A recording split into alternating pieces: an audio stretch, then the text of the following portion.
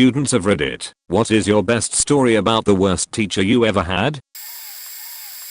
Had an English 102 class in college. The professor came in the first day and informed everyone that we would be reading and critiquing very specific works around a central theme. Specifically, how society is terrible to women.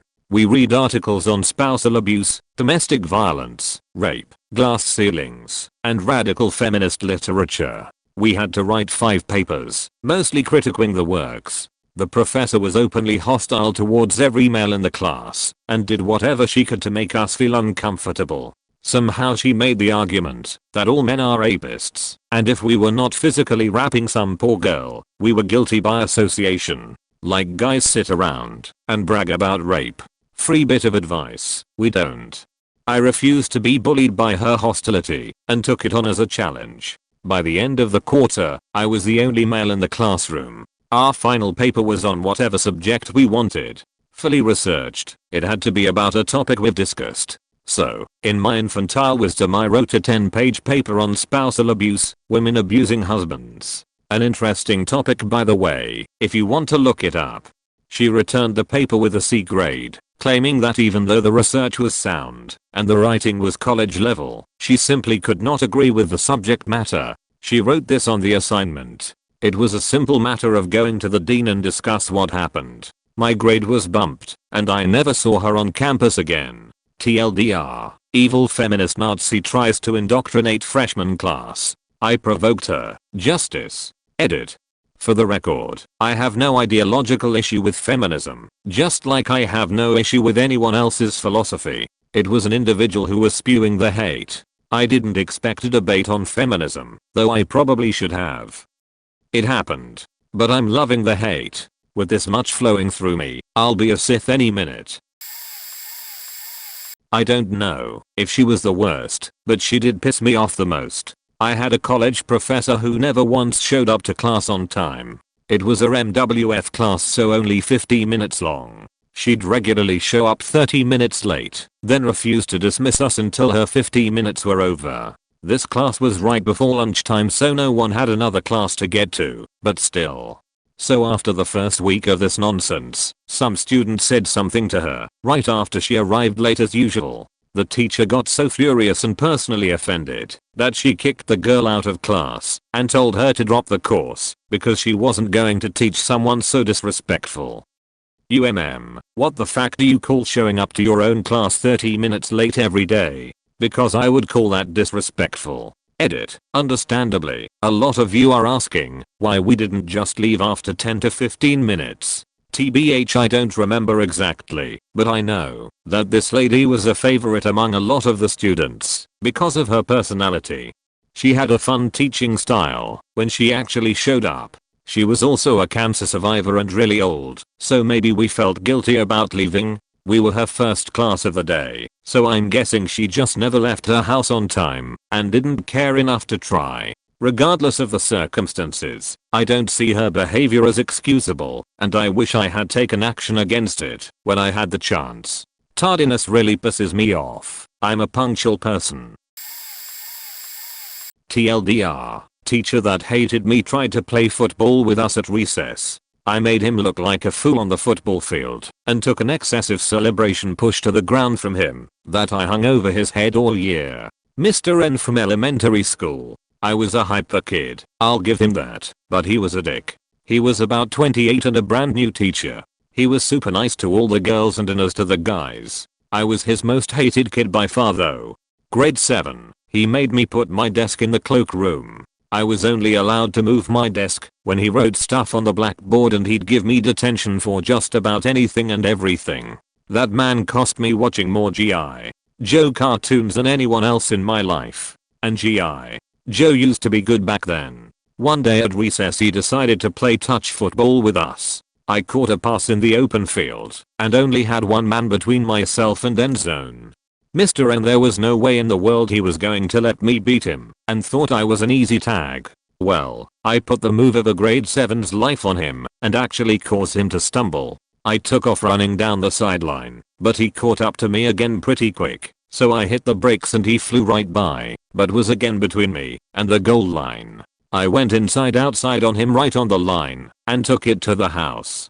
Touchdown. In your face, Mr. N.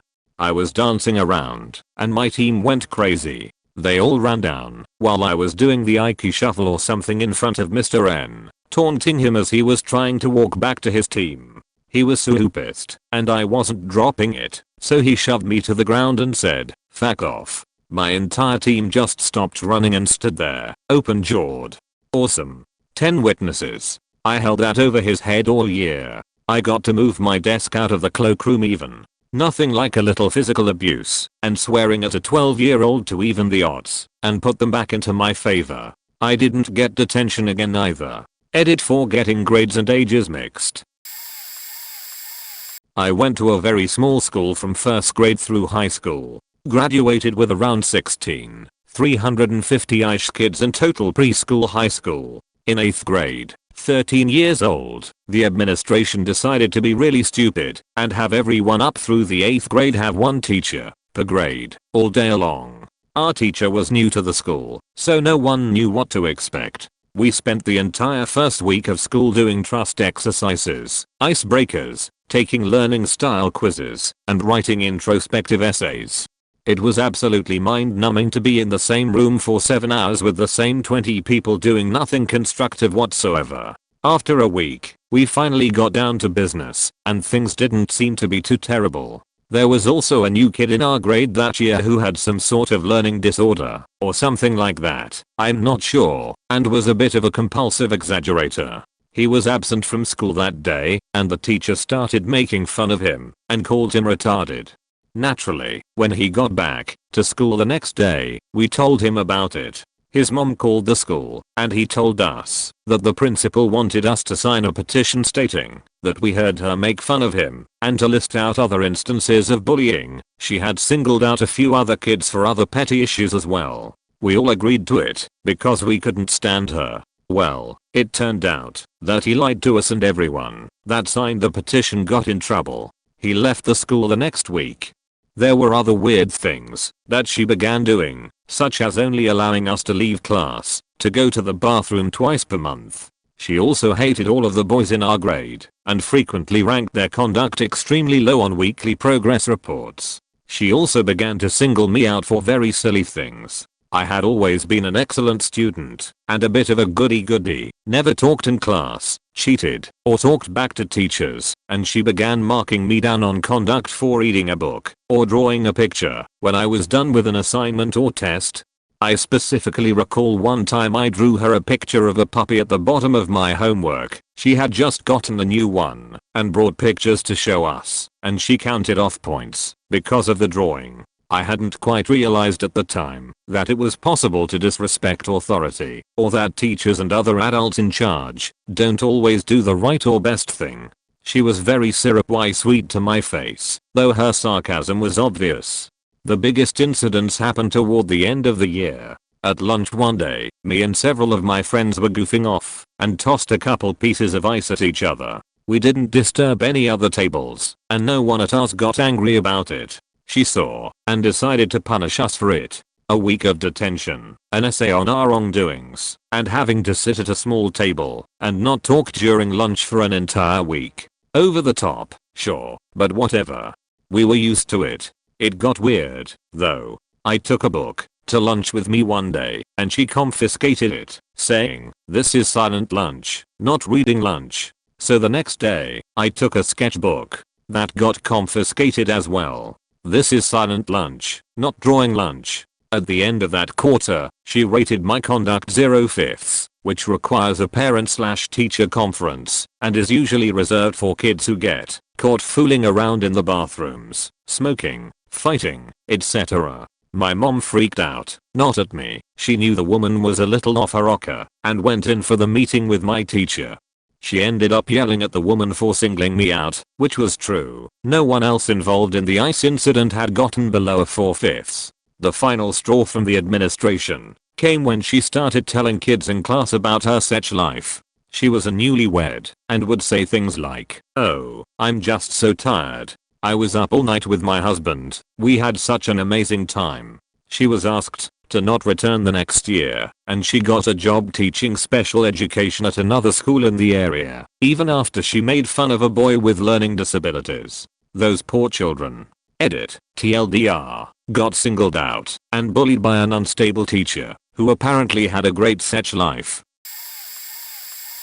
Ms. with a spoon. When we had her for 7th grade English, she was quirky, a little overdramatic, but not too outrageous. In 8th grade we watched her have a nervous breakdown. By the time we started 8th grade, we had 4-4-2 periods in a row. We didn't have homeroom, but this was pretty much that. Her mood at the beginning of the year was incredibly tense, and as the year progressed, we started getting more combative against her. She had health problems, so you could write some of her behavior off, but not all of it.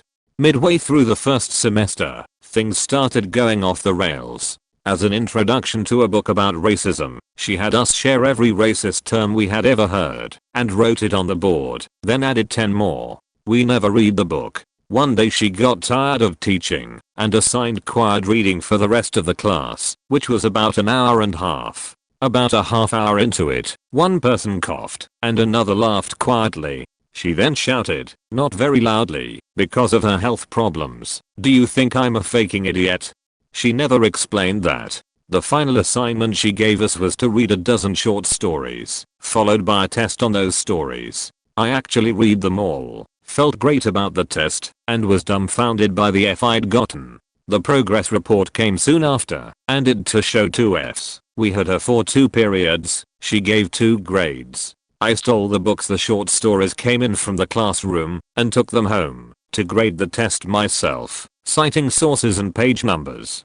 On her final day, she wanted us to tell her all of the bad things we'd ever heard about her. She'd been around that school for a couple of decades, and was never well liked, so there were a lot of stories. She wept as we told her, but encouraged us to continue. The next day, all of her personal belongings were gone from the classroom, and we never saw her again. There was a substitute for the rest of the year, and she quietly retired during the summer. By the time report cards came out, I had 2 As in the class. And, in regrading her final test myself, I found that I got 100%. I kept all the books I stole. Edit. Spelling second edit. It seems that everyone has a crazy teacher in their pasts. This one was Northern California. In high school my favorite teacher, grade 9 biology, fell and was forced to miss the rest of the year. So we had a substitute for 3/4 of the school year. Now this lady knew absolutely nothing about teaching or biology. She also had a thick accent, so it was impossible to understand what she was saying most of the time. The class was out of control, like a faking zoo. I remember one class some guys in the back broke open a bunch of glow sticks and threw them at the front of the class, spewing neon liquid just everywhere. As for me, she hated me. I have no idea why. I wasn't the best student. I didn't really care about the class or subject, but she just despised me. Would always call me out for things I wasn't doing and kick me out of class for whispering to my friend next to me. All the while the maniacs in the back are setting fires in the desk. It was insane. During a test one day my pencil became dull, and I started fishing in my school bag for my sharpener. She sees my hand rustling around at the bottom of my bag and promptly stands up to walk towards me.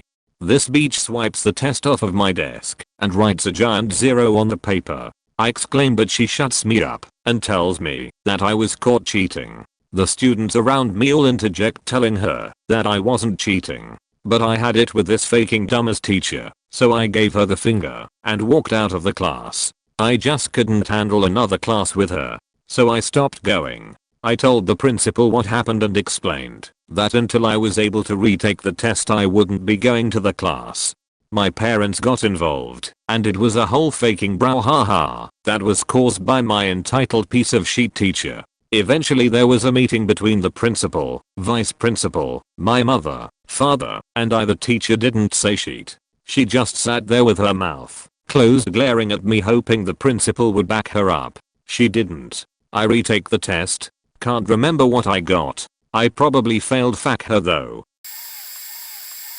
I was a senior in high school, and I had to retake my 10th grade English class in order to graduate. I had a rocky start my freshman and sophomore year. I kicked my butt into gear for my junior and senior year once I realized how important it was. The sophomore teacher was atrocious. She clearly hated teaching and kids. If you were confused and raised your hand to ask a question on what she was teaching that day, she would yell at you to put your hand down.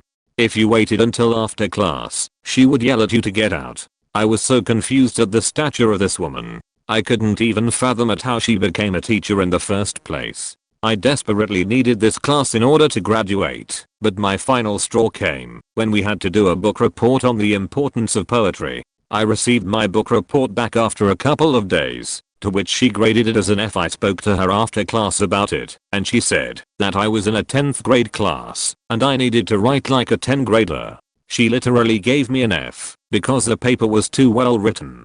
I took my paper down to the guidance counselor, explained what happened and demanded that I be transferred to a different 10th grade English classroom, and that I wanted her reported. Sorry for such a long rant, but to this day it still infuriates me why someone would choose to be a teacher and yet not care about their students in any way. My 2nd grade teacher. I was known for being a talker. I wasn't loud or disruptive usually. I was just one of those kids that could find someone to talk to, no matter where I sat. My 2nd grade teacher was young and fresh out of college. In short, she was cocky because she was young and pretty, but was a total beach. My worst subject was always math. I could do the work, but couldn't explain how I received my answers. So, at the beginning of the year, we received this giant math workbook. We were supposed to complete a certain number of pages a week. I fell behind because I wasn't very good at showing my work and she required it, or we'd have to do it all over again. She increased the number of pages per week about halfway through the year. I was going home in 2nd grade with enough homework to last me 2 to 3 hours in the evening. There were many times I would work on it from the time I got home until it was time for dinner, then work some more until time for bed. In 2nd grade. So because of this, I got to the point where I stopped caring and stopped doing the work because, to 8 years old me, I would rather play and have fun than do hours of schoolwork. Because of my talkative nature, I was eventually separated from the rest of the class and sat alone so that I wouldn't disturb others. My desk was moved to the front of the classroom near the door with my back to the rest of the class. I was far enough away that I had trouble seeing the chalkboard and hearing the teacher because I was so far away and she wouldn't talk louder for my benefit. So I would sit at my desk and doodle or otherwise mess around while she taught. Eventually, she got wise of my antics with my math, and because I was so far behind, she told me I no longer would be receiving recess until I caught up. Between the amount of work that I was behind and the amount she was assigning each week, I went most of the winter without recess. The worst part was, our classroom door faced the small hallway that led outside to the playground, so I could see all the kids playing. My friends would often come to the door and want me to come outside, but my teacher would shoo them away. One day I couldn't take it anymore, and I came home in tears. My mom was completely unaware. She thought I was doing all my homework because that's what I had been telling her. I laid it all out for her. My mom went thermonuclear. She arranged for a meeting with the principal at the school, and we spoke with her before school the next day. I told the principal everything and went to class while my mom stayed behind to talk. I went home that night and my mom helped me get caught up on my math. I went in the next day and my desk was back where it was supposed to be in the normal arrangement of desks. I showed my teacher my math, and much to her dismay, she acknowledged that I was caught up, and I was allowed to go out to recess from then on. When I came back to the school the next year, I found that the teacher was no longer at the school. I found out from my mom that she had a long talk with the principal and the teacher was severely reprimanded and then fired at the end of the school year. Though most of the teachers I have had in my past have been great, there was Ms. F, my high school chemistry teacher. The first day of high school chemistry, the teacher usually explains the curriculum and standards of their classroom, etc. The teacher started off her class with this sentence: "I'm not a teacher, I'm a facilitator." From that point on I knew it was going to be a rough year. She never helped students after class or during lunch with anything. She was a sour divorced woman who hated all men because of this. Halfway through the year, a female student who was usually in trouble took it upon herself to take the foil wrapper from a stick of gum and shape it as if it were a plug being inserted into an outlet. The teacher hadn't noticed her fiddling with it all class, but the class did. Needless to say, she inserted it into the outlet, and it made a loud pop and lights flickered. The teacher saw it in the outlet, because all of the kids were staring right at it, and because I sat next to this chick, she came up to my desk, assumed it was me, took my books off my desk, threw them across the room, and demanded me to go to the house principal.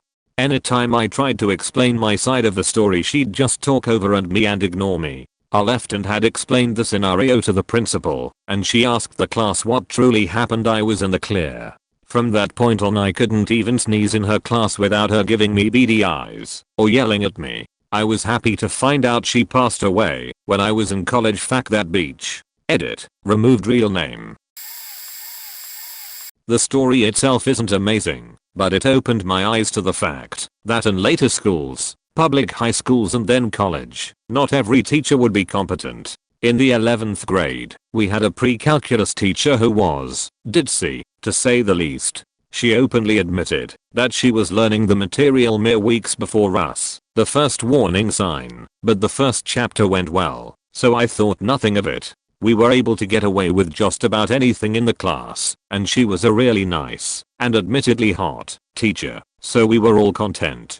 Then we finished the second chapter, and the third, and suddenly it was 3 months into the class, and the students and teacher simultaneously realized that there was no way in hell we were finishing the courses mandated by the county. See, the final exam covered up to chapter 12, and here we are, 2 months remaining, 9 chapters left to get through. The rest of the year was devoted to chapters 4 and 5, and a 2-week cram of teaching us basically to the test, to ensure we would pass. Not to teach us, but to make sure she didn't pop up on the radar of the school district for all of her students failing. Now, I was the smart kid of the school, so I was studying at my own pace and thankfully was ready for the exam by the time it hit. So I put no effort into hiding my test this time. My classmates regularly looked at each other's tests and then texted the answers, and sure enough, nobody failed that exam. The downside is that I enabled their cheating knowingly, but by that point we had an agreement that, even if it meant this teacher staying in her position, we would not get failing grades for her incompetence. So the year ended, and myself and another friend, probably the second smartest person in the class, and the only one other than myself who passed on his own merits, were among 7 who made it into app calculus. The teacher was stunned by just how little we knew, and the students were stunned as well by how far off they were from actually knowing the material from last year, let alone the basics. That was the first, and to my knowledge only time my high school of 1500 plus students had a student class. The other 5 dropped it like a bad habit after week 1. So no, horrible teachers are all over. Some of them may just put on the facade of being the cool teacher. Teacher's incompetence threatens entire class with the D or even the F. I had a biology teacher in high school who was batshit crazy. She was such obsessed and talked about it constantly. Mind you, this was a private Christian school, so most of the girls in this freshman class were pretty scarred. One example of her batshit craziness was the day we were dissecting a frog. My partner was out sick like she always was on the days of dissections. So my teacher decided to be my partner. We began cutting open the frog, but she was too caught up on finding its genitals to move on. Everyone in class was taking pictures, jotting down their notes, making sketches, while I was stuck watching this teacher obsessively try to find the frog's private hole. Well, she found what she was looking for, and stuck the end of the scissors in the frog. Then proceeds to scissor fac the frog, while I'm staring in disbelief. Everyone else was finishing up, and we had hardly started.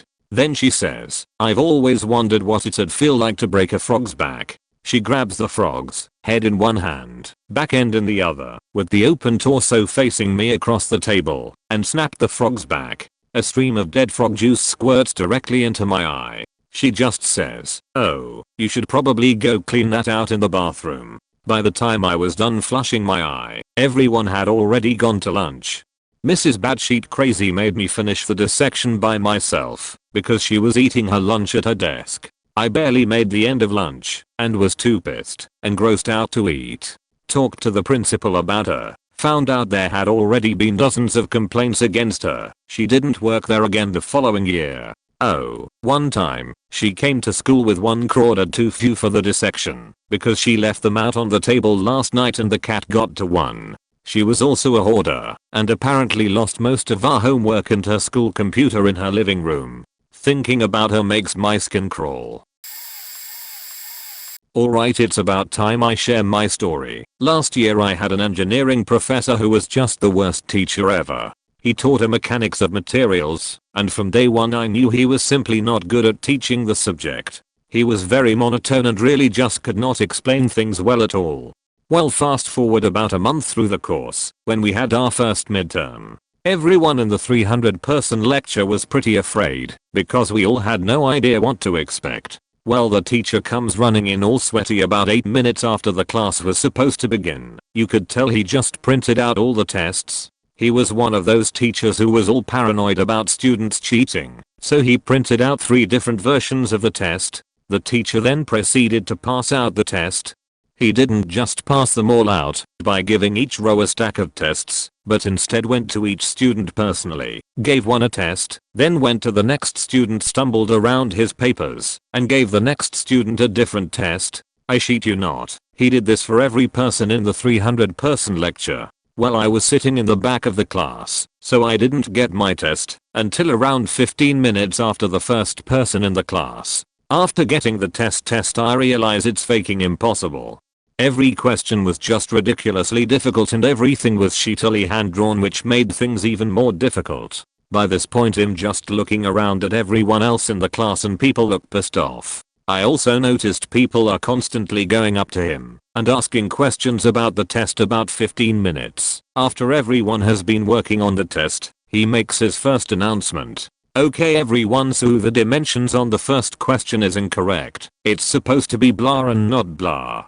At this point everyone is just like, okay, fuck this. But we still keep working cause there is nothing else we could do. 10 minutes later he makes another announcement about how there was something incorrectly written on the test. I'm just so pissed at this point I didn't even care about how I was going to do on the test cause I knew everyone else would probably fail with me. People also just keep flooding him with questions and now the teacher just looks like he is about to shoot himself in front of the entire class. Then, 45 minutes into taking the test he makes his final announcement. Yeah, so this test isn't really working how I planned, so I'm cancelling it and we will have a retake next week. And that was the start of a great semester not learning mechanics of materials. TLD, I had professor who couldn't do anything right. The worst teacher I ever had was when I was in grade 2. She whacked my knuckles with a ruler because I was left-handed. She insisted I absolutely could not write left-handed. If I handed in anything that was written anything left-handed I would get a 0. The very first parent-teacher meeting we had that year, my teacher took my parents and very seriously told them that I needed to be sent all the way back to kindergarten to have my entire educational process started over from scratch because the teachers before her made the mistake of allowing me to learn left-handed. My parents just waited for her to stop talking, then they said, "You're a faking crazy person. This is bullshit. He's left-handed, he's going to stay that way. And you have a problem with it. We are pulling him out of the school." The teacher pleaded with my parents saying they were making a terrible mistake. If I grew up left-handed I was going to grow up to be a screwed up psycho. My parents stood their ground, kicked that crazy beach to the curb, and transferred me not to another school, but to another class. Now I'm glad to say I'm a proud serial killer with a deep freezer full of human parts, and I'm earning my doctrine in the Church of Satan. No wait, I'm an administrator in a hospital and teach a class at a local college in computer language skills. Left-handed. Which do you think is true?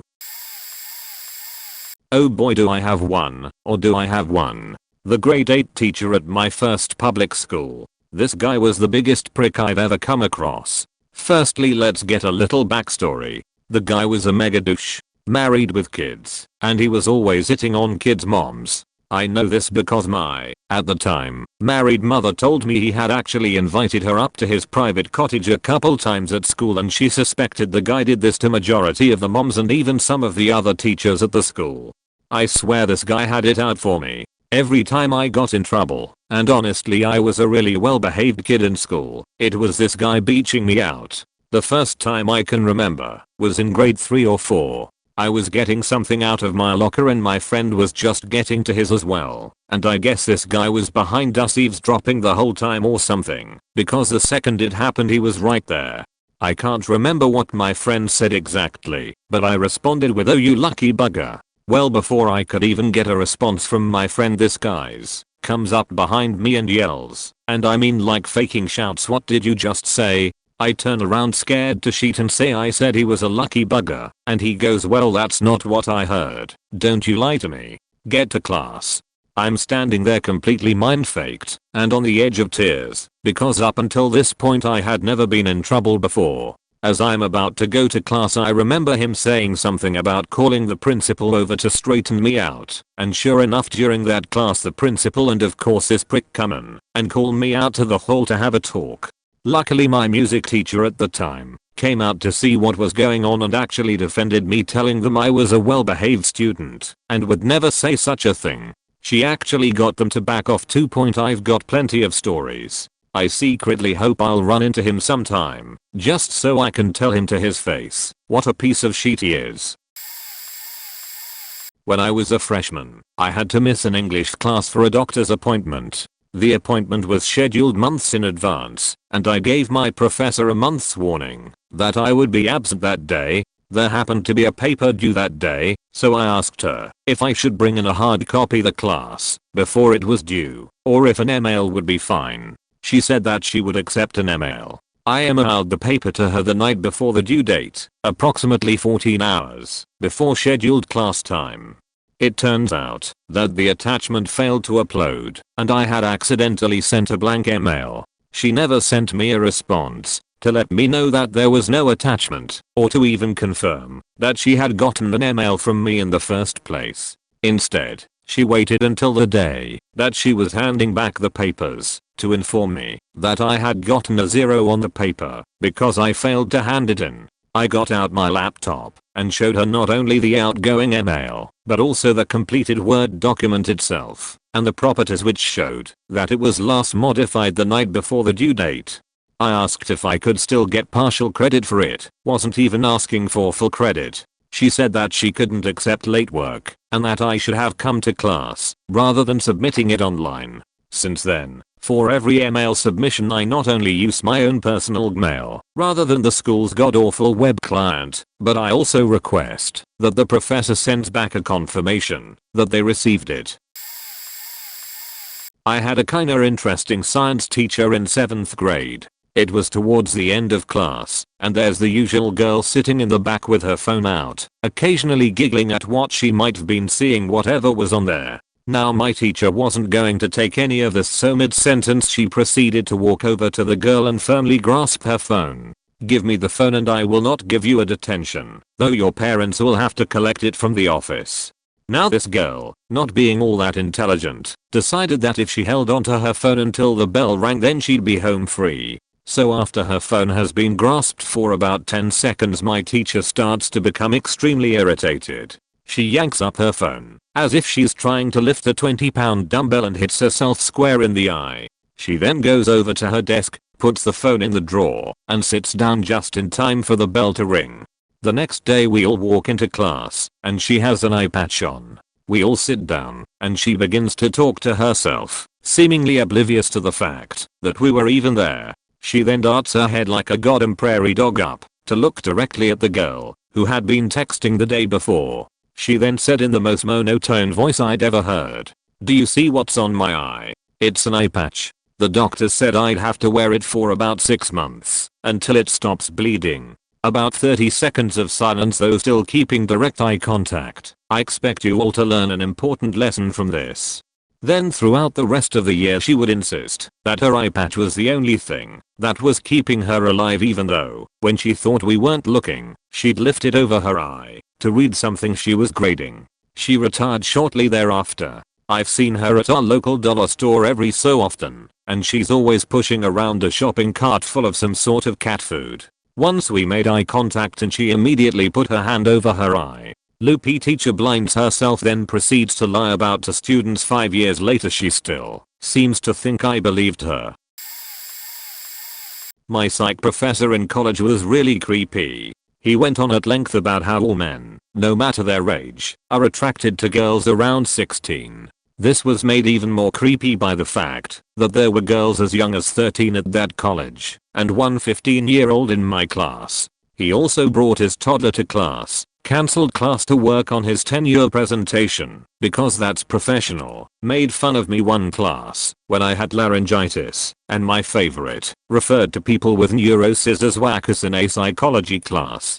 About a year after I graduated, one of his tasks found child born on his computer. His actual work computer. My best friend was half convinced it was a setup by some students, except that 3 or 4 years later he was convicted for child born again, in a different jurisdiction. Even less extreme, I had a choir director in college, who was pretty horrible. One day he asked the chorus to sing a certain piece from memory, one of the Liebeslieder waltzes, don't remember which, and we had only sight read it once several weeks before. When we protested that we hadn't rehearsed it, he got really mad and told us all to shut the fuck up. Every student gave him a poor review at the end of the semester, and he got fired. Edit. I forgot about my art history professor. She failed me on a paper about Caravaggio and the theme of decapitation. Psychologically, decapitation equals castration, and Caravaggio was interested not only in adult men but also boys, and he felt guilty, etc., because she disagreed with the part where I said Caravaggio was gay. Even though all my sources agreed, and a different class, she sent me an email saying that my term paper was unacceptable, and that I would fail the class unless I rewrote it. I did, at the expense of other work for the semester, and put it in her box with a cover note that said thank you for the opportunity to rewrite this, or some other bullshit, and then got an email that said I don't know what made you think you could submit this a second time, your former grade stands. Oh yes. Well, I can tell you right now that I had a special place in my high school. As the mascot I was the face of the school, and also, because I was a bit of a megalomaniac too, called myself the king of the school. Also had a bit of an issue with not the teachers, but the administration. The thing is, growing up in a very traditional conservative town, some people weren't tolerant of different beliefs, and I was a good kid who never went to church and had, and still have, very socialist beliefs. Our dean of students was a bit of a Nazi, so imagine the ideological headbutt of Stalin and Hitler. Yeah, it was that bad. So I have gotten called down for some stupid shit. I was nearly suspended for popping a balloon once cause of this guy. And I also was reprimanded for wearing our ATM shirt with nuns with guns. It promotes guns, he says, as he ignores the kids walking around with a Budweiser shirt. But the icing on the cake was when I checked a book out. I went to the library and checked out a book called The Quran. I was called down by him and questioned about building faking bombs. At this point I will admit it sounds really far-fetched, but I swear on my karma that this true. He is questioning a crust punk, white, atheist, socialist about Islamic terrorism. And apparently they kept a flagged list of kids who check out these books. Why the fuck would you keep a book in your library to check out, if you're going to question people about it? TLDR, was accused of Islamic terrorism for checking out Quran at school library. Plot twist, don't believe in God. I've had 2 terrible teachers so far in college. The first was a digital logic teacher that had more than a few screws loose. For the first 15 minutes of class he would lecture normally. The next thing you knew he was talking about how President Obama and the liberal lawyers were destroying the country. This would go on for 45 minutes and he would scowl at anyone who left class during the strange rants. The second portion of the class consisted of lab time where we attempted to build simple logic circuits. As we worked we'd have to listen to Rush Limbaugh's morning radio show. Don't get me wrong, I'm middle of the road as far as politics are concerned, but Limbaugh is the kind of person who makes you want to become a full-fledged Democrat, to distance yourself from that kind of filth. Overall I learned nothing in the class, but ultimately enjoyed how bizarre the situation was. I suppose his humor was actually pretty funny though. He called the cosmetology students who shared the building with us cosmonauts and always referred to them as Russians. At the end of the year he started talking about aliens and weird airplane contrails in the sky. The other teacher was just strange. I had him in an algebra class about 3 or so years ago and still cringe looking back. This guy would treat students almost as if they were children at times and would try way too hard when trying to be funny. The way he would tell people to quiet down, we were allowed to talk mid-lecture, was in what he called a loud whisper, where he would say something along the lines of shh, use your whisper voices. He would continue loud whispering until everyone shut up. One day he got a flyer for the school's math study center and decided it was too boring. He decided to spice it up a bit with a little thing he called monster truck voice. Monday, Monday, Monday, at the math study center. He liked it so much it became a staple event every day in class. The last thing I remember him doing was using shadow puppets to talk to people in class. Every time lecture degenerated into madness I left class. I doubt I missed anything. I decided to take a course in cultural anthropology at my community college. On the first day the teacher seemed awesome. Although she was a night-only teacher who only taught our course, I really felt like I was going to enjoy it. Until I got an email saying that she was changing our course to a hybrid course, alternately in person and online. Okay, I thought, I can deal with this. Until 2 weeks later, when we were supposed to meet in person, she didn't show. No note on the door either. We left after 15 minutes because of school policy. How the next class, she neglected to post any assignments online. After sending her crazy amounts of emails, she never responds. This goes on for 6 weeks. The dean does not believe us, so he shows up for 2 in-person classes to make sure that she is not there. He also shows up as a user on our class site. She finally reappears with a solution to lost grades, a giant report. She picks this strange hiking trail which leads to crumbling foundations and tells us to write a 10-page paper on it. There is no information available online. The only information is available through the local historical society, which was closed for the next year due to renovations. When we inform her of this, she has the nerve to pretend like she hasn't heard the issue, never once admitting that there might be a problem. Although she did end up showing up to the classes after her mysterious absence, she would bring her 8-year-old son with her. He would sit in the hallway directly across from the door and make noises, playing with action figures/cars. She refused to close the door. I ended up passing because I spent 10 pages guessing what the foundations were and trying to make vague connections to anthropology. I was able to fill up some space with pictures and ended up learning nothing about people and their interactions with culture. Turns out that all the structures used to belong to a hydroelectric dam, which was used to make paper. TLDR, got my beach of an English teacher fired because I felt guilty for not standing up for someone. I had an English teacher that was notorious around the school for being incredibly anal retentive and just plain beachy. She was unfair, somewhat sexist, and a bit age-oriented.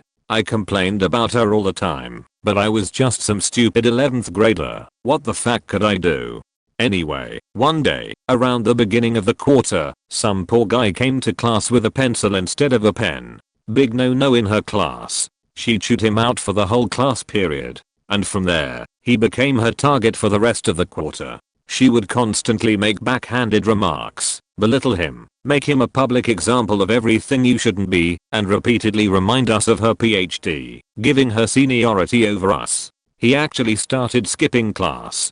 I felt bad for him. I couldn't help it. The whole class felt awful for him. He was the only one she liked to single out, but no one wanted to risk her auth or their grade. I encouraged him to come to class one day, started recording for that period, and told him later that I would help him report her. He was adamant that he didn't want to get in trouble, that he would just try to switch out of her class, but I felt terrible for never trying to help before then. I just said okay, and didn't mention it to him again.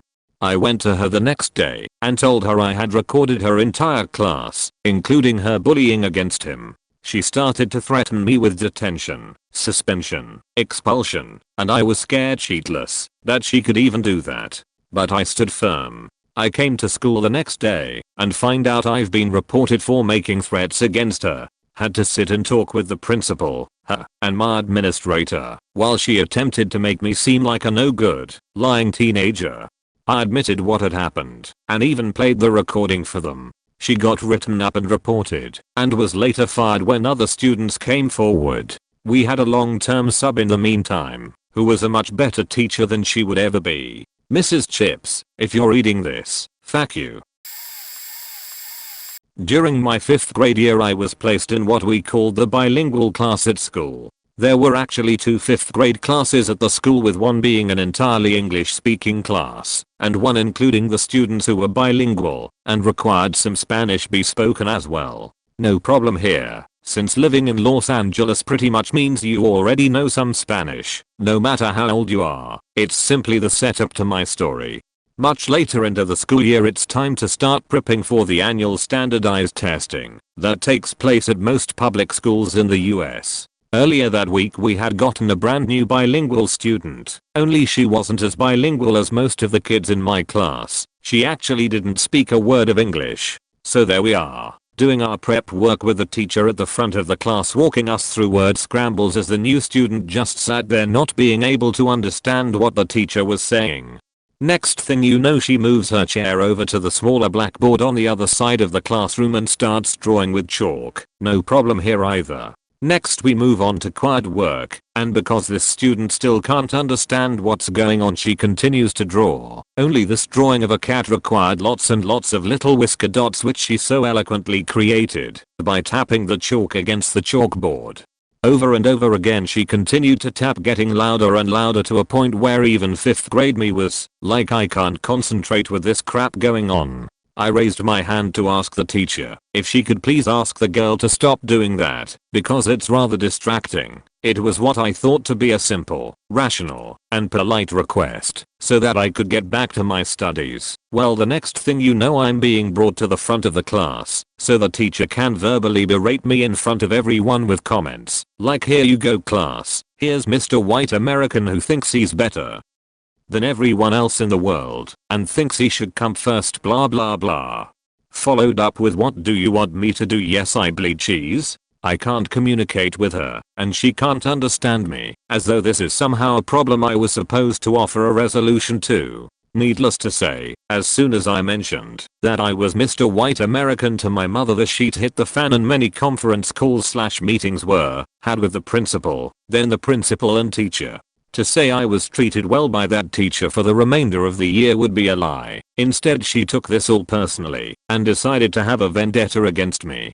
Believe me, I know it sounds stupid, and I wish I was lying, but later in life I found at least 10 letters she sent to my mother directly implying that I was doing this bad deed or that bad deed, and how I was at fault and blah blah blah. Thankfully my mother's got one hell of a bullshit detector and was easily able to see through her crap. That one teacher has honestly left me with a distrust of teachers in general that I still have to this day, and is likely the reason I haven't completed any schooling after high school. Maybe it's time to go back though, or maybe it's not. I was berated and labeled as a racist in front of my entire 5th grade class by a crazy old beach. Special teachers would come in once or twice a week throughout elementary school, calling me out of class for 15 to 30-minute sessions of speech and listening therapy, and to make sure I was coping okay. I'm hard of hearing. These itinerant teachers would travel from school to school, visiting the various kids with hearing problems in the school district.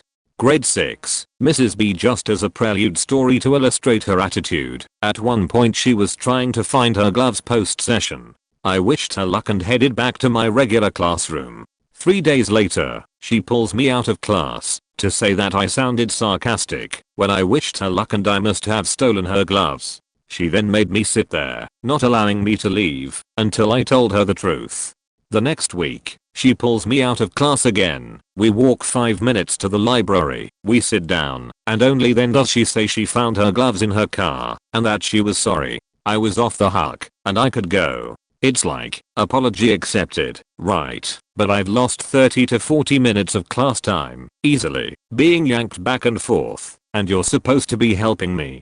There was the time she pulled me out of class again, unscheduled, by the way, took me to the storage room in the library, all the stacked chairs for PTA meetings, tables, extra shelves, turned on the one light in the center of the room, sat me down, and stood over me, foot on the seat, total interrogation style. Then she grilled me on why I was so unhappy, cutting me off, pushing the subject, until I burst into tears, so intimidated/bewildered I made something up.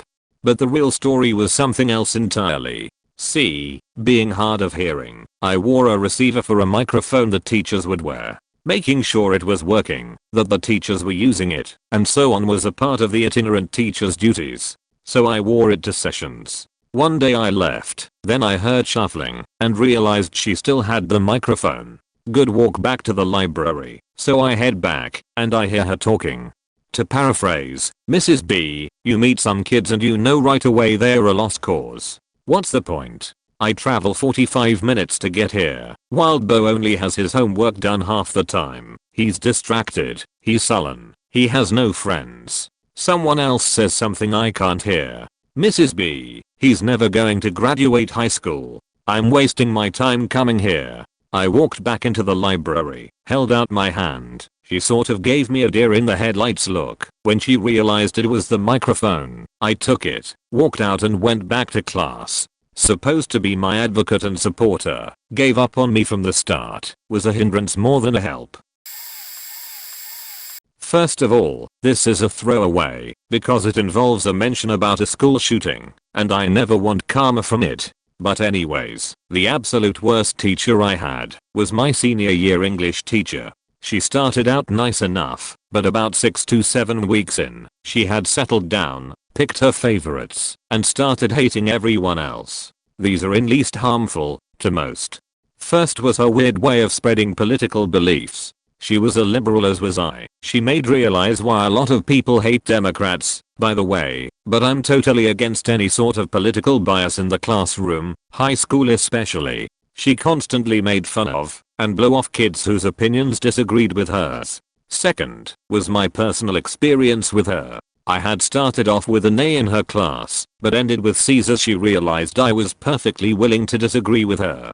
At the end of the year, at the urging of my previous English teacher, a 40-year veteran, I decided to take the app test, despite not being in her app class. She then proceeded to make comments to all of her other classes, except mine, about how I was going to waste $80 and fail. I got a 5. I had heard about the comments she had made, so when I got my results back, I naturally posted them on Instagram, tagged her, yeah, she has an Instagram, and thanked her in a very respectful and very sarcastic way for all her help.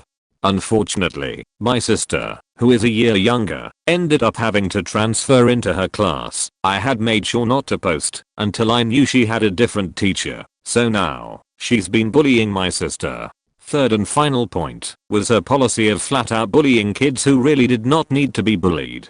Like kids who came in with black eyes and cuts on their wrists, as well as the kids who were on the edge of dropping out. They're already in bad situations, don't make them worse. Also, this was a year after a kid shot up the school and killed 3 people right down the hall. That was what irked us as a class the most. Why taunt the kid? Many of us in the class did our best to speak up for them or get her to go after us because we were genuinely afraid, PTSD and shit, that we would be in the line of fire. I will never have less respect for another human being, ever. My main hypothesis for her motivation was simple bitterness about teaching high schoolers, which still kinda blows my mind because she seemed reasonably intelligent. She just couldn't get over it, I guess.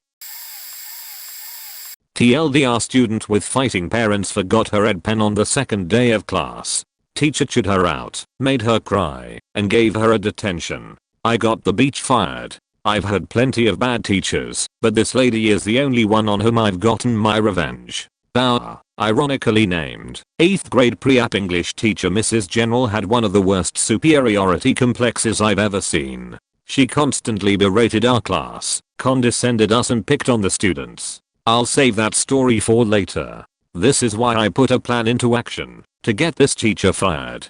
We had a girl in class whose parents had been fighting for a few months. On the first day of school, they decided they wanted a divorce. The girl, we'll call her S, had gone home with her mom that day, but her dad had come over for her birthday and her parents had fought again. S's grandma came and took her to stay at her house that night, with no warning.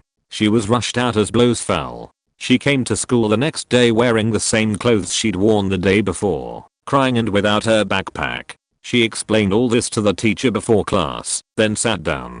Ginzilla then passed out completed worksheets for us to grade, and when S asked to borrow a red pen, the beach proceeded to chew her out for being unprepared and irresponsible. She received a lunch detention and 10 points were removed from her homework grade. This is the day I put my plan into action, and I'm proud to say that after 3 months of fighting, I got her banned from our school district. Second story in case you want to rage.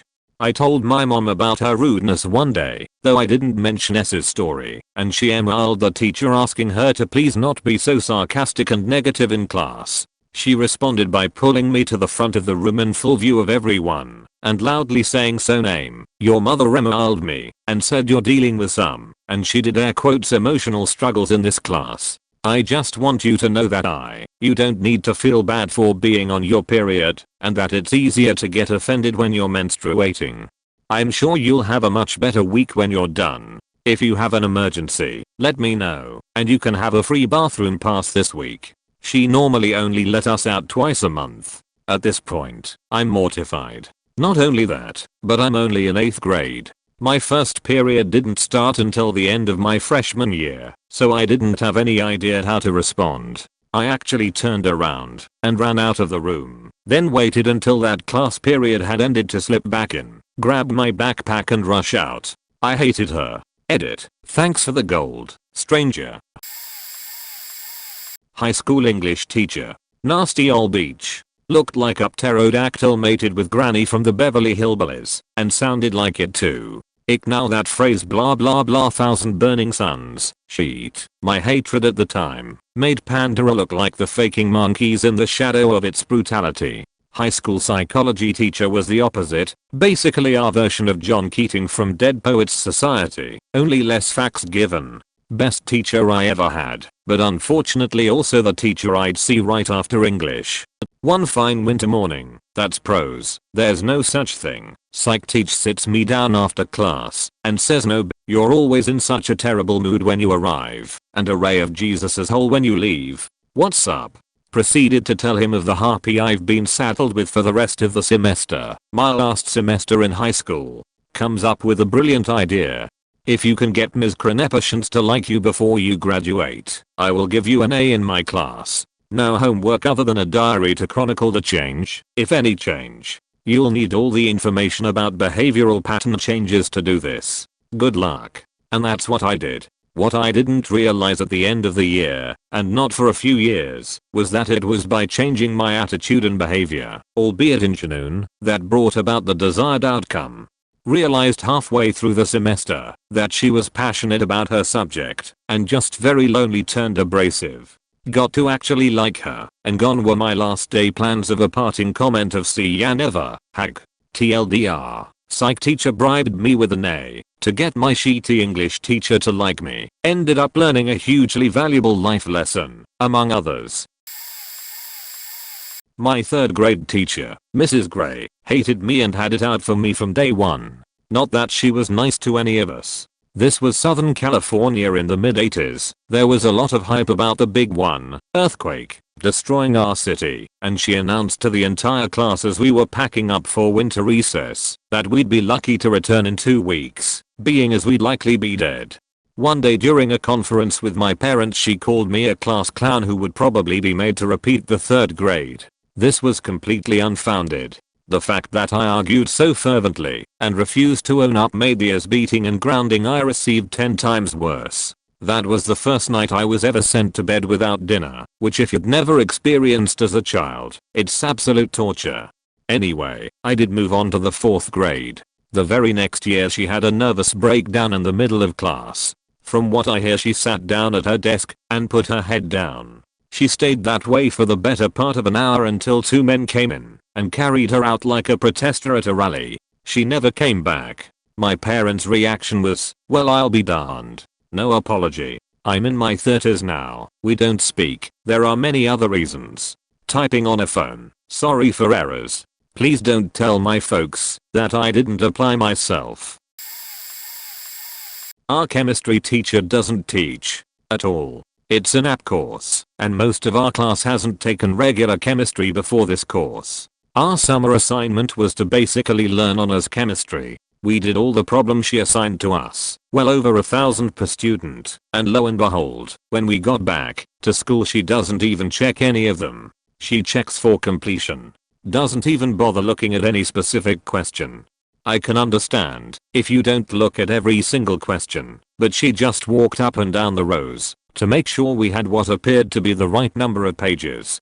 Didn't check any to make sure we were doing them correctly. She has no idea of how prepared, or otherwise, we were for the class. We spent about a week reviewing basic chemistry before starting on the app level stuff. As you might imagine, without a basic foundation, most of the class was left floundering. It wouldn't even be that bad if she taught in class. Instead, she expects us to read everything at home, and for class just assigns labs in packets that have absolutely nothing to do with whatever chapter we are learning at home. So essentially we are doing app level problems in a subject that we have no foundation in, and without guidance from the teacher. Did I mention that she sucks at explaining basic concepts? One of my friends had a question about how quantum numbers worked. She tried to explain it and ended up confusing her even more. So my friend went to ask another student who had taken honors chemistry before this class, one of the few who managed to explain the concept in a few minutes more clearly than the teacher in 5 or 10. I might also add that this class contains the smartest kids in our grade. The top 10 ranked students are all taking it, most of 10 to 20, and a few from 20 to 40. And nobody has any idea what they are doing half the time, including the kids who took honors chemistry before. The highest grade on our last test was a 65. Average of a 50. We are screwed. In 3rd grade, I had a teacher who will be called Mrs. Beach. She was an awful horrible lady. Nobody liked her. No one, ever. I'm in high school now, and I've realized that hating Mrs. Beach is a thing that all kids that went to my grade school relate to. It's like a bonding thing almost. Here's some stories. We had to do a project on a famous person and present it to the class, dressed as that famous person. She told us that if our person was black, we had to paint our faces black, or she would take off points. She told 3rd graders to come to school in blackface. Mind you, this was in the 2000s. I took the points off cause even 3rd grade me knew that was faked up. We took reading tests to determine our reading level. Mine was that of a 8th grader freshman. She decided that, even though that was my reading level, I was only allowed to read books up to 5th grade level, and only after I had read enough 3rd grade level books. That sheet pissed me off. I love reading. I basically said fuck that, and read whatever the fuck I wanted to.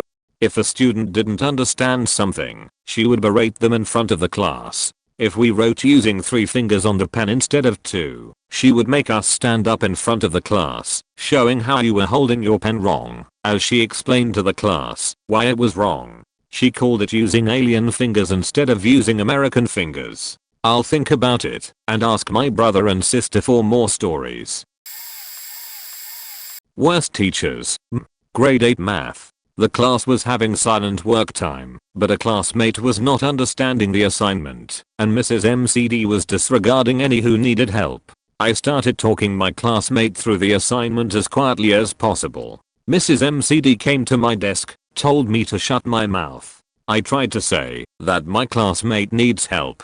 She said again to shut up with such emphasis, and she lunged her body into the front of my desk, pushing it into my stomach, and spit flew from her mouth into my face and eyes. I told her I would like her to not spit in my face. She said with force and emphasis that she can spit if she wants to. I shoved my desk into her gut and walked out, with other students following me. I was put on in-school suspension. She received no punishment for her behavior. This was 2003. 3 years later she was so hated that some other students placed a metal garbage can on top of a door. It fell when she opened it and cut her head open. Combination all kids going way too far, and yet still some karma in there. She retired early. Grade 11 English. Firstly, no pouncing on me. I'm very LGBTQ positive. My teacher was a lesbian who enjoyed pushing overly sexual content on certain people she targeted or sensed weren't very open. She knew I attended church regularly, lead youth groups, etc. So she figured I was an ideal target to push her views and behavior on, because I seemed closed-minded. What she didn't know was I have a past of abuse and attempted rape. So I was a virgin, and very against have anything related to sex being pushed at me, be it physical, remarks, or literature. She gave me specific assignments separate from the class, many reading assignments containing sexual references, promiscuity, rap, etc.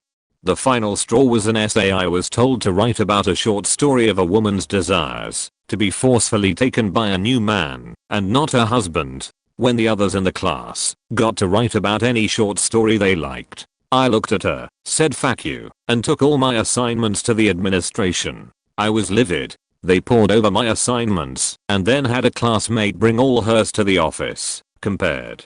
Told the teacher if she wanted to keep her job, she would not speak to me again. She would submit all assignments to be pre-proved, or she could pack her things. I know to some, my English teacher would not have fazed them. But to me, she was going above and beyond targeting me. It was my choice to decide when I would be exposed to content like what she forced me to read.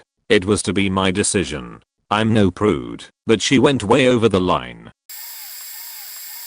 Well, I had a teacher in high school who taught several courses and was grossly incompetent in all of them. When he was my art teacher, the assignment was to create a comic by taking pictures with a shitty digital camera, applying the relief filter in Photoshop, and arranging the pictures into panels. This being art class and all, I asked for a little artistic freedom, using mod to create my panels instead of posing my friends and snapping pics.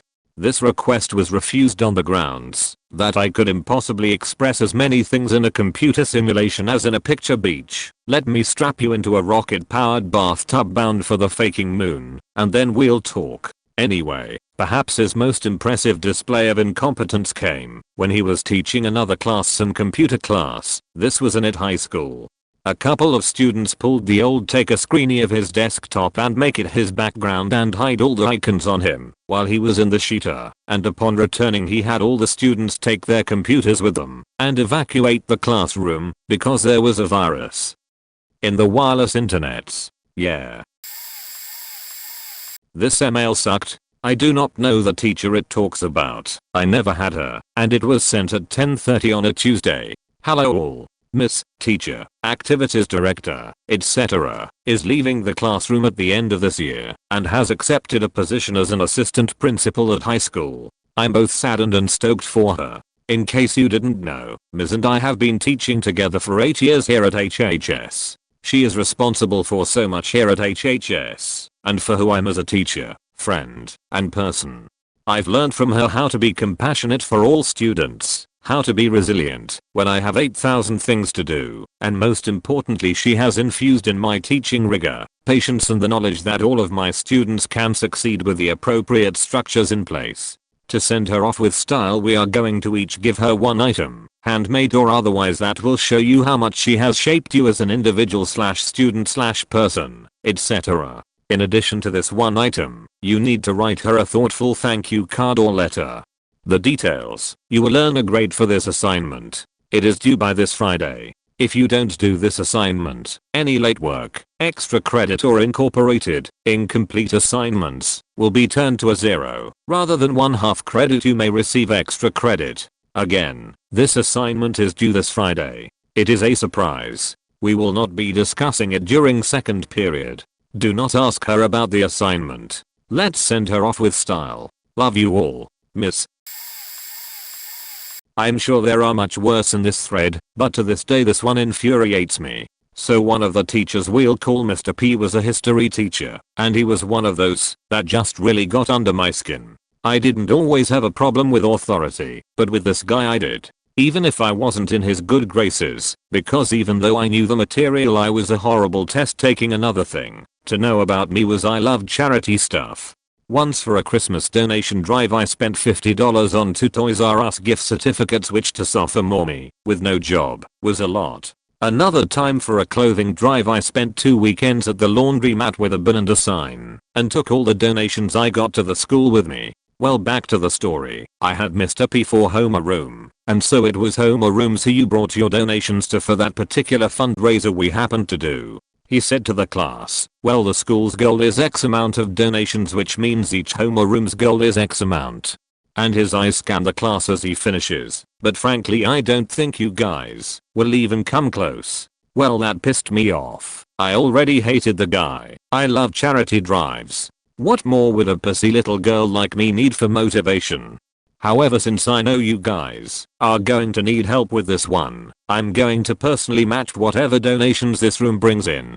Double the money for charity and hit his pocketbook. Fuck. Yeah. So we hauled ass. I can't exactly remember how much or where I got all my donations, but I got damn fine haul along with everyone else's, a few of which who were motivated as much as I was to cost Mr. P some money.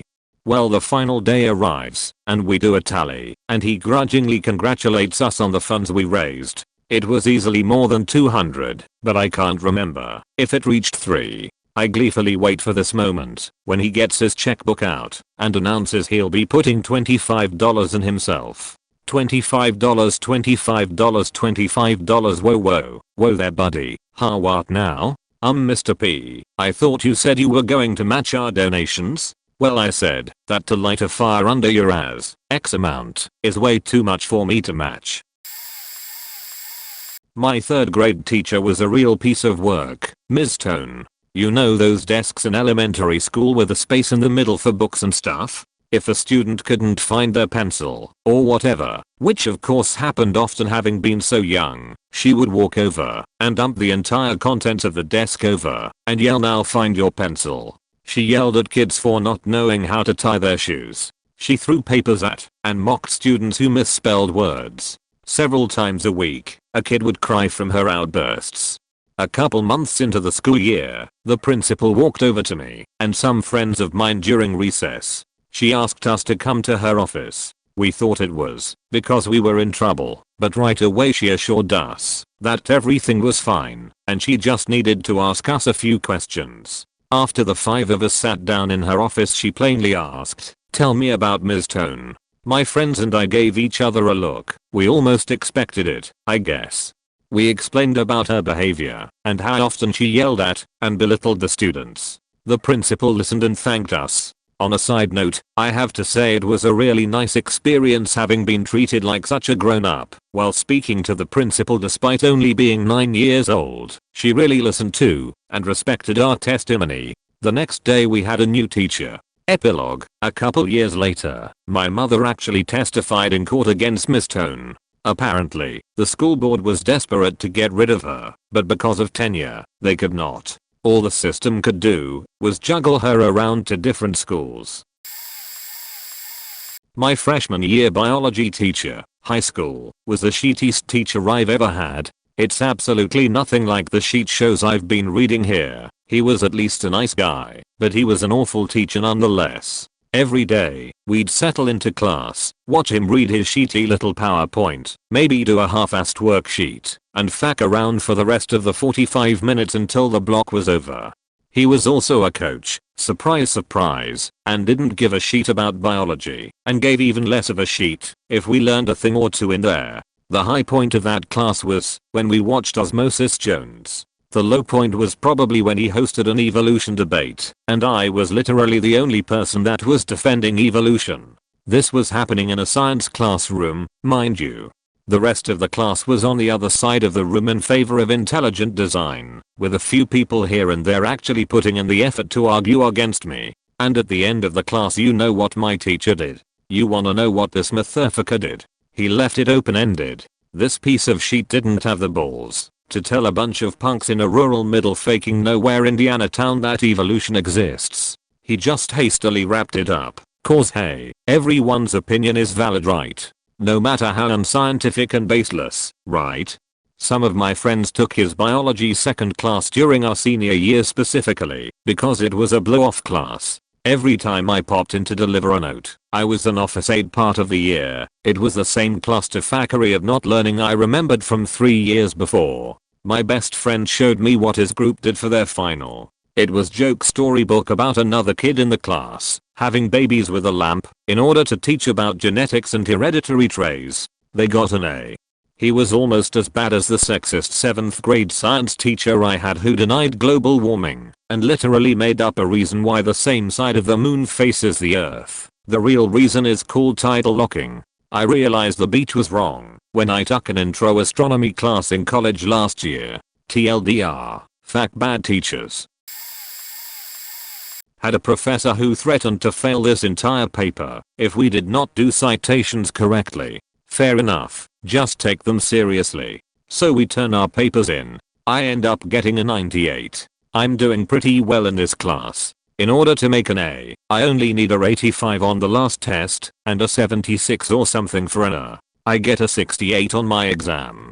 I'm not alone. The average was about 68, and in a class of about 500, 4 people got A's on the exam. She doesn't curve. Okay, fine. I think this is BS already, but you can make a fair argument that she's right. We earn our grades. After all, we go and pick up the essays we graded early by going to office hours. That is, not everyone takes the time to do so. It's the end of the semester and our grades are seemingly set. One kid apparently didn't get the grade he wanted on the paper because of the citations, when one of his friends did the same and did a lot better. So the professor looks at it and decides the kid is right in the worst way possible.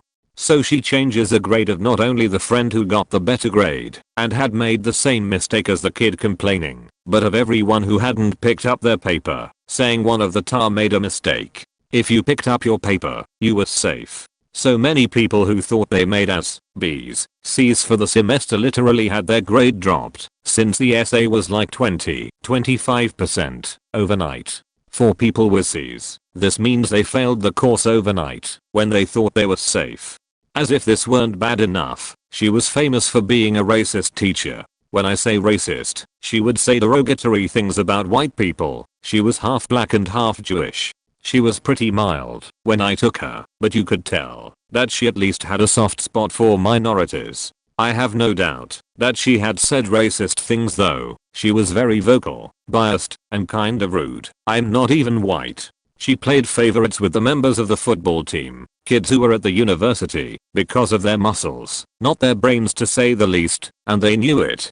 It was a government class, so I can kind of see that you can't avoid being politically biased, but she didn't make much of an attempt. She had a picture of Obama in her office. Much of the bias that bothered me spurred from the way she treated race. Worst professor ever 0/10. Never again. TLDR. Professor arbitrarily and randomly fails about 1/4 of the class in the last few days of the semester with basically no explanation. Is essentially racist, rude, and doesn't curve. Professor Zhang. Matter 26Y. Single variable calculus. University of Toronto Scarborough campus. First year, 2001. Matte 26Y. A first year, A-level, full year, Y. Calculus class was a prerequisite for a number of more advanced courses in computer science, physics, engineering, etc. It was an diaspora, if you will. The demand was such that there were 2 professors teaching the class at different times of the week in 500-seat lecture halls.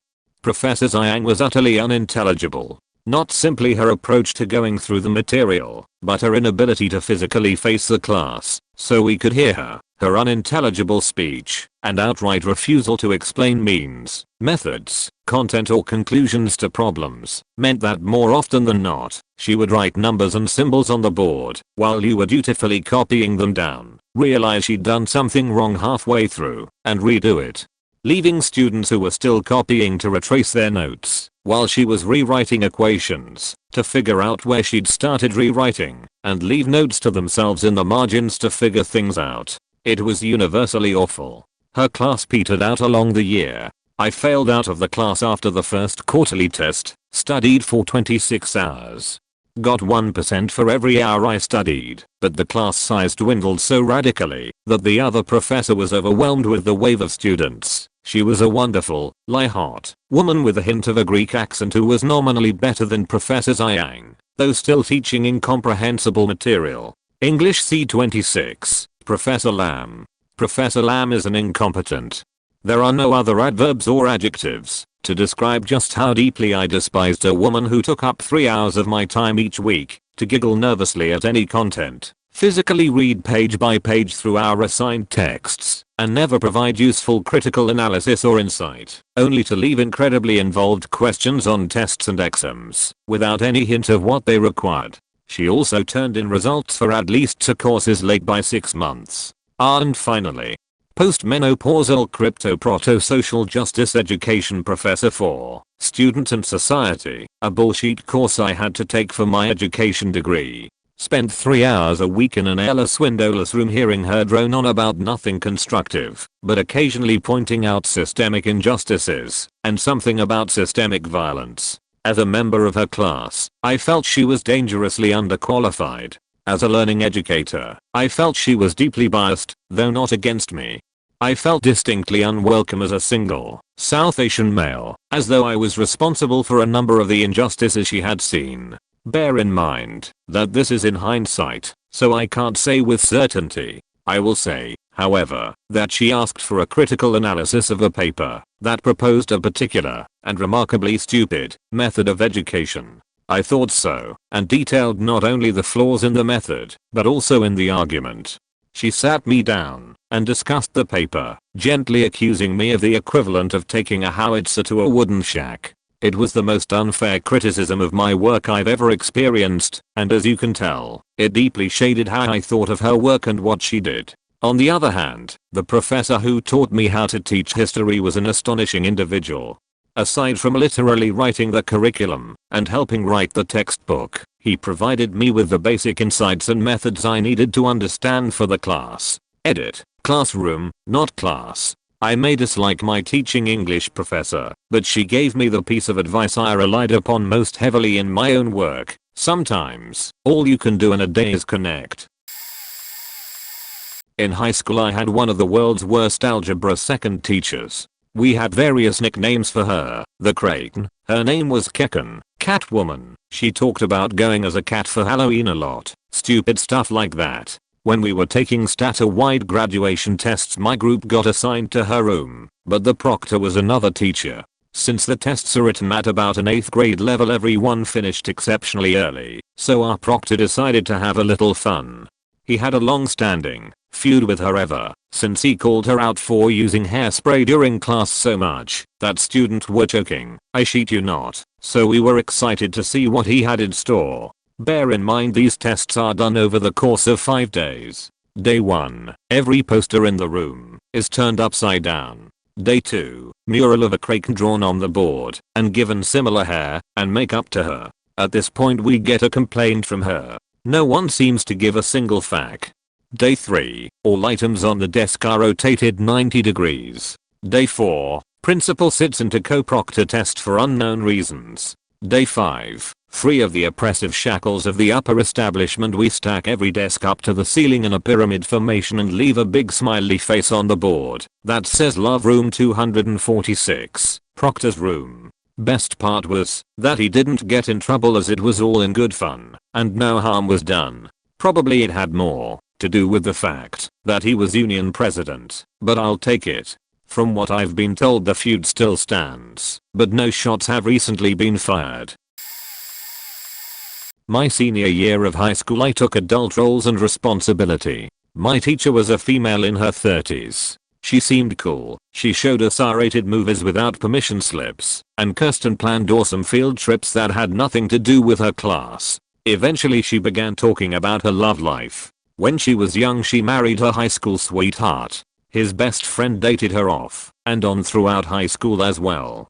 She cheated between them during all of this and during marriage. Eventually she divorced the first and married the second, only to continually cheat again. She eventually divorced the second and remarried the first. During class she constantly received texts and would leave the room to make phone calls. One time she received a text and laughed. A female student, one of the ones who thought they were adults, asked what she was laughing about. The teacher openly admitted that the second man sent her a dick pic.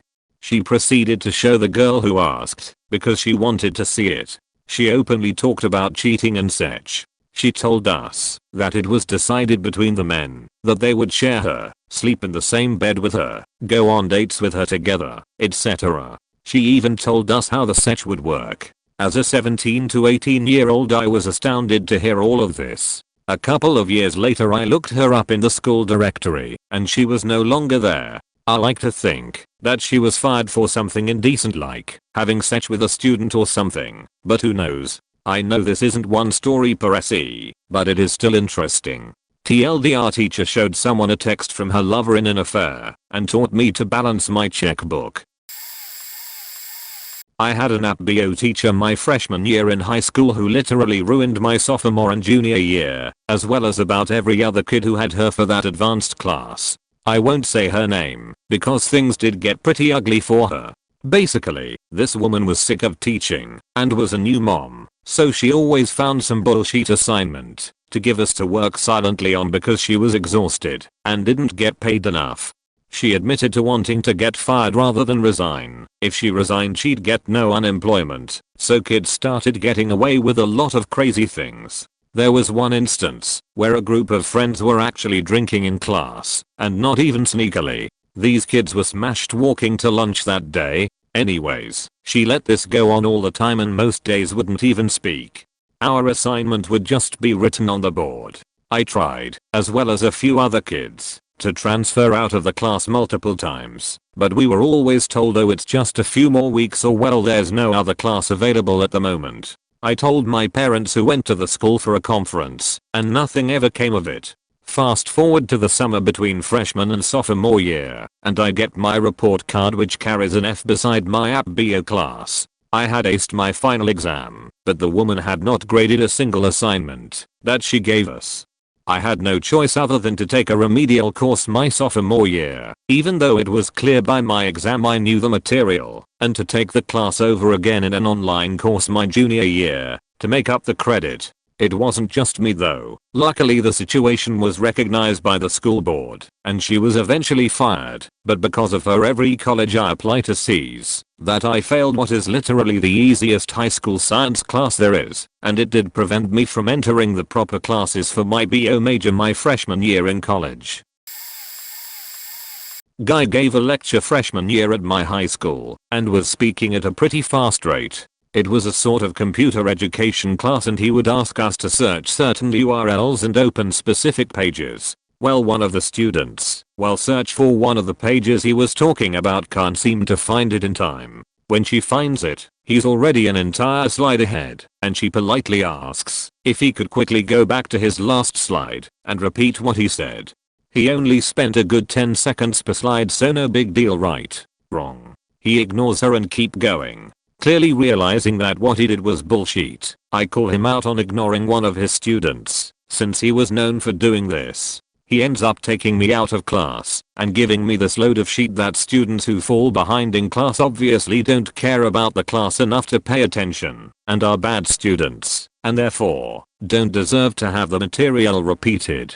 Oh, I'm diabetic too. I once told the guy that my blood sugar was going low and that I didn't have any glucose tablets on me at the time, so I needed to go to the office to access some of the snacks that they had stored there specifically for me if such an occasion were to arise. He tells me to sit down and leave when I'm instructed to, and use the back door, cause using the front door is too disruptive. Yay, you may end up having to take the long way when you've got a medical emergency, but at least you're not disrupting class. Yay. No. Use the front door, fuck that guy. I had a theater 101, acro crap, I forgot, I need a liberal arts credit prof try to get me dropped from the class for missing too many days. I came down with what I considered a pretty solid cold. Coughing up phlegm on the regular, sneezing what seemed like every 15 seconds on the dot, sinus headache, the works. I decided I wasn't going to be going to class like that and stayed home. I emailed all my profs and none of them took issue with it except her. She stated that would need a doctor's note to be excused from class for more than 2 days. I was not missing any tests, quizzes, outings, or anything like that. Just lectures, and I had already arranged to get notes from someone else. I told her I was not going to go to the doctor for a common cold, as at the time I didn't have insurance and wasn't about to drop $100 to have someone tell me to stay in bed and rest and drink fluids. She tried to get all pissy with me quoting the syllabus. She claimed that per the syllabus she would have me dropped from the class if I did not produce a doctor's note, and I decided I wasn't having any of it. I forwarded our correspondence, along with that of my other profs who were totally fine with my absence, to the dean, and she told me not to worry, feel better, and she would take care of it. The next day I get this pouty as hell email from my theater prof saying that it wasn't necessary to go to the dean and that we could have worked it out. I told her that especially in my state of illness I didn't feel like trying to work it out and decided to just nip the issue in the bud. She asked to schedule a meeting with me before class when I returned to talk about it, which I obliged to. There she basically said that she was sorry and that in the future, if I had any issues, to please try and work them out with her instead of going to someone else. I said K and left. Nothing else came of it. I passed with a B.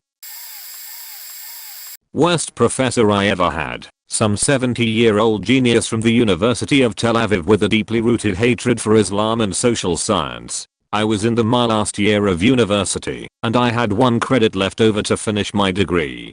I decided to take a course titled Wartime Japan, from Meiji to Showa, because I was an art history major focusing on Japanese pop art. I'd lived in Japan before, and I wanted to learn more.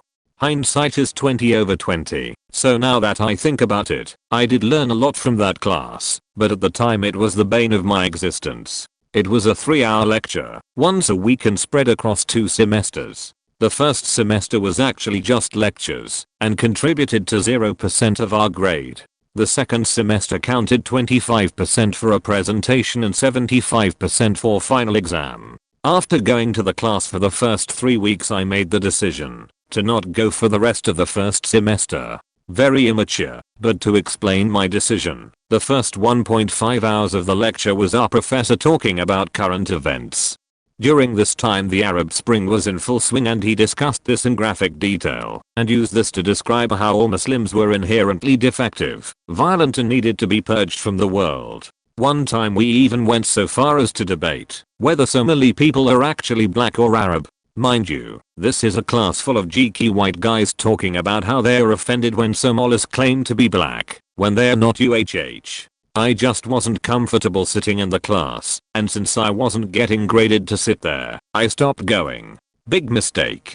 I show up 2 months later, and the whole class seems pissed that I still exist. This was a 4th year history class, and many of these people were doing the MAs, and they didn't like that some art history major had weaseled his way in, wasn't taking the class seriously, and decided to show up to pass go and collect his $200 FAQ. The professor clears his throat and tells me to see him after class. After class I go to talk to him, and I notice he's ignoring me. The halls are a mess, so I'm trying to catch up with him, but it's obvious he's pretending to be oblivious to my existence. I finally catch up with him and he sighs, rolls his eyes at me, and tells me to be at his office the next day at such and such a time. I get there, and when I walk in I hand him my thesis proposal, which I thought was going to be so cool. I was hoping to spice up an otherwise mundane lecture about treatise and sheet with a discussion on the sartorial history of Indo Japan. I explained to him that between Meiji and Showa there was a shift in the way people dressed from wearing kimono to wearing suits and Victorian era dress, and how this visual shift in culture, as well as visual arts, transcended to a shift from Oriental to Occidental mentality. I smiled confidently after I'd finished. He promptly tore my thesis proposal in half. "That is the biggest crock of shit I've heard in my life," he starts. I gasp. "Oh dear, this isn't going well. Give me one reason I shouldn't write to the dean and have you removed from my class. I'll admit, I already tried to kick you out, but the computer wouldn't let me. Nothing a letter wouldn't fix though." My stomach sank. I'd just been offered a job teaching English abroad that was contingent upon my graduation. If I didn't get this one credit, then I wouldn't be able to graduate, and I also would have to give up my job. Well, I began. I didn't really know what to say. I have a deeply vested interest in Japanese history and He cut me off and started roaring laughing. "Don't insult my intelligence, you little twit," he started. "You don't give a rat's ass about this class, and you don't even deserve to be here." I wanted to cry. I don't know why. Automatic reflex maybe. He was playing hardball. "Tell me what to do then," I said, looking him in the eye. I suddenly became overwhelmed with a sense of "I'm going to fucking show you." He then told me that I had one option to pass the course, and even then he would probably fail me anyway. I had to write about the history of Christianity in Japan. Yuck. Boring. Gross. What? I'd love to, I said and got up to walk out. Long story short, I wrote a fantastic paper and my presentation was at least 5000x better than anyone else in the class. I wrote him a letter expressing that I was generally an A student, had excellent recommendations from my other professors, and if he failed me on some vendetta I'd have cause to make it higher. He gave me a C, and I took it. Really late to the party on this one, but here's just one more reason for you not to feel bad about your crappy teacher's opus. Reposting this from one of my other comments, my senior year in high school I had a teacher in my app literature class that just hated guys. She would constantly talk about how men were no good, and every assignment we did had something to do with writing about how bad guys are. Oh, and I was the only guy in the class. I talked to the principal about it. Awesome guy by the way. He tried to help, but there technically wasn't anything wrong with it, as all the books held literary merit. So, end of the year rolls around, she gives us a list of all these books that we could write about. There were 20 plus books on there, and she talked about each one in class. Our essay prompt, this essay was 20% of our grade by the way, was to write about how the main character was being oppressed by members of the opposite sex. All the books were about women, but I noticed they didn't have the author's name listed, even though I knew which books she meant. I searched for days, and finally found a book with the same title, don't even remember what it was now, and wrote about how the stupid women in this guy's family were ruining his reputation, and making his business plummet. She gives me a 0, knocking me out of the race for salutatorian of our class. I go to talk to the principal again, he regrades it, gives me a 100, and enters it in the system without her knowledge. I get salutatorian position. Fast forward to graduation day, she still doesn't know. When the time comes to announce the salutatorian I stand up and I should mention she was one of the teachers sitting on stage, is dumbstruck. I walk up, deliver my speech, and as I pass her chair on the stage I hand her my regraded essay, which the principal had signed by his grade. I sit down and look up, and she is furiously flipping through it when she sees his signature. She kind of jumps in shock and looks down the row to where he's sitting. I kid you not, my principal is sitting there just waving at her with the biggest eat sheet grin I've ever seen. TLDR, really sexist female teacher makes me write about how guys oppress women. Find an exception, and write my term paper about how women oppress themselves. Receive a 0 from her, and principal gives me a 100 behind her back. I'm currently a freshman in college taking an IT applications course that involves Microsoft Excel and Access. I went into it thinking it would be interesting and provide me with a lot of useful information considering I'm majoring in actuarial science which requires a lot of data analysis. I could not have been more wrong. The instructor, I refuse to call him a professor, is probably 75 years old with very little to no computer experience whatsoever. He learned more the first 2 weeks than we did. He also seems to have fits in class. After observing him closely I have come to the conclusion that he must have a mild form of Tourette's syndrome. He has a mustache that he licks after every third or fourth sentence, he stutters frequently, and he makes strange noises / says strange phrases like "oh geez" and "ho sounds exactly as it's spelled. Also, he enunciates words in his sentences that shouldn't be like, if you want to save this document, you click on the button that says save document. I'm extremely disappointed in the class, and it has deterred me from even remotely thinking about minoring in computer science. If you're ever in doubt, check out your professors on rotemaprofessors.com. Super helpful website for picking courses. I had a really bad teacher back in year 11th. Since I went to a Catholic school, they forced us to take a class called Studies of Religion, and those like me were really unlucky, had to take the 2-unit course as opposed to the 1-unit course. I had a new teacher. For the purpose of this, let's call him Bill. Bill was a middle-aged man who basically looked the way that he taught, like sheet. Don't get me wrong, he was a nice guy and everything, but once the class caught on that he wasn't able to control the class, shit hit the fans. I really felt bad for him though, as unmarried, very poorly dressed and looked depressed as hell. So my friends and I just kept our heads down and stayed quiet.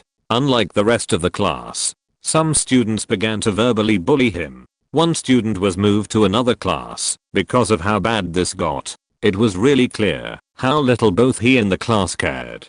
I learned to rocket jump on TF2 in that class because of how boring it was. Needless to say, most of us did very badly that year. Only managed to survive based off the forest's worth of notes that he just gave us without any help from him. And good old Australia has basically made it nearly impossible to fire teachers. Unless he has done something really illegal, then hasn't a shareball. But at least now seniors can't get stuck with him.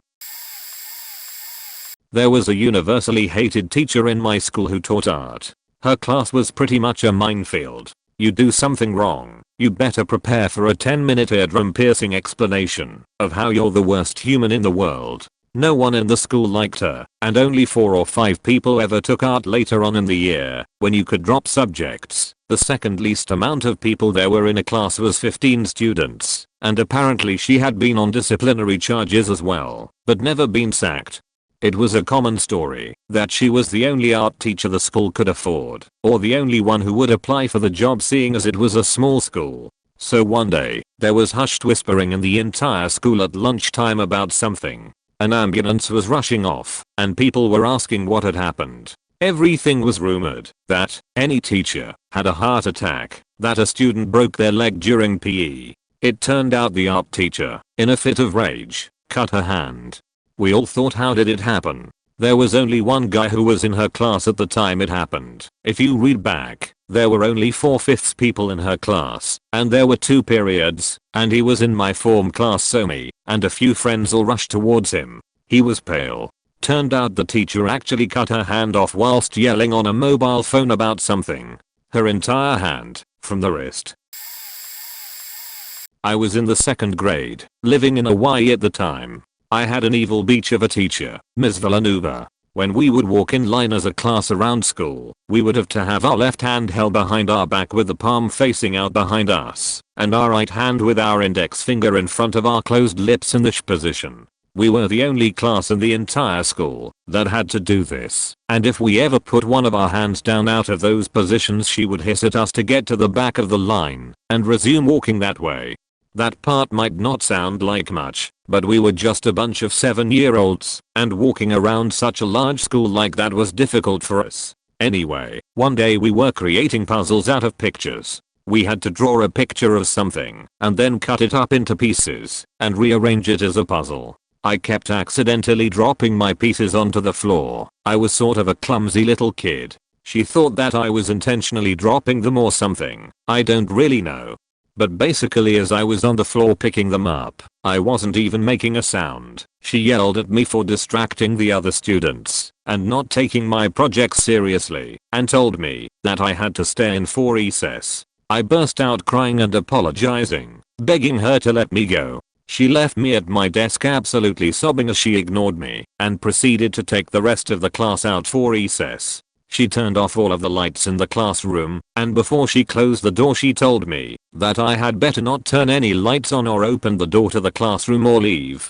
This was just about 12 years ago now, and I still remember running to the window and watching all of the kids play on the playground as I was alone in that stupid dark classroom. I went back to my desk and continued crying, and after a few minutes my older sister and her best friend, who were in 6th grade, walked by my classroom and saw me. They came in, and my sister asked me why I was all alone, and I told her I was afraid my teacher would come back in and get me in more trouble. My sister's friend told me that I should switch teachers and that her little sister had an awesome teacher there.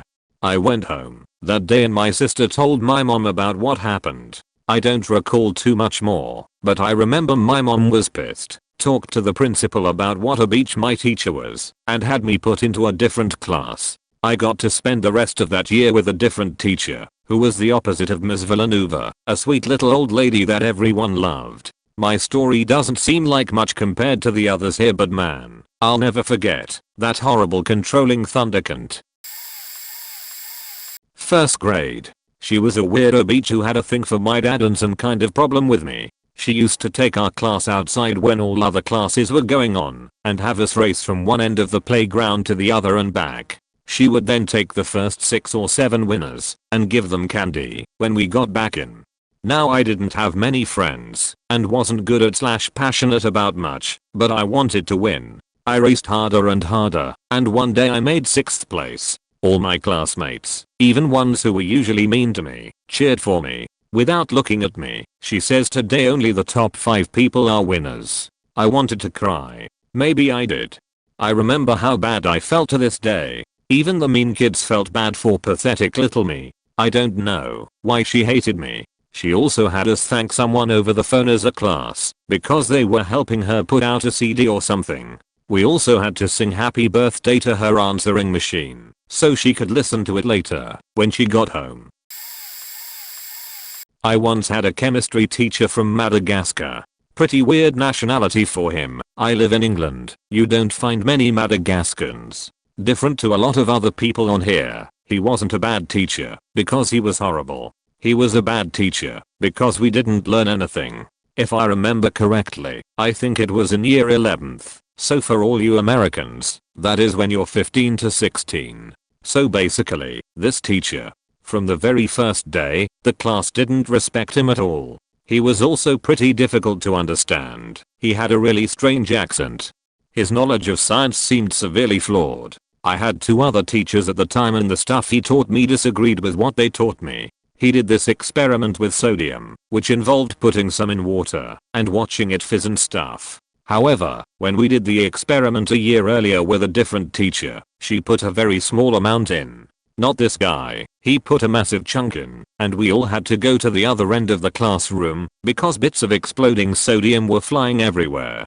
He would change randomly between topics, even between subjects, so he would be teaching us about chemical reactions one lesson, and then the next go on to talk about interplanetary physics. He used to just give us random tests to do that weren't to do with anything, and then make us mark them ourselves. Needless to say, I dropped a few grades in his class. TLDR, Madagascan teacher didn't teach. Not sure if he was the worst, but I once had this maths teacher who insisted that every student do a graded show and tell presentation, and also a graded oral presentation to the rest of the math class. Sounds simple, right? Let's call the show and tell person student A, and the other one student B. Well, each class was 45 minutes long. He would show up 10 minutes late, not long enough for us to justifiably bail, spend 10 minutes struggling through roll call and mispronouncing everyone's names, chat a bit about his wife, and say ling and sech. Yes, you read right. And then student A would do his graded show and tell, which was arbitrarily marked based on how much interest it generated in the other students. Student B, in the meantime, would take notes for the next day. After that painfully awkward 5 minutes, a student would get up and do the oral presentation, another 10 minutes, for the day before. The remaining 5 to 10 minutes would be spent peripherally scanning through the work, before setting it all for homework. Problem was that, since the entire class was spent on tardiness, roll call and show and tells, the students doing the orals the next day ran out of insightful mathematical things to say, and were downgraded for it. This teacher was also notorious for mocking/bullying students. He once made fun of my friend in class for being a smarty pants because she pointed out a mistake on his board. She was the dux of our year level. He also made many inadvertent, racist comments about Asian students who were a bit quieter in our class and would pick on students to answer questions when he deemed that they weren't paying attention. When these students stuttered or struggled, he'd blame them and their lazy parents for their mistakes. TLDR, maths teacher made students degraded show and tells that were marked arbitrarily based on interest. He also made students do oral presentations on the previous lesson, but so much time would have been wasted on the show and tells and other miscellany that the oral student was downgraded for not having anything mathematically valuable to contribute to their class. Oh god. Story time. No longer a student though. So I was in secondary school, high school, UK person here, and I have an ICT class, mostly using manuscript office-based software. In the last year we had to make a video with answers to questions we made in a PowerPoint. Our teacher was giving out the cameras to students to film these, and tells us to help each other out. By being in the videos more often than not we would have already had someone else's video on the tape, so it would be about half full. We just went from there. I help out a friend along with a few others with me. So we go, and we film his stupid video, etc. Point we're 16 we can't keep straight faces most of it. My friend wants to watch it back, to make sure it's all done, rewinds the tape fully, starts watching. A few minutes later I hear oh god, guys, I thought he'd just seen someone else's video and just wanted to take the piss out of someone. So we go over to him, ask what's up, and he turns the camera around. There fully nude, sitting upright on a bed, is our ICT teacher jacking off, and I mean fully going at himself. We switch the camera off, and stand look at each other wondering what the fuck to do. At first we contemplated bribing him into passing us, but eventually we decided to do Turnitin. Now, we had to take the camera to its services anyway, to get our videos put on the shared drives anyway. So we took it up to its services and said to one of them, "We've found some inappropriate material on this." The it women didn't seem to understand what we meant. I said it again, but she still didn't get it. Eventually I told my friend to show her. He did. Instantly, oh, God, okay, I will have to take this and report it back. We still had to explain that we need our video taken off of there, and she assured us it would be. The worst part is that we had to go back into the classroom with him sitting there for another half an hour. We couldn't keep ourselves from laughing. After about a week or so of, from what I can tell, him being suspended, he resigned, got a formal apology in person from the head etc. TLDR, filmed video for assignment, found video of teach jacking off on the camera he gave us, turned it in. He left, got apology from school.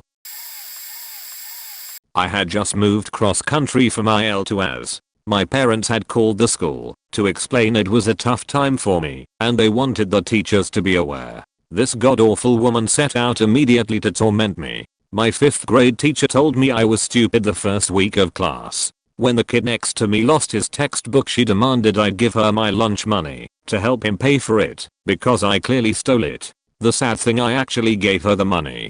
The sadder thing is that she wasn't my homeroom teacher. I only had one class with her, and my homeroom teacher watched this woman take my lunch money from me and didn't say anything about it. And it was the week's lunch money too.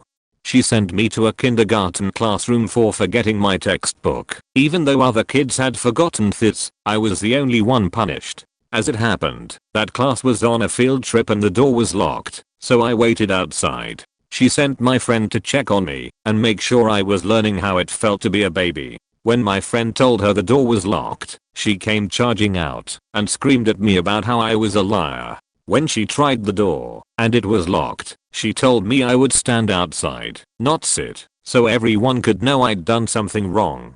She asked her class pets to spy on me during recess and heard me saying I thought she was out to get me. That night she called my house and told my mother that she wasn't out to get me before, but she was now. My mom blew a gasket. She quizzed me on all the BS, which I hadn't told anyone about, and went into the school and said if the teacher spoke to me out of line one more time, my mom would be out to get her. Woman never said another word to me. Ms. Jeets, you're a faking beach. I had an US history teacher who would give us 2 types of tests, usually every other week, alternating between essay test and multiple choice test. The guy was a jackoff who didn't know how to teach the course. It was his first year, and I learned absolutely nothing. But I did do one thing I was proud of.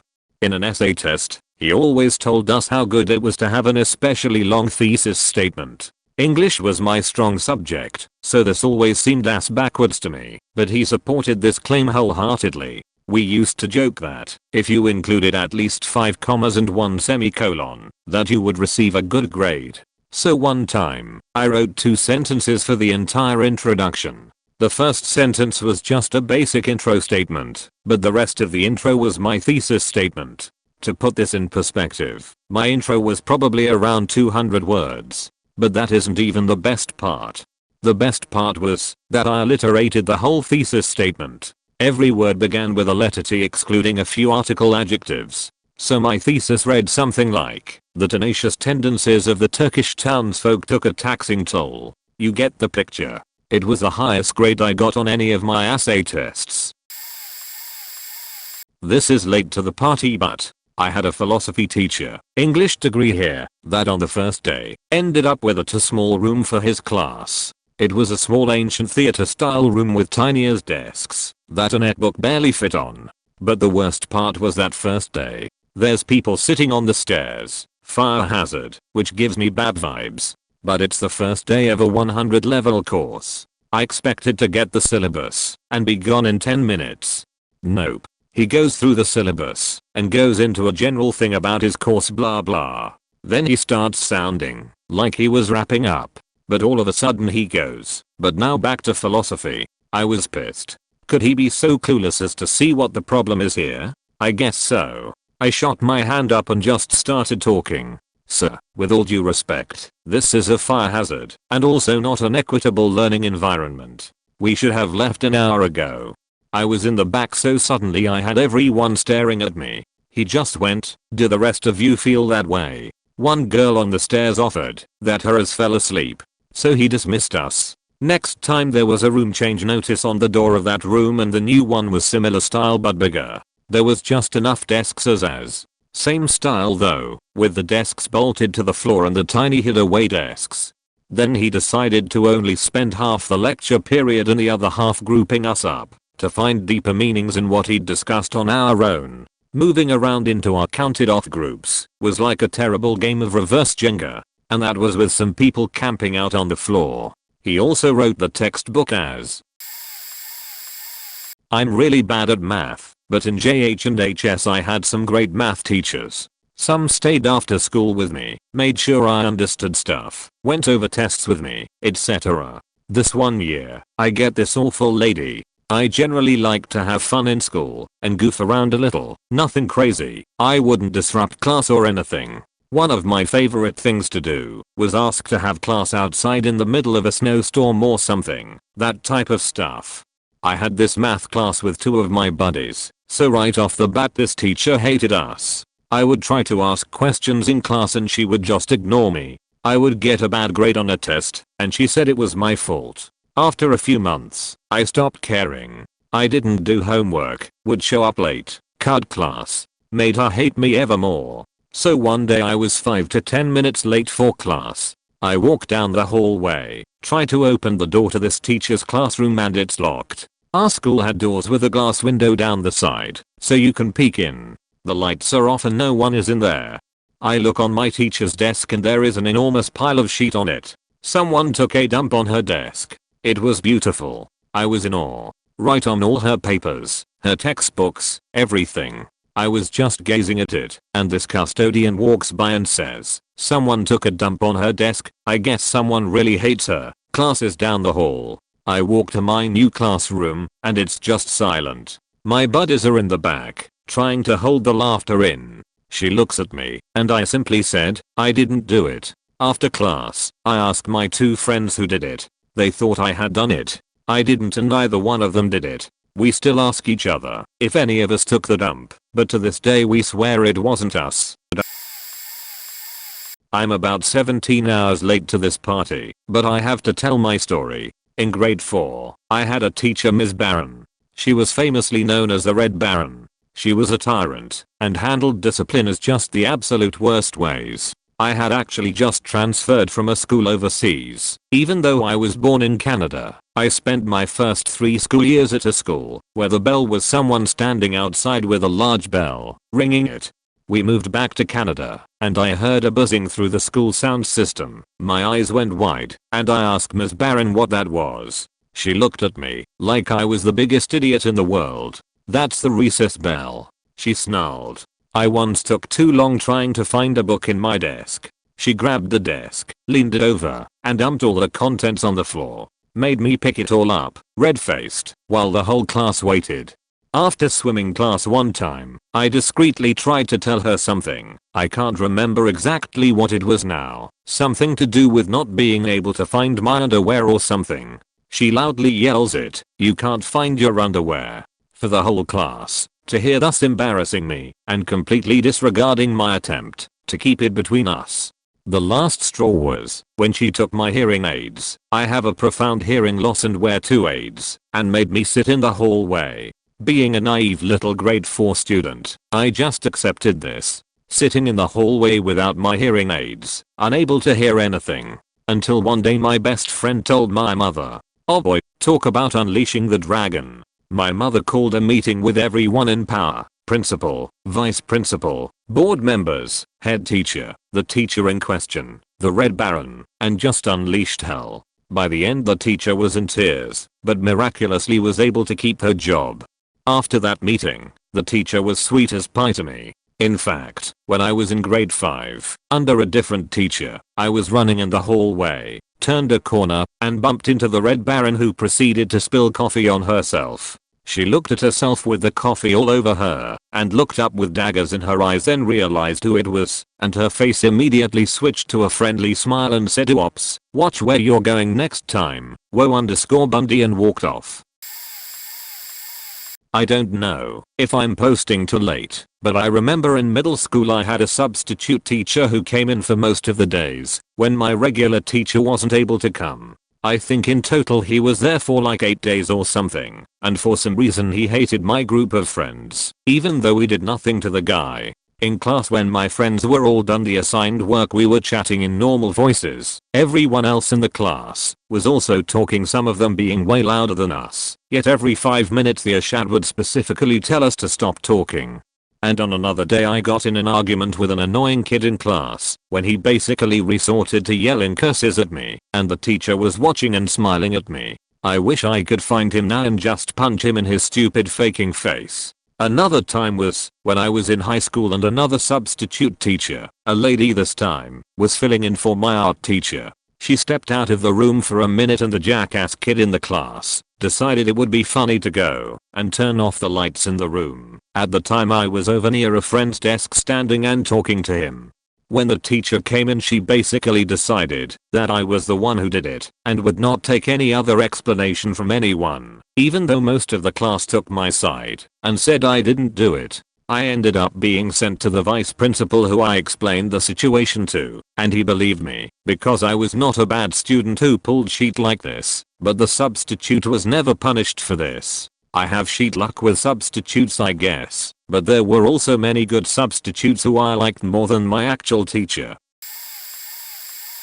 Dean of Graphic Design at the school I went to taught the course cap that most people had to take to graduate. I thankfully did not have to take it because of the rare situation I was in.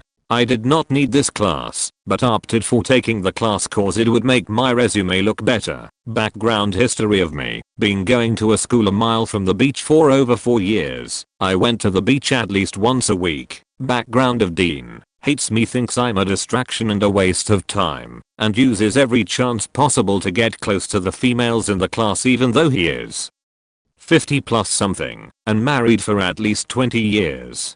All the girls in the class talk about how awkward they feel around him when asked. First assignment: choose a company and redesign the logo. I choose a skimboard company cause I have been skimboarding since I was maybe 8, and I never liked that company's logo, Victoria Skimboards, so I make at least 30 quick sketches, take them to class. He picks my least favorite one and says that one could maybe work, make another 50 sketches similar to that and come back. I then decided I have put up with this man's garbage for long enough, get a withdrawal slip, and go to get his signature to not take his class. As he is signing it white B520, I hope I'm wrong, but I don't think you will ever get a graphic design job without this class and my guidance.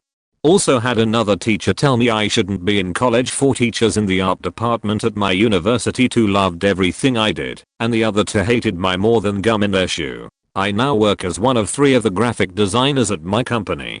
Basically feels like saying screw you Mr. Pounds. Yes, that is his name. We had many jokes. Sorry, I'm sure there are tons of typos. I'm a terrible writer slash speller.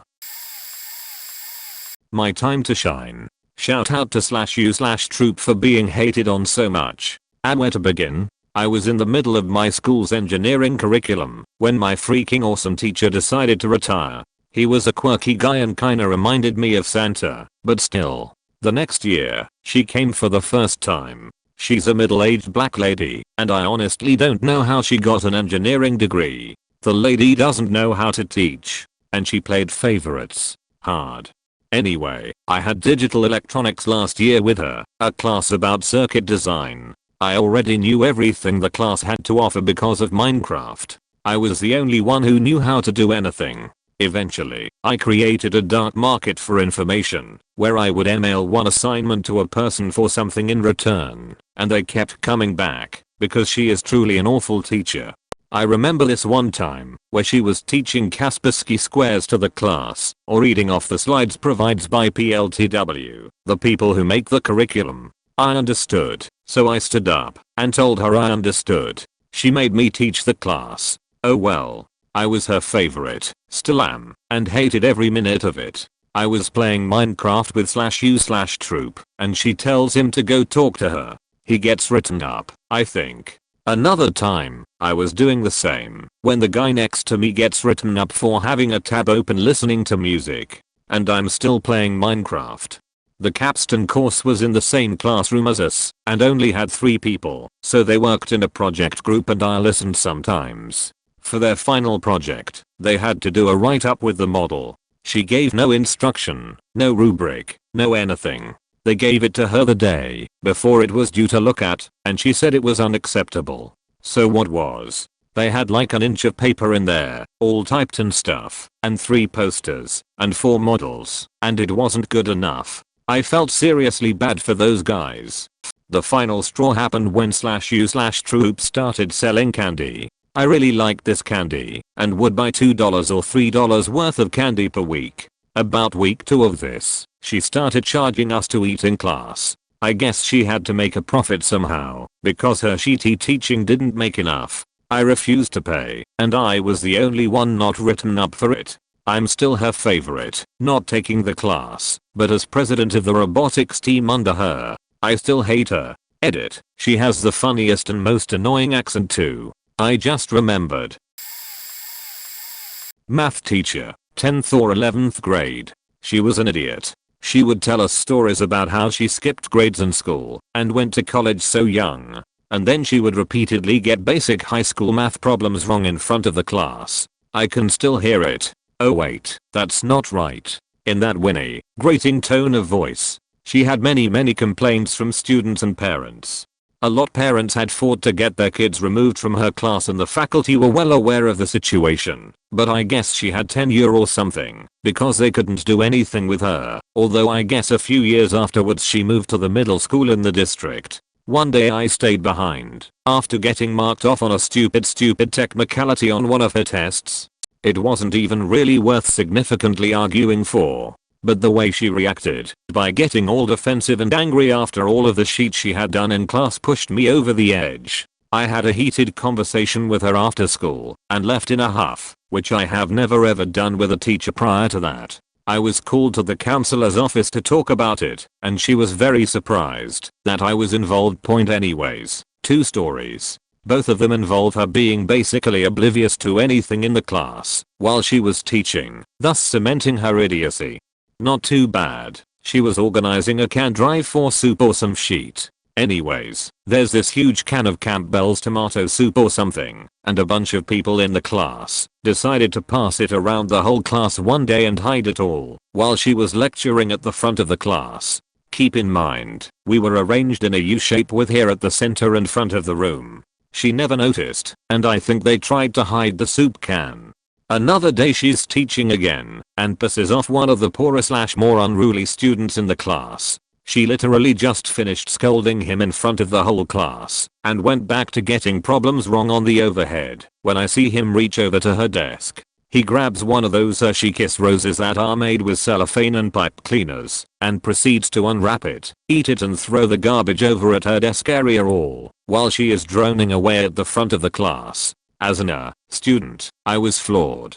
I had a professor in college who would regularly hold 10-minute classes and cancel. At least twice the faculty had to take over a course for him. In one class I was even in, he screwed up the education of a number of young people in his later career. And yet, I could only really feel sorry for him because he was still a nice enough guy as a person, just an awful teacher with some big personal problems. I really did not like the head of the department for stringing him along. But this beach was the only teacher I flat out hated because of the brazen condescension and flat out stupidity. In my senior year of high school, my government teacher was just plain annoying. He would come around to collect homework and literally every person in the class would look at one another like we had homework. Couldn't be bothered to remember anyone's names. The classroom was freezing in the winter. He insisted that the windows stay open or he would catch an illness. I was assigned a window seat, so I started coming to class dressed as an Eskimo. And whenever the teacher turned around, my friend would reach out to close the window another inch. The teacher never noticed. On one particular day, he didn't show up, so the class had to report to the substitute teacher's office for the duration of the hour. We are sitting there just chilling, since we don't have any work to do, and this teacher of ours shows up with about 5 minutes left in the hour. He insists that we all come back to class for those remaining 5 minutes.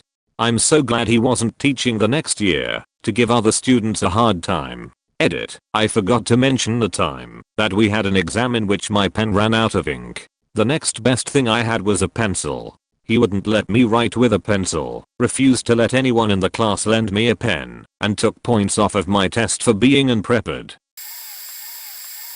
When I was a freshman in high school, I had this chemistry teacher that was also vice principal. The first test required us to write down our parents' name and their job. I didn't know at the time, but she used this information to get us, the ones that were a bit better off in her perception, to bring her all kinds of materials, test tubes, Berzelius glasses, first aid kits, etc. at the end of the semester in order for us to get passing grades. I always liked chemistry because I wanted to become a doctor and I knew it was a requirement at med school. At our first real test there was a kid right next to me that didn't know anything. I was done, so I grabbed his test and solved it quickly. He got 8/10, while I got 4/10. I asked her why I didn't get any points at some exercises, multiple choice questions, and filling in a data table, even though my answers were correct. She gave me a bullshit excuse about not justifying my answers was not a requirement for anyone else apparently. During the first semester I got 4 in all 3 tests and was failing. I had to bring her all my chemistry equipment I had at home, mostly tubes and a few reagents that I had derped around with since I was a kid. She went on to tell me that I will never pass the chemical exam for med school and I should just give up. She was constantly saying that our textbook was wrong and was written by idiots. Got a taste of who the real idiot was when I got someone to tutor me, and when she saw in my notebook what this woman was teaching us she laughed hysterically. When I finished high school I took the med school exam and got the 9th of May 10 for chemistry. So one of my high school teachers was a real asshole. He would miss work all the time, and whenever he did come in, he would zone out and get us to read form textbooks. The guy loved his subject, you could really see it, but he was never teaching us enough. He always seemed mindful of other things. He was known for being very harsh on test scores, even if only a single mark off of a pass. He would never cave in and would tell us to try harder, which frustrated me and a lot of the other students as he was not even teaching us to acceptable levels. If equipment went missing, he would blame other members of staff and even got a member of the staff team sacked before. He had a reputation alright. So one day, after we haven't seen him for months, he comes in and starts to harass one of the teachers. I heard that he was sexually harassing her and he got sacked the very next day. Now, around a week later something crazy involving him happened. I bump into an old friend in the streets. He invites me to his house party in his new house. It was a wicked party. I started talking to him, and he tells me about a partner of his, who made some great investments together, and had made some great earnings. I was very interested. This guy was a lowlife back in school. He was my friend, but I was skeptical of how he made all the money he was flaunting. I did some snooping around and eventually find his partner was my teacher, and they were cooking meth together, and it was the bomb. Yo, that blue sheet, it's back in town. That Heisenberg dude's back. Back in high school I was in an honors English program in school. I had this teacher who was known for favoritism, and was blatantly obvious about it, but as she was the oldest teacher at the school it was ignored. To put it in the best terms possible, she hated you if you were not a favorite, determined by her in the first 2 weeks or so, and she segregated the room, favorites in front and everyone else in the back. She gave out tests A, B, and C. Test A would normally go to the first 2 rows, coincidentally she claimed, and test B and C would go to the back 2 rows. She would grade the tests and hand out test A first about 3 days, before handing out tests B and C. Same thing with essays. If something couldn't be graded, based on her opinion, pointy open-ended questions, and you got an A, she would always go, "Wow, I never thought I would be giving Golf Ball 11 a good grade." When we were handing in our research papers there was a definite skew in the class. You either got a B+/A or a C/D+, not a lot of room in between. I'd written my paper and gotten a D and I didn't think it was deserving. So I took my paper to my previous year's teacher who graded it and gave me a B. We have a policy at our school where, if the paper is reviewed a whole letter grade up, there would be a grade change and an investigation. Surely enough there were a few lower grades and a few higher grades, and that teacher can't teach honors English anymore. TLDR had a favoritism teacher who graded poorly until proven her grades were wrong.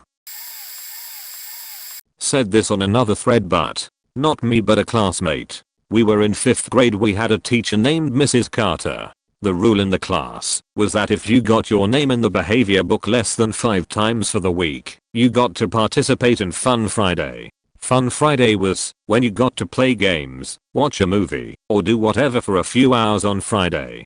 My friend never got Fun Friday once.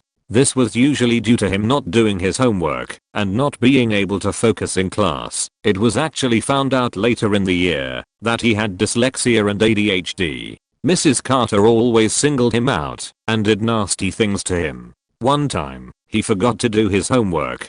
She asked, "Where's your homework?" "I don't have it." "I didn't do it." "You're lying." She then dumped his desk and backpack out on the floor and made him sift through his paper in tears until he found it. Another time when he forgot his homework, she called his mom in front of the entire class and put her on speaker.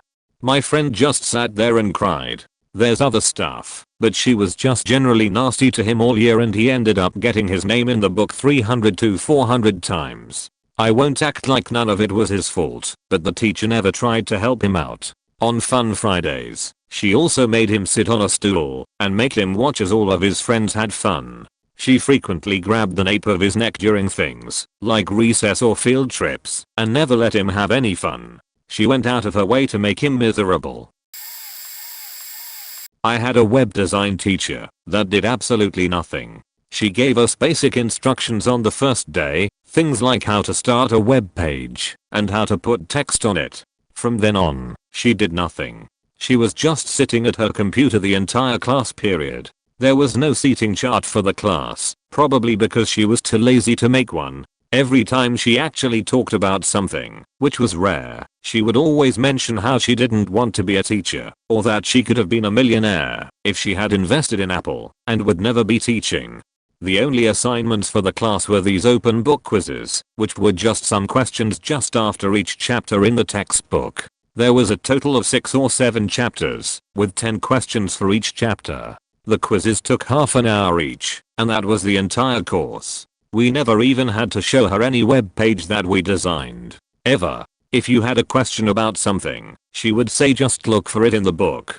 Now, you would think that having a do-nothing class on the computer, playing games all hours sitting next to your best friend for 3 months would be fun, right? Fact no. We, my friend and I, got bored of literally every free game on the internet that we could find, and this happened around mid-trimester. There was a total of about 3 hours of work that we had to put in for the entire trimester. Fact, that was the worst class I have ever taken. 1. Took her online class course while attending 3 other classes for the semester my second year of college. This professor never updated notes, sent out email, or responded to emails. The class seemed to be ran by a robot because everything was out of place. To top it off, everything was ran in a program called MyItLab, so he never created the work. All the work was from a program you had to buy a license to. The only time anyone had contact with him is when the finals came up and everything was graded. Ended up with a B is the course, so it does not bother me, but the class in general was just weird. 2. The lazy teacher. Back in high school I took a physics course to fill the last slot needed to graduate. Although physics itself may a very hard concept, we actually spent about 3 to 4 weeks, every day, every hour, building a mousetrap car. Doing this was kind of silly because everyone was finished within a week and we raced them to see who got the longest run. Did some simple equations and boom, 1 week we did objects falling, so the teacher decided to make roller coasters out of those foam pipe-eat things and roll marbles down them. Some more easy equations and boom. Literally everyone that took that course received a easy A. The only hard work we did was the first week when the teacher was introducing what physics was all about. I got 1. I'm a respiratory therapist, and as such I had to take a NP. Well, my class was full of nothing but nursing students, part tech students, and respiratory students. The professor was just in love with nurses. Always talked about how great they were, how hard the classes were, etc. Everyone else got sick of it, but I just kept my mouth shut. Well, my buddy's dad was head of biology at another college. I asked if he had heard of my NP professor, and he said he had. So I name dropped him for some brownie points. Only problem is that he refused her tenure because she is a horrible teacher. Turns out they hate each other. So now this professor hates me. She decides to treat me like shit. So in return, I ask her questions that she doesn't know the answer to in class, correct her when she pronounces things wrong. By the end of the year, she has taken her hatred of me and put it on all the RT students. There are 8 weeks left in the curriculum, and we have 2 subjects to cover: sexual reproduction and the respiratory system. She spent 6.5 weeks on the sexual repo system and 1.5 on the respiratory. Shortly before final test she is overheard saying to another professor by our professor that she is going to put those cocky RT students in their place. Final test comes, and it is 20% about the sexual reproduction system and 80% about the respiratory system. The only people in all the classes she taught who padded the test were the RT students, who take a full semester of cardiopulmonary anatomy and physiology. TLDR professor tries to take on cocky students, ends up falling 75% of the students' final exam. Sorry for spelling and grammar written on my phone. So, this takes place in my 8th grade Algebra 1 class, near the end of the 4th quarter. I hadn't done so well in that class, because that teacher and I had different definitions of learning. Hers involved 30 minutes of subpa notes, and then 3 worksheets of 30 questions each, while mine was that going over the material more than once was better. But, I digress. This week, I actually somewhat understood the material, and was feeling pretty good about the test. So, the night before, I studied up, and was feeling pretty confident. Math time rolls around, and I roll into that class like a cripple on butter. I was prepared. I plop my fat ass into the seat, and wait for the test to be passed out. Teacher passes out the test, reminding us not to cheat, with a quick glance to my seat beach. But, I was ready, and I started on the test as quick as a whip. Far into the test, I feel a sneeze coming on. Not a tiny, chew sneeze, one that could make your eyeballs pop out their sockets. So, being the genius I am, I put a bunch of pressure on my arm, and when I sneezed, sent the paper flying off my desk. Well, before I was able to recover, nearly blowing my brain out my nostrils, the kid next to me picked up my test and started to hand it back to me. Mistake #1. Teacher comes over faster than I assumed 70-year-old legs could even manage, and rips my test out of the kid's hands and his own test off of his desk. She screams at us, "No cheating."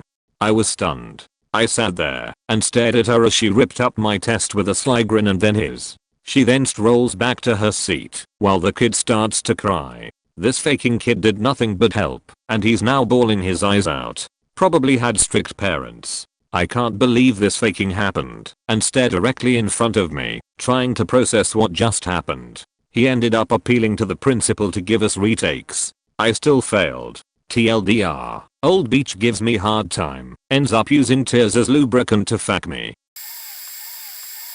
This wasn't such a big deal, but in my technical writing class our professor always gave us very vague instructions. For example, he would say homework is due midnight on Tuesday. Maybe this is obvious to others, but it was my first semester in college, so I honestly didn't know if he meant 12 AM Tuesday, so late Monday night, or 11:59 PM Tuesday, so late Tuesday night. I asked for clarification and he danced around the question and then sputtered something like it's due Tuesday night. I just said that it really wasn't a lot to ask and should have been easy to clarify. Another time we were doing work in groups and one of my guy friends sitting next to me made some stupid joke, so I kind of snorted and rolled my eyes at him. Again, this was group work time. The teacher wasn't talking or interacting with us. About a week later the midnight incident happens and he calls me up after class and says how I'm challenging and disrespecting him. I ask how, and he says I question his assignments and things he says makes sense as he was never clear about them, but I was never rude when asking for clarification, and that I had rolled my eyes at him last week. I was shocked. First off, there is no way my eye rolling could have been directed at him in any way, and also who brings up something that happened a week ago? If it pissed him off so much he should have said something about it at the time. This was also when I realized he was about 4 inches shorter than me. I'm a girl and only 5 feet 7 inches, and the way he was talking he just sounded pathetic and like he was trying to compensate for something. I apologized because I was too stunned and amused to do anything else. After that I started to notice how obviously afraid of his students he was and how he played this tough guy act because he was so intimidated. It was pathetic. TLDR. Teacher was intimidated by his students, tried to project his insecurities onto his class. Microeconomics instructor at a community college requested that we called him coach, even though he did not coach any sports. He just decided that was his own nickname. Used his own unpublished textbook, full of personal stories and unrelated bullshit. He used it in every class he taught. It was a 76-page long and professional textbook intended to cover 15 credits worth of different econ classes. Required that all vocab words used in any writing assignment be capitalized and marked me down for not capitalizing words which he thought I learned from him. Words like currency, consumer, and even supply and demand, as though it was impossible that I knew of these things prior. The final exam was 50 questions long, each question worth 2%. Totaling 1/2 hour grade for the class. The online test system he used randomized the answer order. He did not know this, which lead to this kind of thing. Actual screenshots, see answers A3 times and everything includes nothing. To compensate, he told me he would just give everyone a 5% score bump to compensate. There was far more than 5% of the test corrupted by this issue. Worse yet, I received an 86% final grade on the exam. When I inquired him how, if every question was worth 2%, did adding 5% result in an even final number? He did not respond. Oh boy, do I have some stories for this topic. Where to start? My 9th grade English teacher was in a bit of a dispute with the school. As a result, he didn't follow the school-wide curriculum and instead elected to make up his own. Not only did that leave us woefully unprepared for 10th grade English, but it turns out it's a lot harder to plan lessons for a whole year than he thought. By the end of the second month, class consisted of handing in the homework and then silently reading whichever article he chose to print out for the day, regardless of relevance. As his dispute with the school grew, those articles changed into crappy essays and documentaries about civil rights, with irrelevant homework. He also graded completely, based on student preference, and wouldn't ever meet with parents, even during back-to-school nights. Unfortunately, I was not one of his favorite students. Scraping a C in that class was one of the hardest things I did in high school. My 11th grade BO teacher had just given birth 3 months before the semester started, practicing her subject, apparently, and was clearly not ready to be back at work. She was all over the place. She lost homework and tests on a weekly basis, but never took the blame for it, and wouldn't accept late work. She also had a rather ridiculous grading system. Her tests were out of 45 points, and before the first one, she told us to be proud of a 30. That's right, kids, aim for a D, they won't be scaled. And let's have some vague fill-in-the-blank questions. Without a word bank, just to shake things up. The best of the lot though has to be app physics. Senior year-long course. At this point, I'm fairly certain our teacher was bipolar.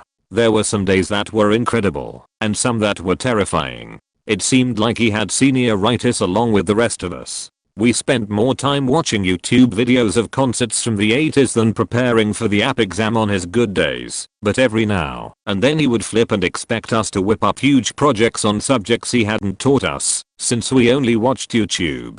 He also stopped checking homework about 2 weeks in, until one day near the end of the semester, when he wanted all of it. No consistency at all. Oh, and there was the week when our class planned senior prom, rather than do physics, since the elected prom planning officials weren't doing an adequate enough job in his eyes. I think we did pretty okay with that, honestly. Grade 8, had a teacher who was a complete ass butt. He was an old school teacher, and was pretty faking strict. I've never been really good at math. I'm an intelligent guy, but when it came to schoolwork, or anything in that environment I did poorly. Luckily it all got better during my high school career. Either way, he would make a group of us go to the front of the class and do math problems on the chalkboard, which I hated. I'd do the problem to the best of my ability and take my seat. He'd then decide to make an example of me in front of the whole class for getting it wrong, and just go off on a tangent on how much of an idiot I am. This made me incredibly self-conscious, as is the main reason I hate doing things in front of groups of people. His attitude got even worse when I had to do a speech in front of the class for English. Usually my speeches went for a humor approach, and I'd try to make people laugh, and that's how I excelled at public speaking. However, we had to do serious speeches about stuff in our lives. I decided to talk about winning a fishing tournament with my grandfather, who had then a few years later passed away from colon cancer. I got a little emotional and couldn't remember much of my speech due to trying to hold back tears, etc. I sat down after my speech and the teacher began yelling, criticizing me, and making an example of me in front of the class. I snapped and told him to shut up, and I was sent to the office and suspended for a few days. My father, who was quite the angry fellow, decided to have a one-on-one talk with said teacher about his habits and getting angry about how I broke down during my speech. My dad was asked to leave for threatening to beat the crap out of my teacher, and everything got worse from then on. I took a few days off school in February 2006 because we just put my dog down, and I was heartbroken. I told my teacher this was the reason I was absent, and even brought in a note from my father. The teacher told me that isn't a good enough reason and gave me detention for a few days and made me do extra homework for missing days and being irresponsible. The last thing he ever did to me, because I graduated public school and went to high school a few months later, was when I was sent home for having head lice and to get it treated. The school I went to was notorious for head lice infestations, and he asked why I was leaving. And not wanting to get embarrassed during class, I said personal reason. He found out from the principal and proceeded to tell the class when I was gone as to why I was kicked out of school for a few days, making it hard to be in class due to the constant teasing about being dirty, etc. The day I graduated was a godsend, and he attempted to shake my hand. I didn't shake his hand and left the ceremony as soon as possible. I found out about 2 years ago that he has cancer and isn't doing too well. I don't wish that on anybody, but when I found out, the only thought I had was karma was a beach. Entirely true story. Lots of fellow students had issues with this guy, and he was never canned. However, I was also part of his class for his last year of teaching before he retired. He's on Rate My Teacher and has quite a lot of negative ratings and whatnot. I went to a very large non-technical college in Atlanta. I figured that it's probably best that I don't name it, but to be fair, the hint should make it obvious. Anyway, it was final exam day, and the full 250 to 300 person class was there, ready to go. The exam was scheduled for 8 AM and we were pretty eager to get it over with. Well, 8:15 rolls around, and no professor. We were getting pretty antsy at this point, because according to the school rules, class is cancelled if the professor is 15 minutes late, and this was our final exam. There wouldn't really be a time that the exam could be moved to. So, we waited, and at around 8:30, a student stands up and announces that they had found a copy of last year's exam, so that we could study while we waited. The file got sent around the room, and most people got it loaded up on their phones. Then, it is 9. No professor. A couple of people leave, because the next exam block was scheduled to start soon, and I guess that they just didn't have time for that sheet. It wasn't until 9:30 that someone from the school realized that something was up and called the professor. The department gave us the exam in the meantime and told us to get what we could done. It was exactly the same as the exam that was passed around before class. I finished up at around 10 and was about to turn in my exam when the professor finally showed up. She was obviously super hungover, and I could smell the alcohol from a good 10 feet away. She hadn't even showered. Fuck if I cared though, I got a 100 on the exam. So, health class 8th grade. A teacher I could only describe as ignorant and offensive. We didn't get along. She had this assignment she liked to do. We called them the Babatrons. I don't know if you've had the horror that these things are, but they're robotic babies that cry until you figure out what they want. They're evil, and we have to care for them for a weekend.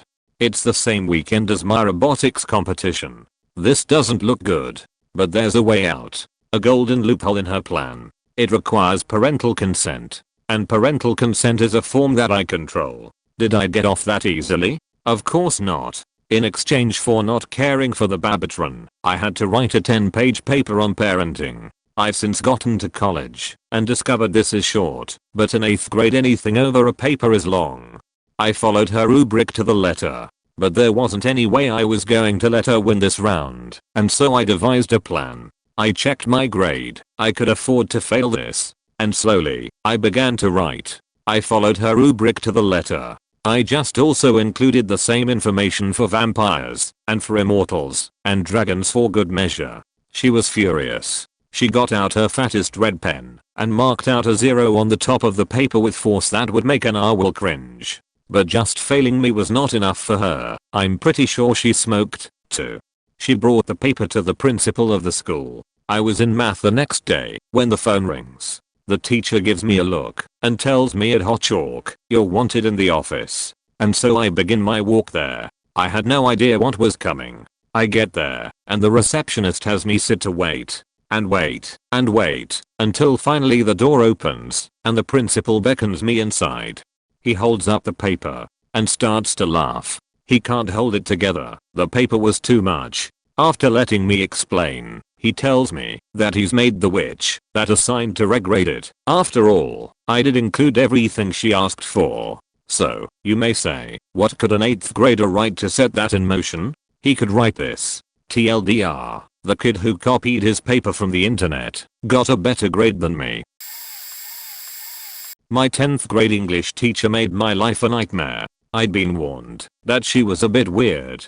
She had real trouble wearing jumpers, sweaters. They were usually on backwards and at least once a week, both backwards and inside out. She was a teacher who would assign something, grade you and then demand to know why you did poorly, and would feign shock and indignation when it was explained that in order for people to do well on assignments, they have to be taught the material. She tried to have a student suspended for disrespectful behavior because she'd assigned a quick creative writing assignment and was so angry when she asked why one kid was writing slowly and he responded with, "I'm thinking about what I want to write." She slammed her hand on his desk and yelled, "English class is not a place for thinking," and then sent him to the principal's office and called ahead to tell them what happened. He was not suspended, and his parents had him transferred to another English class. She thought bullying was a learning experience for the bullied and thought it was sort of funny and encouraged it. A boy in my class was bullying me, verbally and physically. She would laugh when he did something like trip me or steal my glasses. Another kid in the class actually was bullied much worse than I was, and when I was packing up to leave, I heard him begging her to do something about this. He said he couldn't take it anymore and threatened to harm students/himself. She laughed and told him he didn't have the balls to do it. I was one of those kids who really loved school, especially English. I was a nervous wreck in the class. I could never concentrate and wasn't learning anything. Everyone basically went to class and read aloud from whatever random book she assigned. She also sent me to the principal's office for cheating. Thankfully, nothing happened because you cannot cheat when you're asked to read aloud from Romeo and Juliet. The principal asked what happened. I told my side, and he sort of sighed and sent me to the library for the rest of the period. She was finally fired a year or so after I graduated high school. This is currently happening. I'm in a Foundations of Computer Science course, which is typically after the first two introductory courses, the first being Intro to some programming language with ADTs in said programming language. Anyways, this class is a nightmare. Absolutely the most misdirected, incoherent, and unstructured course I've ever taken, and mind you, I've taken close to all the lower division science courses, due to not knowing what I wanted to major in, as well as a fair share of upper division courses. Now, I know that some of my fellow Comp C undergraduates and graduates are thinking, oh, this kid has no idea about what more lies ahead. But, there's more. It's the 10th week, and around week 5, our class has entirely given up in asking for a syllabus. He also decided that this year he would integrate Haskell, a functional lazy language, into our course.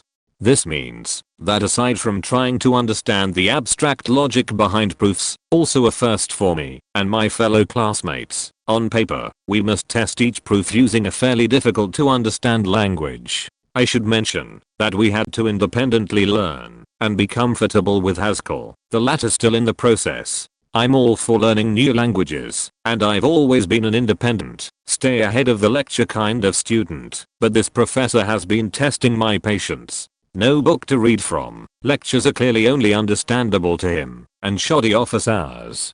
Oh, and when we ask him for reading material, he says, there's a ton of stuff on the internet. Well, thanks, asshole. We tried that, and there's literally 10 million results on Google, and each hit is essentially a super specialized form of what we are learning. Case in point, in fear for the first midterm, I read through half of a book called Mathematical Logic and Sets, after I followed his suggestion that I should use the internet, and I thought I hit a gold mine. The book covered much of what he sporadically had laid out throughout the first 6 or 7 weeks of lecture, and I ate that sheet up, feeling ever confident for our first midterm. Yeah, that went out the window on question 5 and 6, when he asked us to write Haskell code on paper, using custom defined types. His custom defined types that he defined in our first lab on the first week of school. We somehow had to follow 10 layers of recursion with types that made about as much sense as Gary Busey in our head, with about 3/4 of an inch, presumably for only the code, of white space. And there were about 10 of these questions. For illustration of just how fucking hard those questions were, imagine you're Leonardo DiCaprio in Inception. Imagine you get through the plot of the movie, and you just saved your kids. That very last scene where his totem, the spinning top, is, well, spinning. That thoughtful suspense Nolan attempted to instill in the audience by leaving us questioning whether DiCaprio was still dreaming. That's how I felt when I answered the first question. Since for every we have to go deeper, I had my sidekick, Robin, in the previous layer faking with me, constantly questioning what I brought down into this layer. Are you sure that's in scope? Yeah. Are you really sure? No. To end this post short, and to conclude my analogy to Inception, I had 10 times 2 times 10 plus 9 plus 0.1 layers of recursion, and I only got through 20 of those. Edit, off spelling was. It's not quite as bad as some of the stories on here, but I thought I'd give this story a try. When I was in first grade, I would get pulled out of class every day when my teacher started reading aloud to us, so I could go to a special math class, special as in advanced, not disabled. My mom had always taught me that if she was talking to somebody and I wanted to tell her something, I was to place my hand on her until she was done speaking. Well, one day in this special math class I went up to the teacher to ask her a question about how to do the math. She was talking, so naturally I did what I had been taught to do and put my hand on her. Turns out I had put my hand on her left breast and she completely flipped out on me. I was only 7, so I had no idea what it was that I had done wrong, but she thought I was a massive pervert, and after first grade I switched schools. As if making the rest of my first grade year hell for me wasn't enough, she tried to make it difficult for me to get into my next school. I understand where she was coming from, to be fair, but it was a completely innocent action, and she blew it way out of proportion. The worst part of it all was that one kid who quite literally molested me got in no trouble the year before. I'll elaborate on the story more if there's enough demand for it. My 5th grade teacher was a black woman who was incredibly sexist and racist. Every year, she picked on students as her problem child, no matter how actually sweet they were. Not that I was an angel anyway, they could do no good in her eyes. It was reading hour, and currently she was reading the class, and then there were none. She had a couch in the classroom, and it rotated who got to sit on the couch for reading time. Today, it was my turn. I sat down on the couch with my notebook and pencil, and set them behind me on the table.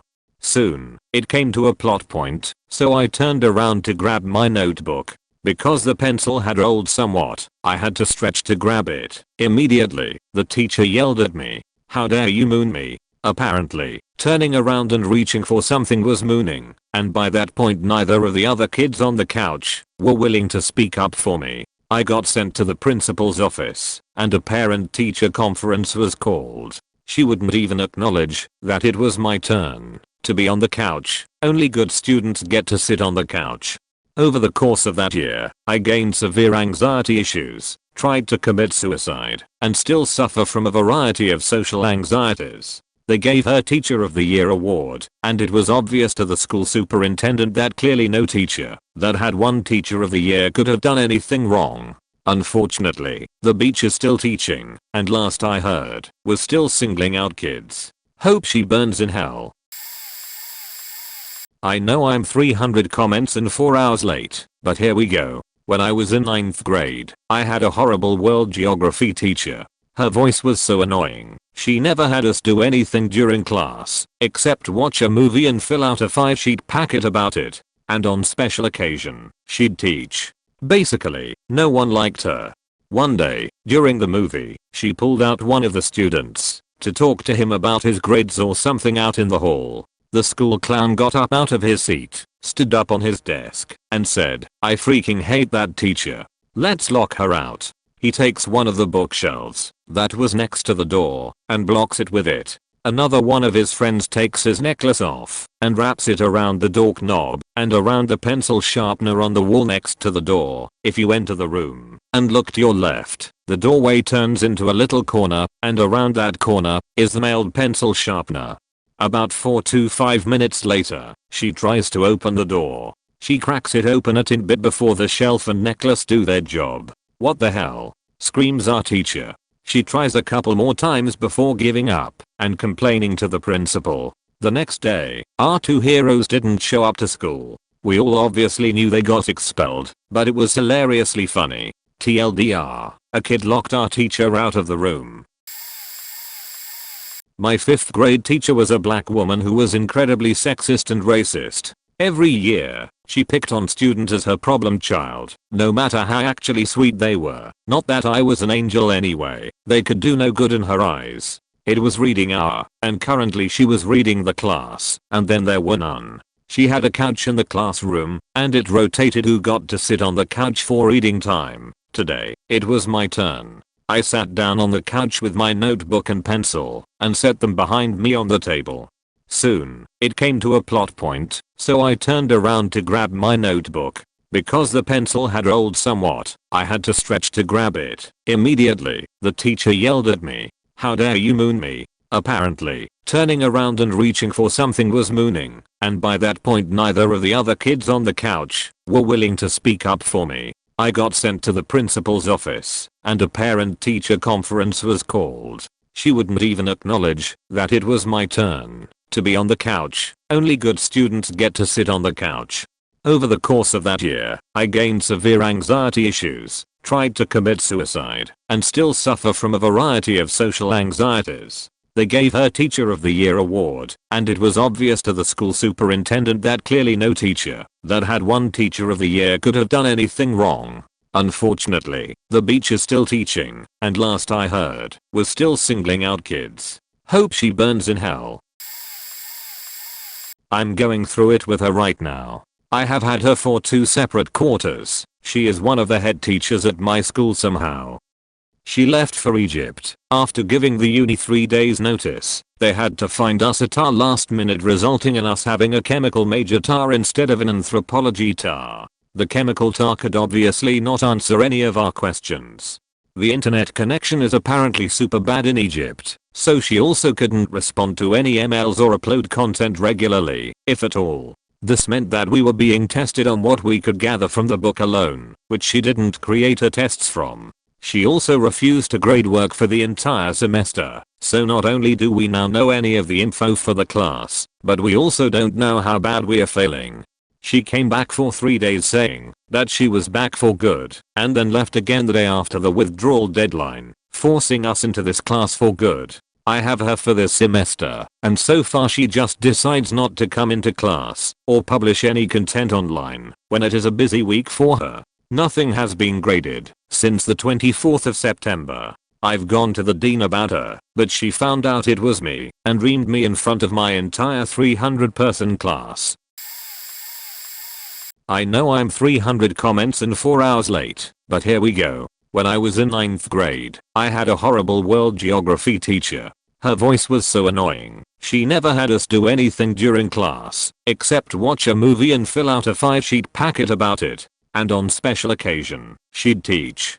Basically, no one liked her. One day, during the movie, she pulled out one of the students to talk to him about his grades or something out in the hall. The school clown got up out of his seat, stood up on his desk, and said, "I freaking hate that teacher. Let's lock her out." He takes one of the bookshelves that was next to the door and blocks it with it. Another one of his friends takes his necklace off and wraps it around the door knob and around the pencil sharpener on the wall next to the door. If you enter the room and look to your left, the doorway turns into a little corner, and around that corner is the mailed pencil sharpener. About 4 to 5 minutes later, she tries to open the door. She cracks it open a tin bit before the shelf and necklace do their job. "What the hell?" screams our teacher. She tries a couple more times before giving up and complaining to the principal. The next day, our 2 heroes didn't show up to school. We all obviously knew they got expelled, but it was hilariously funny. TLDR, a kid locked our teacher out of the room. Had a Spanish teacher in junior high school. She was an okay teacher, but she wasn't the best at explaining the curriculum. I, being the teacher's pet Spanish student that I am, participated a ton in the class. I had read on the syllabus that participation is 60% of your grade. I also knew some Spanish beforehand, so I answered like half the questions after no one raised their hands. I wasn't a douche about it or anything. It was more like no one else cared to participate. Grades come along, and she announces that she is grading on a curve for participation. Now, I don't know what kind of math she used, but I do know that the curve was really weird. Basically, I got percent 110. Not joking, I literally got this. Everyone else, even the A students, got around 80%. It was then that I realized that I formed the entirety of the top quarter of the class in participation, participating so much that I stopped anyone else from getting good grades. Basically, I was too much of a teacher's pet and everyone else became failures in comparison. Thank God I never showed anyone else my grade, because they would have figured it out and lynched me. I dunno, maybe the teacher could have looked at the scores and took out the outliers. TLDR. Participate too much in Spanish class, break the curved participation grade, and get 110%, while everyone else gets like 80. I doubt it's nearly as severe as some of the ones in here will be, but I remember one teacher clearly. I'm quite a forgiving person, but to this day I have a hatred for her. I had made all A's my entire life. When I got into her class, my grade plummeted. I nearly failed, and my mother accused me of slacking off. No matter what I would say, she wouldn't listen. My teacher would constantly ask us where our papers were, then ask us to redo them, while there was a 2-foot faking stack of papers in the box ready to grade. More than once as I would go to turn in my redone paper, she would find one of the 3 copies I had already done and say, "Oh well, here it is. You should be more careful as to where you put it. It goes in the box, not my desk." My bad. Thought it might make you faking grade it. She would play on her daughter's webkins and shop for boots, while she was supposed to be teaching us, and then scream at us for falling so far behind and not doing our work, and I repeat, there was a 2-foot stack of papers turned in. Near the middle of the second semester, over 40 parents wrote on their children's progress reports, "I need to see you about this grade." I went to a small school, so that was over 2 faking thirds of the class. She then told us she wasn't going to see any of our parents, and that we got the grades we deserved, that it wasn't her fault we were lazy and no good. She was so shitty that she ruined the only cool part of the year by forgetting to order the owl pellets for dissection, which everyone was psyched for. Sorry for the length, I just get on a roll and it's hard to stop. I hate that teacher.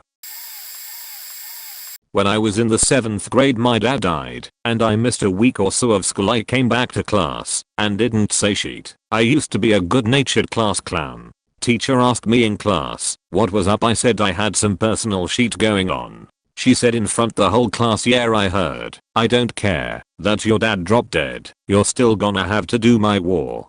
K. I never asked to be excused from work and handled the homework that I missed. I faking lost it. My boy also lost it, and we both stood up and started calling her everything from beach to cunt. We didn't stop. She started screaming. The principal came in cause he heard that sheet from a floor down. The whole school was around. I got in this bitch's face, telling her all sorts of horrible things till I was red in the face, with my best friend Chris also giving her the what's what. Everyone else was silent. The whole time we are screaming in her face, she just keeps screaming, "See? This is why your father is dead. You deserved it. You are a terrible kid." Keep in mind this is like 7 days after my pops died suddenly at the age of 40 something. I told her I wished her husband died and broke all the sheet on her desk, poured her coffee on all of her papers, and threw her cell phone out the window. I got 1 day of detention and I didn't have to attend. They swapped my class to the remedial. I was in an advanced class, and because she's got tenure, nothing happened to her. My 5th grade teacher, Mrs. M, for anonymity, was notorious for being really straight up bad. I can recall a few things she did. She showed her favoritism, not really bad, but just annoying as hell. Like she told kids she didn't like to shut up and stuff. She yelled at people constantly, like at least once every 3 days. Some kid would be sent outside, and then she'd yell at them for 15 minutes. Sometimes, the kid would come in red-faced and crying. Once, she flipped a kid's desk over, spilling books, pens, papers, and stationery everywhere. Yelled at him for like 3 minutes, and then had him clean it up while we all watched. He missed one piece of paper on the ground, which Mrs. M scrunched up and threw away. It was an important assignment which was due that day, and when Zed told her, she shrugged and said, "Well, that's too bad," and gave him a 0. She made really sarcastic remarks about certain kids, and even had the whole class miss an assembly because she was mad at this one kid. The year after my year, she flipped 2 kids' desks over, but one of the kids happened to have a parent who was very close to the school district, and then there was this massive argument and the teacher was suspended from her job. In 8th grade, I had this USH teacher, Mr. G, who tried to be cool and stuff. He was relatively nice for the whole year, except that he hated certain kids. One of them, we'll call him F, was constantly told to shut up. F would try to ask an actual question, but Mr. G would just tell him to be quiet. He also kept insisting that states' rights had nothing to do with the Civil War. On the Civil War unit test, one of the questions was what was a major part of the Civil War. The answer was states' rights. We had all chosen that answer, and the scanning machine marked it correct. However, everyone got -1 and Mr. G refused to curb it. The final project of the year was an analysis of a historically important picture or painting. My partner, Jay, and I got 29 over 50, only because he disliked us and asked us random questions. Here is the picture. I have had so many bad teachers. Specifically art teachers. Beware, this is gonna be a wall of text. The first one had so many incidents I could spend all night typing them out. She was the art teacher at my private school from 5th to 8th grade. All the art we did was stupid prearranged projects where you pretty much only got to choose what color to make it. One of these was a paper mache mask that we didn't even make, just a pre-made mask. We painted them and glued feathers on them. And by the way, this was in 8th grade. Yay. Well, there were also these plastic half jewels we could glue on. On the reverse flat side they had this silver-like holographic sheen. I thought it looked cooler than the stupid plastic gems. So I went to the teacher, who had the hot glue, and started to put them in backwards. She screams at me, no, and that's the wrong way, do it the other way. I told her I liked the shiny side, and she told me she would mark me down if I did it wrong. I did it anyways, because facta police. Anyways, at the end of class she has us all put our masks up to look at them.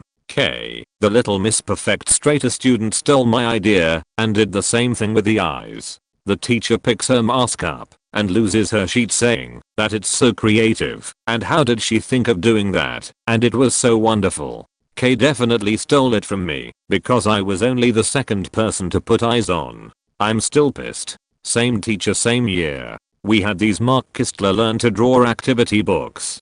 Basically they just thought basic third shapes which I had already been drawing for a few years. There was one activity where you were supposed to draw a plane that was a pencil. Woohoo. I drew a few and then drew them firing machine guns and little pencil missiles at each other because I was a 12-year-old boy. She sees this and rips my pencil out of my hands and erases the whole page and tells me to do it over. Goddamn was she awful. Joke's on her though. I ended up going to art school and becoming a designer, and Kay became a horrible lawyer that hates her life. Edit. This was in 8th grade and I typed this on my phone and I'm not going back and changing the mistakes. Sorry. Currently experiencing this. For some reason, the professor that normally teaches this one class, sequence analysis for those who care, isn't teaching it this year, so he gave his lectures to an adjunct. These two professors have very different expertise in the area, and frankly the first one is much better. There have been days where he'll just skip through slides and only talk about the stuff that interests him. He said multiple times how useless statistics are in this field. They aren't, and he's clueless when it comes to the computational side of it. It was originally a computational class, so all the slides are largely computational. Today he said, I've been looking at this a lot trying to understand it. If you have tough questions, I may not be able to help you. This is a required course for my major too. Good thing I've taken a different class that goes more in depth. I actually know more than this guy on a bunch of stuff, not just being a big ego. Me and another guy in the class have taken an extra class that covers similar material. Let me start off by saying I graduated with 2 liberal arts degrees. Math is not my strong suit, never has been, never will be. I was required to take and pass a standard college algebra class. I was never a student to pick classes based on teacher recommendation. I chose classes in blocks so that I wasn't going to and from campus. Well, I chose the wrong teacher my junior year. English was her 4th language. During a test, I couldn't understand the wording of a problem, so I asked her for clarification. She barely batted an eye, pretended I wasn't even there. So I asked her again to please explain the wording of the problem, what the problem was asking for. She proceeded to waste 10 minutes doing a combination of ignoring me and giving me cryptic answers. If you had done the homework, which I had, you would know what it was asking, etc. This was loud and in front of the entire class, who all looked as confused as I was. Defeated, I turned to walk back to my seat, but not before the teacher snatched the test out of my hand, giving me one hell of a paper cut, and then announced to the class that the test was over and to pass them up. I immediately collected my books, dropped the class that afternoon, and avoided her for the next year and a half. TLDR, My math teacher was terrible at speaking English and dehumanized me in front of the class because of the language barrier on a test. I was labeled a problem child throughout school because I didn't participate in schoolwork and I colored my hair in strange fashions. I kept to myself and was not particularly disruptive, but I had no interest in being part of anybody else's little world. At the beginning of my senior year, I had a cumulative GPA of 0.8. The school guidance counselor came to me and said, "There is no feasible way that you are going to graduate high school. You may as well stop showing up. You're only wasting your time and ours. I don't see a future for you here or anywhere else." That last line sparked a sort of spiteful fury in me. So that's exactly what I did. I dropped out of public school at the beginning of my senior year, enrolled in an alternative education program in a nearby town, started taking classes there as well as online and in the evenings, and tutoring other students at the center for extra credit. I even helped out around the school fixing some stuff up in exchange for some of my missing credits, which I'm fairly sure is not legal, but they agreed anyways. But I'll be goddamned if I didn't graduate at the same time as everybody else. Take that, you mean old beach. I'm 22 now, and I work full time as an electrical technician, and make what I would call a substantial amount of money. The first time I took Calc 3, it was my last class as a community college. I had applications pending to UIC, a mid-ranked CS school, and UIUC, the #5 in the country, tough to get in. This professor was horrendous. I have never met a worse teacher. To top it off, he was rude. He would act upset if he wasn't clear enough the first time. The class average on one of his quizzes was 10%, mostly consisting of zeros. Someone said that the questions were unreasonably hard and looked nothing like what he taught. He got really mad. He went on a bit of a rant that ended in, "Most of you want to be engineers, right? You should see the students who are at schools like UIUC or Stanford. None of you are at their level." I doubt he had any idea how much that affected me. I was already anxiously awaiting a decision from the school with no real assurance I would get in. I almost replied, "Well, to be fair, they do have competent professors there." I bit my tongue and thought for a minute longer. I realized I could not pass the class, so while he was writing on the board I flipped him off and walked out. That day was the last day to drop, so I did. I ended up getting into UIUC and did well in their Calc 3 class. After that semester was over, I wrote him an email. "Professor name, I was in your fall 2012 Calc 3 class. After we had all failed a test, you got upset and went on a rant about how we were not as good as students from UIUC or Stanford. I'm writing to offer a correction to that statement. You see, that was my last semester outside of a 4-year university. The university I gained entry to was in fact UIUC. Despite not spending nearly as much time on their Calc 3 course, I passed with a good grade. The correction I would like to postulate is that you, not the students, are the significant difference from UIUC. The professors there were helpful, and they wrote tests and resembled what we had learned before. This may serve to explain why you are nearing retirement and still teaching at a community college opposed to a 4-year university, let alone a top-ranked one." I never got a reply. 2 teachers, same elementary school. Story 1. I had a stereotypical hippie art teacher who you would think was a free thinker and always peace and love. However, she had a dark side. The most horrific thing I remember was her giving the kid who finished their project last a special gift. He opened the little gift box and there was a live slug. He freaked. We all freaked. We were just 8 years old. Of course, she had tenure and nothing was ever done about her. Also, the grades were based on our abilities, not our imagination or effort. If you had a talent for art, you did well. If not, you didn't. I didn't. Story 2. Our band teacher, 4th to 6th grade, was new to the school and produced a pretty outstanding sounding band. The reason he did was because he yelled at and intimidated any student who he didn't think was up to his standards of performance. We are talking 10 to 12-year-olds who were just starting an instrument.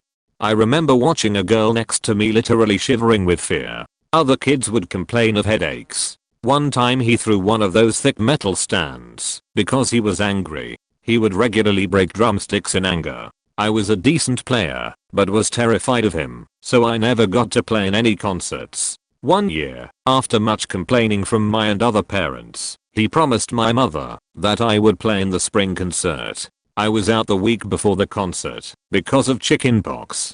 However, my mother took me to school for rehearsal and picked me up when it was done. I felt crappy, but was so excited to play in a concert finally, so I held it together for that hour.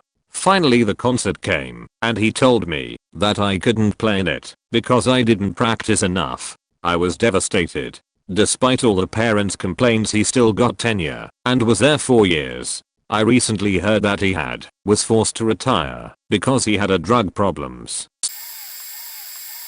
I had a Mexican teacher who taught college Spanish. He learned at a slower pace for English, so we learned Spanish at our pace while he learned English. Go figure, the best teacher. Nobody in the class had below a B left. He didn't pass his final praxis to become a teacher. The new teacher shows up.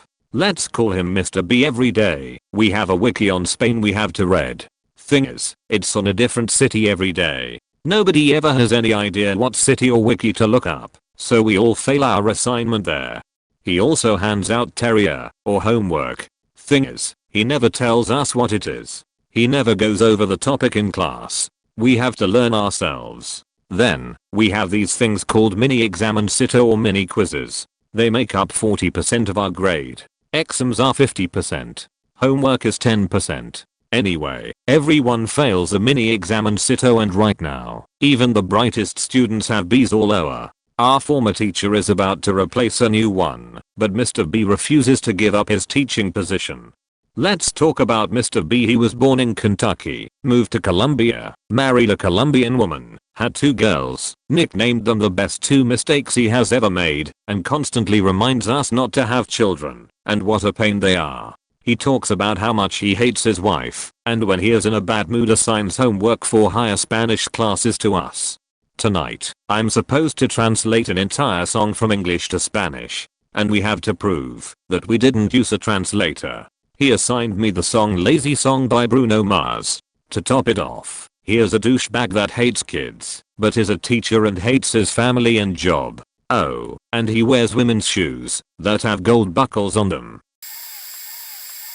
In the 4th grade, my teacher hated me. I was often late to school because the same year, my parents' marriage really began to fall apart. My mother chose the morning time to pick fights with my dad, and they'd spend a good half hour in a heated discussion, forgetting that I was sitting in the car waiting to go to school. I hated that they did that. I tried to explain to my teacher what was going on, because my tardiness was stressing me out, and I didn't know who else to talk to. She didn't even look up from her grammar book when she told me you'll just have to walk to school. I lived across town. She marked me tardy nearly every day, even on days when I was actually on time. I guess she just expected me not to be in my seat and pre-marked before actually taking roll at the beginning of the day. When I was sitting in class, she wouldn't even call my name, and I'd have to go up to her and tell her she skipped me. She marked me tardy then too. It was terrible. I struggled with math, still do, and always became very confused and embarrassed when I did not understand a lesson. I would go to her at recess for a slower rundown of the assignments, but never got much help. If you weren't late you wouldn't have missed the beginning of the lesson. Beach. At parent-teacher conferences, she would remark that I was bright, but lacked a certain motivation to succeed. She would total up my late days for my mom, who believed I was hiding in the hallway before class, and tell her I was going to have a very rough time as an adult if my habits kept up. It was a terrible year and I learned to hate myself.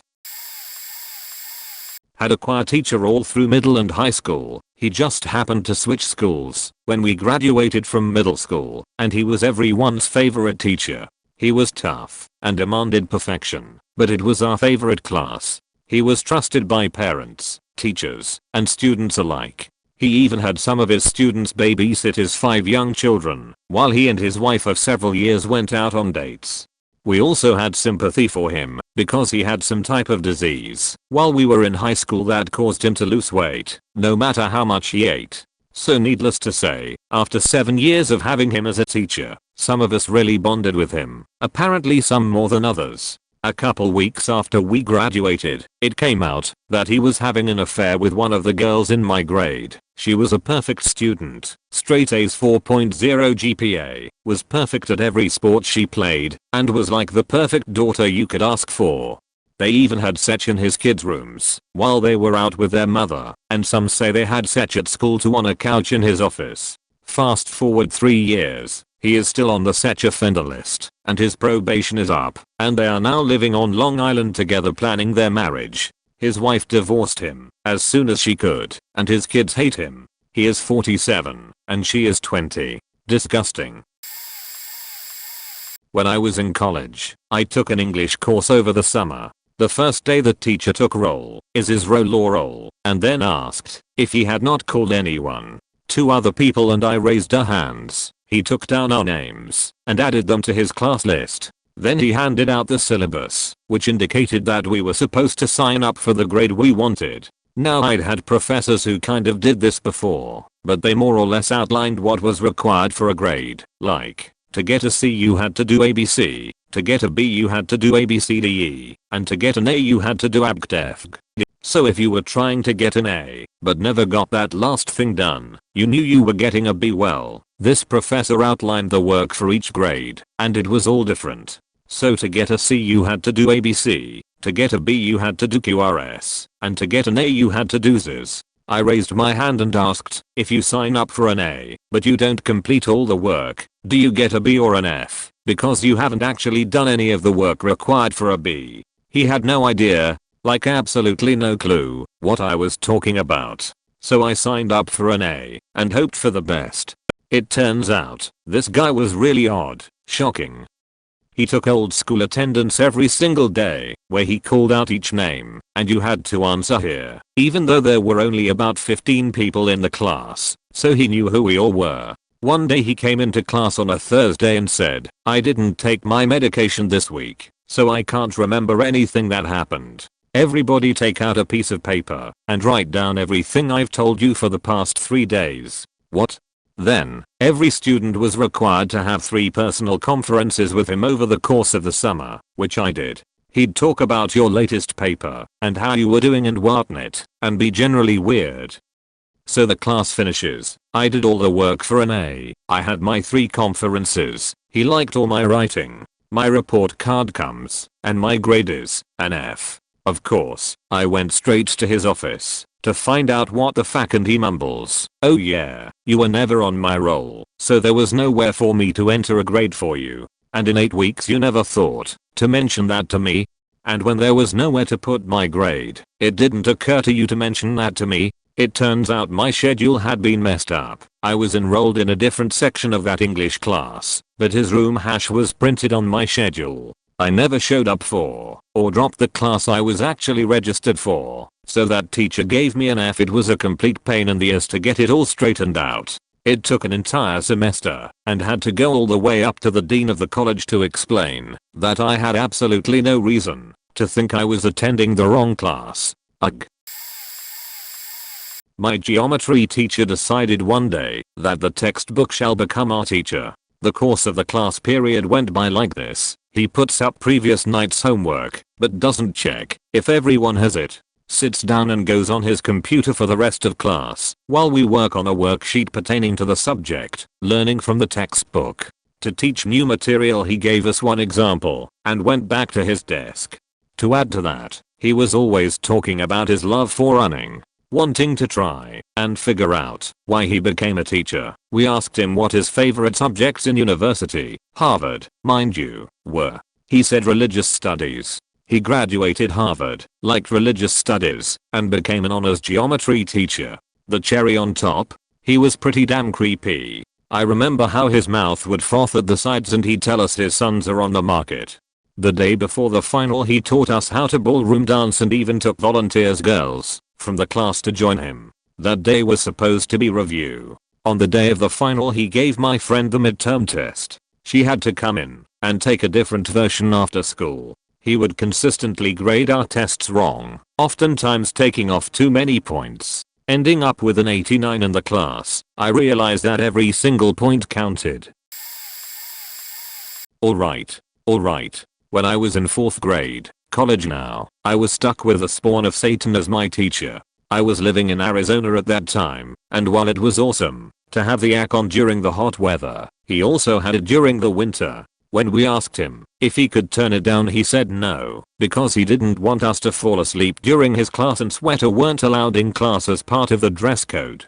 Mind you, this was 4th grade and we didn't switch classes, so we were stuck there for a good 8 hours. Well, that wasn't as bad as when there was a kindergartner who got sent to the classroom for misbehaving in his actual class. As his own form of punishment, he made the child stand in front of the classroom facing away from us and towards the whiteboard, where he would make him stand on one foot, hold 2 of those huge Merriam-Webster dictionaries, one on each hand, and hold a piece of paper with his nose on the whiteboard. If he dropped either his food, the paper, or a dictionary, he'd skip a minute of his recess and gain another minute of the punishment. Crazy bastard, right?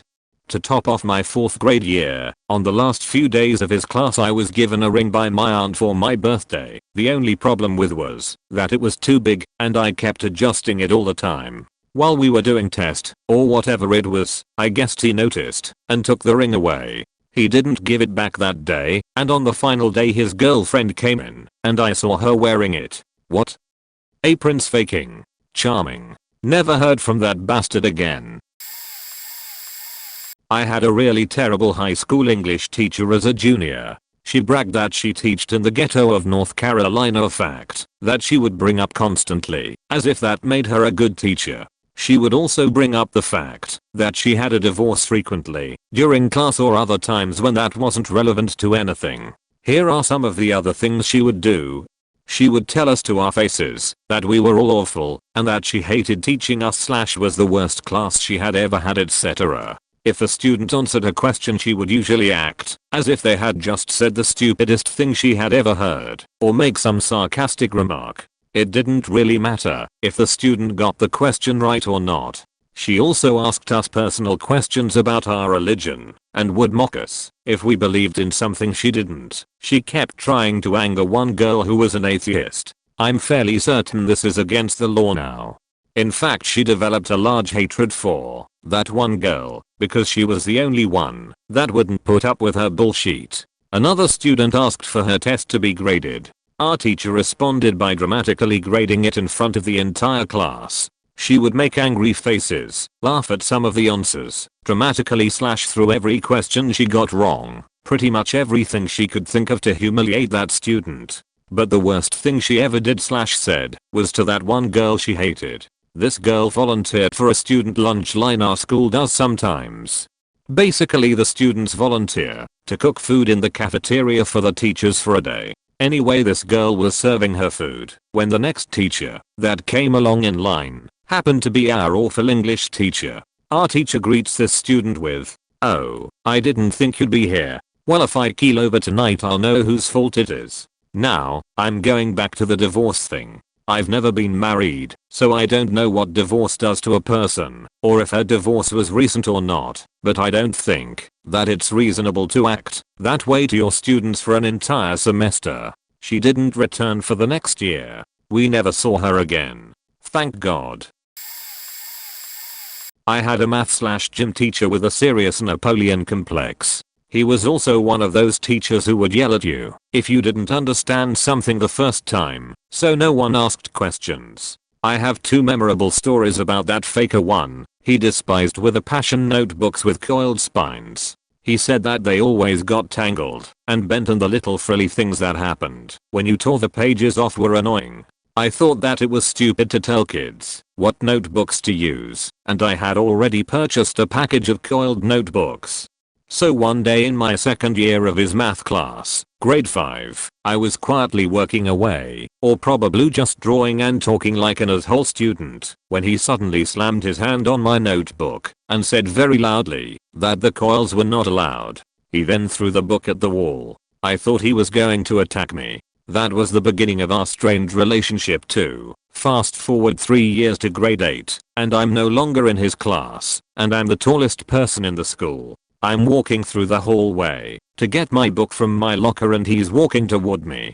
He asked what I was doing, and I said, "Getting my book." He says, "Then get it." By the way, what kind of stupid response is that? I say I shall. Then he grabbed me by my collar and forced me into the locker and looked up into my eyes saying frighteningly, "Don't give me any lip." That time I just told him to fuck off and felt much better. Regardless of how he treated students, the parents loved him, and the other students who grew up with him as their teacher had no other frame of reference. I think he retired a year ago or so. TLDR, short teacher threw shit and threatened me.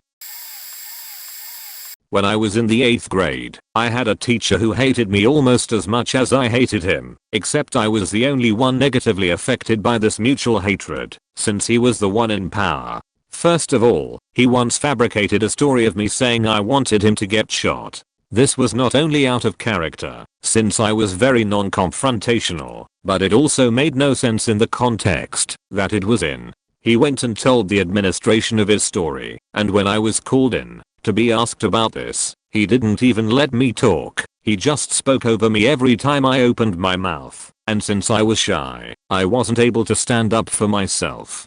That ended with me being suspended. Second, he was my music teacher, and I generally enjoyed music. The year before I got an A+ in music, but this year, I wasn't even given a chance. For any playing assignment, he would find any reasons to dock my marks. For example, I played percussion at this time, so in between people playing for the assignment, I would keep a beat on my legs to practice, so I was ready when it was my turn. He noticed this, and for some reason, just lost his shit, telling me that, since I was disrupting my class with the noise I was making, meanwhile people were talking amongst themselves, I was getting a 0 on that playing assignment. I thought he was joking, and after that I stopped. He still made me go up and play. I played well, and I ended up with a 0. I also aced every written test that year, and still ended with a 35 in that class with no explanation as to what brought down my marks so drastically. Finally, in the last few months of the year, when class was about to end, the class was pretty much just talking and goofing around as the last few minutes people just waited for the bell to go. With people shouting, the bell rang, and I said, "Let's GTFO to some friends." That teacher heard this and stopped me, saying he wanted to talk to me after class. He then questioned me on what GTFO meant, and I said that it could mean anything. Yep, I was being kind of a smartass, but TBH, saying GTFO isn't really an offense against anyone, especially in the context that I said it.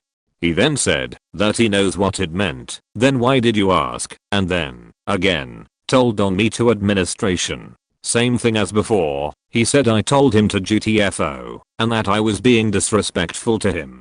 Keep in mind that I wasn't even talking to him at all before this, and that I didn't direct this at him, because administration always took the teacher's side, and that I was an untrustworthy source due to my last disturbances. I was suspended again, and my spot on the year-end field trip was put into question. TLDR teacher acted like a child and took advantage of his power, while I got punished for it. Not my worst teacher, but the most upsetting one was my year 4 teacher, Mrs. Close. She gave us a research assignment about an animal, and I was given the fennec fox. I researched in the school library and in Carter, but couldn't find enough info. So, I went to my dad in tears and he showed me how to use this newfangled internet thing. Still not enough info. I asked Mrs. Close to help me, and was informed that she'd given me this animal because it was the easiest to research, and if I couldn't find information, that was my own fault for having poor research skills. On another assignment, most effective way to bridge a river, I failed because my bridge involved pylons. Apparently it was more environmentally friendly to have 2 cranes and a rope beach. No one wants to climb a crane, monkey bar a rope, and then climb back down a crane. But that's not the worst bit. I'm left-handed, and year 4 was the year we could get our pen license. We had to write in cursive, and we had to use these stupid ink fountain pens. No biro allowed. I wasn't allowed to smudge the page and I wasn't allowed to alter my wrist angle to avoid smudging the page. Every other kid got their certificate on the wall, and I had to write in pencil. I still don't have my pen license. Edit. Oh, and she made contact with a relative who I had a no contact order against, long story, and passed on info. She once took me to her car and tried to give me a bootload of gifts from this relative. Actually that's probably the worst bit, but I'm still more pissed about the pen license.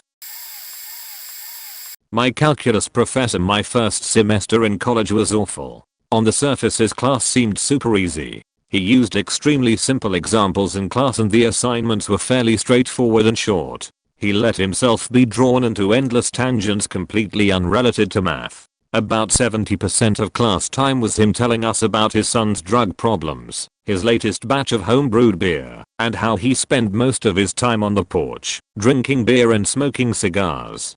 Now all of this made it the most enjoyable math class I'd ever taken. The problem was that his tests were very difficult. I'd taken calculus in high school, where I had a miserable time. I barely scraped through with a C, so I decided it would be a good idea to take it again. As it turned out, I learned something after all. Since I knew the algorithms for solving problems, I finally started understanding the theory and abstraction and actually enjoyed it a lot. It was the first time I actually understood math, and it felt incredible. I actually did fairly well on the tests, while most of the rest of the class was experiencing the joys of calculus for the first time and did horribly. With curving of the grades, I ended up with an A+, and finished 4th in a class of 150. It felt so good. But I felt so bad for my classmates. TLDR, calculus prof barely taught, gave super hard tests, but I struggled through calc in high school, and it paid off. In freshman year of high school I had biology class with a woman who reminded me of a slim version of Professor Umbridge. She spoke with a kind of sickly sweet, quiet tone, and, as it turned out, didn't know very much about biology. Often, she would get questions that she couldn't answer, so rather than admit it, she'd dismiss it and turn it around to put down the student who asked for being ignorant. Also, she had this weird tendency to blink really fast whenever she talked. I once tried to count how many times she blinked during a lecture and had to quit around 200 because I was cracking up. I'm not saying being weird looking made her a bad teacher, but it creeped me out. I have always been a science geek, so I did my own learning from our textbook rather than from her word. You can imagine then that I was pretty bummed when I received a 66 on my first exam. Lucky for me, both of my parents are biology professors, and awesome, hence myself being a science geek. They looked at the exam, told me that my answers were way more correct than she had given me any credit for, and that I should take my exam to the head of the science department. One grade later, and I had a 99. I would think it normal to get a few points back, but 33 is a lot of points. The experience actually ended up being very motivating, because I wanted to prove I was smarter than she was. I took to asking her a lot of questions I knew she couldn't answer, and feeling all smug about it. Looking back, I was probably just being a little sheet, like I was in most of high school. Whatever, got an A. My economics teacher in secondary 5 was barely competent. He didn't have his course planned. He barely knew the material, and the book we used was designed to be taught by a teacher who would go in depth. It didn't have full chapters, only summaries. All year, we had bullshit assignments, but by the end, he clearly didn't give a shit about things, and he told us to read chapter 10 and write a summary. So, the first time this happened, I decided whatever, the year is almost over, let's just get this assignment finished and be done with it. Next week, same thing, read chapter X+1 and write a summary. Now, I'm getting annoyed. We are not learning anything. Class starts and the teacher tells us read the chapter and bring me a summary by the end of the period. I decide fuck this sheet. The book clearly has chapter X+1 summary written at the top of each page. I'll just copy the book word for word, turn that in at the end. Next week, again. Now, I'm really pissed. I get up, pick up my book, and walk to the library to make photocopies. I highlight the chapter X+2 summary at the top of the front page, and walk back to class. When I get back, my bag is in the corridor. So I walk in, drop my copies on the teacher's desk and walk out. Technically, I would have been supposed to get detention for that stunt, but I think the last opportunity had passed, so I got no backlash. TLDR, teacher wanted a summary of a summary. I copied the summary twice. Clueless prof, class was on gender and sexuality. He did a section on representations of LGBTQ people in the media and kept using the word queer. A kid in the class asked a question about all this queer stuff. It wasn't malicious. The kid really was trying to figure the class out, and the prof jumped down his throat for using the word queer. He also said that the lyrics of a Snoop song about his girl Mary Jane was about his promiscuous girlfriend. I lolled, wrote a hack paper saying exactly what he wanted to hear, and got my A. I then had a chat with the dean. I was staff on campus and interacted with the dean often about the class, and that was the end of that guy teaching there as whole prof. I came down with influenza finals week. Took one final with a temp of 102 and almost passed out. Continued to run a fever of 102 to 104 for the next 7 days. My roommate took me to the doctor and she put me on bed rest until my fever was completely gone. I got a note and scanned it to my professors, asking for an extension on the rest of my finals. 2 were papers that were half done. I emailed them a copy of my progress to date, including my notes, etc. One prof was fine, gave me a B+ for the class pending the final, which he then revised to an A. The other gave me an overall C for the class, despite my previous A status, because my final paper, which he gave me an extension on, and which I turned in by the extension deadline, was late. He basically told me it was an A paper, but he gave me an D on it, because it was turned in past due. Because, you know, I was sick, and on bed rest. I would have been okay with that if I'd been a slacker student. But I wasn't. I showed up for every class, turned in all of my work on time, did a good job, participated in class, and had a really good reputation in the department. My grades meant a lot to me. I still get a little raggy thinking about it. My chemical second professor regularly flirted with all the guys in class and gave them free passes on stuff. Oh, you didn't turn in your homework? You would've made 100 on it anyway. Don't worry about it. You missed a test? Here, take this blank copy, go fill it out, and bring it back to me. I, on the other hand, was legitimately ill the day before, and day of a test, and emailed the professor the day before the test saying I wouldn't be able to make it. Next class, professor hands me a blank test and says, sit down, we are going over the test. I ask if I'm going to get to retake it, and she just flat out says no.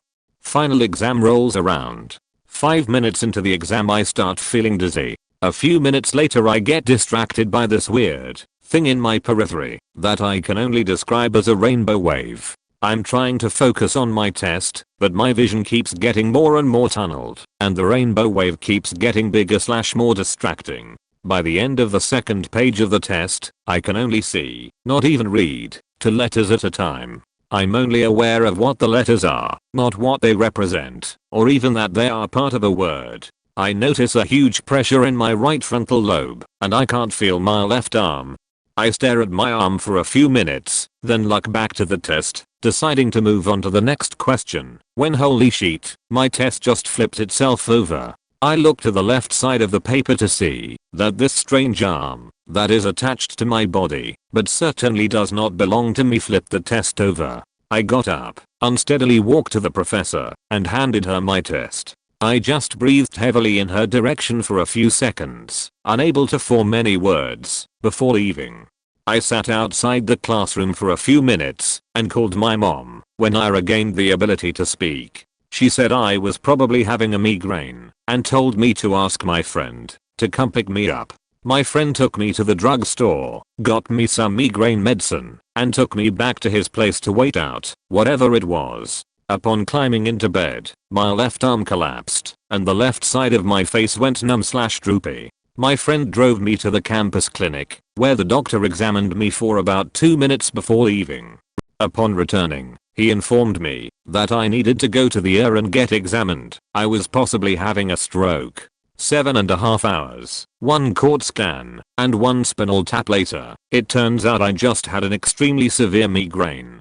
I called, emailed, texted, and waited outside the office of my professor for the next 3 days. Read, last 3 days of the school year. She refused to respond, and was never in her office. I probably should have at least reported her to my academic advisor. Oh, wait. She was my academic advisor. I ended up with a 42.5 on the final and a 70.3 in the class. Rather than have to deal with her ever again, I decided to keep the C and switch academic advisors. Until I graduated, I warned other bio/chemical students to try, if at all possible, not to take her classes. I realized later that I should have reported the professor to the dean at least for not letting me retake an exam after a medical emergency occurred during the exam, but I figured the C I got was better than having to have direct contact with the woman who made my semester a nightmare. So this happened about 2 weeks ago and is by far the worst teacher ever. I'm finding out more and more that this is an ongoing problem for years that a lot of students have with her. Okay, let's get it started. I'm first year in college and this is my developmental psych teacher, kinda pointless, but whatever, we need it for our program. Social service worker this one class, she shows up 5 minutes late, then takes another 25 minutes to get the class started. She is talking about random bullshit. She hears girls talking on the side and tells them to stop, even though she is still talking about things that are not class related. All the slides she is showing us got through 5 in a 2-hour class, heavily dense, could barely read it anyways, and goes on to say they probably aren't important for the class. All the while she is holding her phone, then all of a sudden it takes a picture and stops the class for 5 minutes to talk about what her phone just did and how amazing and awesome it was. Then finally break time, instead of a 10-minute break, we have a 20-minute break, wasting even more class time. When she comes back to class and gets us settled, so rambles on or about something not important for 5 minutes, shows us 2 YouTube clips about babies, then describes word for word what happened in the video, as if we didn't just watch it, while talking in a baby voice, then talks like a baby. Then, this is killer, gets distracted by a reflection on the wall given off my Simone's laptop. She stops the class cause she saw something shiny. She tries to get the person to make the shiny thing happen again. I wanted to kill her at this point. She mumbles a little more about class stuff, then goes on to tell us how good she is at predicting full moons, and that she was absolutely certain one was going to happen in 2 days. She was wrong by over 2 weeks. And to top it off, we got let out early. Most painful class ever. I'm here to learn. I pay money for that class and everyone on the class has said that they are teaching themselves the course. We all hate her. My high school physics teacher wasn't like horrible or abusive or anything, but she was an absolute idiot. We had to tell her, a self-proclaimed football fanatic, her husband and father are both football coaches, that a football field is measured in yards, not meters. I don't know why she thought an American sport would use the metric system, since we use a customary system, but whatever. Then, one day, we were learning about gravity. We were discussing in particular the difference between gravity on Earth and gravity on the moon. According to her, gravity on the moon is 1/6 of the gravity on Earth, because the moon is 6 times the radius of the Earth away from the Earth. One kid raised his hand and said, "But miss, the moon has its own gravitational pull, doesn't it?" To which she replied, "No, since it's a moon of the Earth, it uses the Earth's gravity." Other kids pointed out that the moon was way further away than just 6 times the Earth's radius, and that the moon's gravity is smaller than the Earth's, because the moon is smaller, not because it's far away. I googled the radius of the Earth and the distance from the Earth to the moon, and discovered that the moon is 60 times the Earth's radius away from the Earth, not 6. I told her that, and she told me I was wrong. Then she ignored me and the other kids who told her she was wrong for the rest of the class period.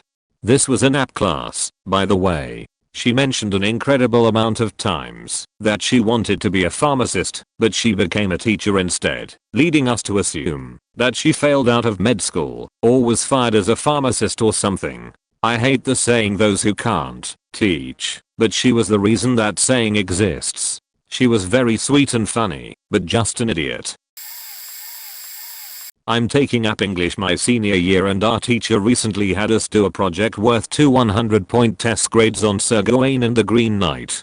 My friends and I did a 70s cop video adaptation for our project. We spent almost every afternoon for 3 weeks planning and filming this project. The guy who edited it together stayed up till 4 AM 3 nights in a row to get it finished on time. We showed it to the class and everyone loved it. Next Monday our teacher tells us we are getting an 80 on our project. We are furious because we followed the rubric to the letter. Had everything the rubric asked for and more. She decides to give us an 85 after we complain. When we ask why we aren't getting 100s, she tells us that our 70s cop adaptation showing us pretend to snort cocaine, pretend to drink alcohol, it was sweet tea, people getting shot, one of our friends painted to look black, 70s cops don't judge, and alluding to Sech, one of the guys dressed up like a hooker. Was disrespectful of the literature and we only got an 85 because she knows we worked hard. She wanted to give us a 60 for disrespecting the literature. This same literature has a woman insinuate that she wants Goring to get it on with her however he wants to, has men kissing, and a man has his head chopped off. She then told us not to fight her on it and think carefully about future projects. After the meeting we all said fuck that we are doing the next one the same way, and I then said even better we get some black guys and paint them white. TLDR, app English teacher gave us a sheet grade for hard work because we disrespected literature.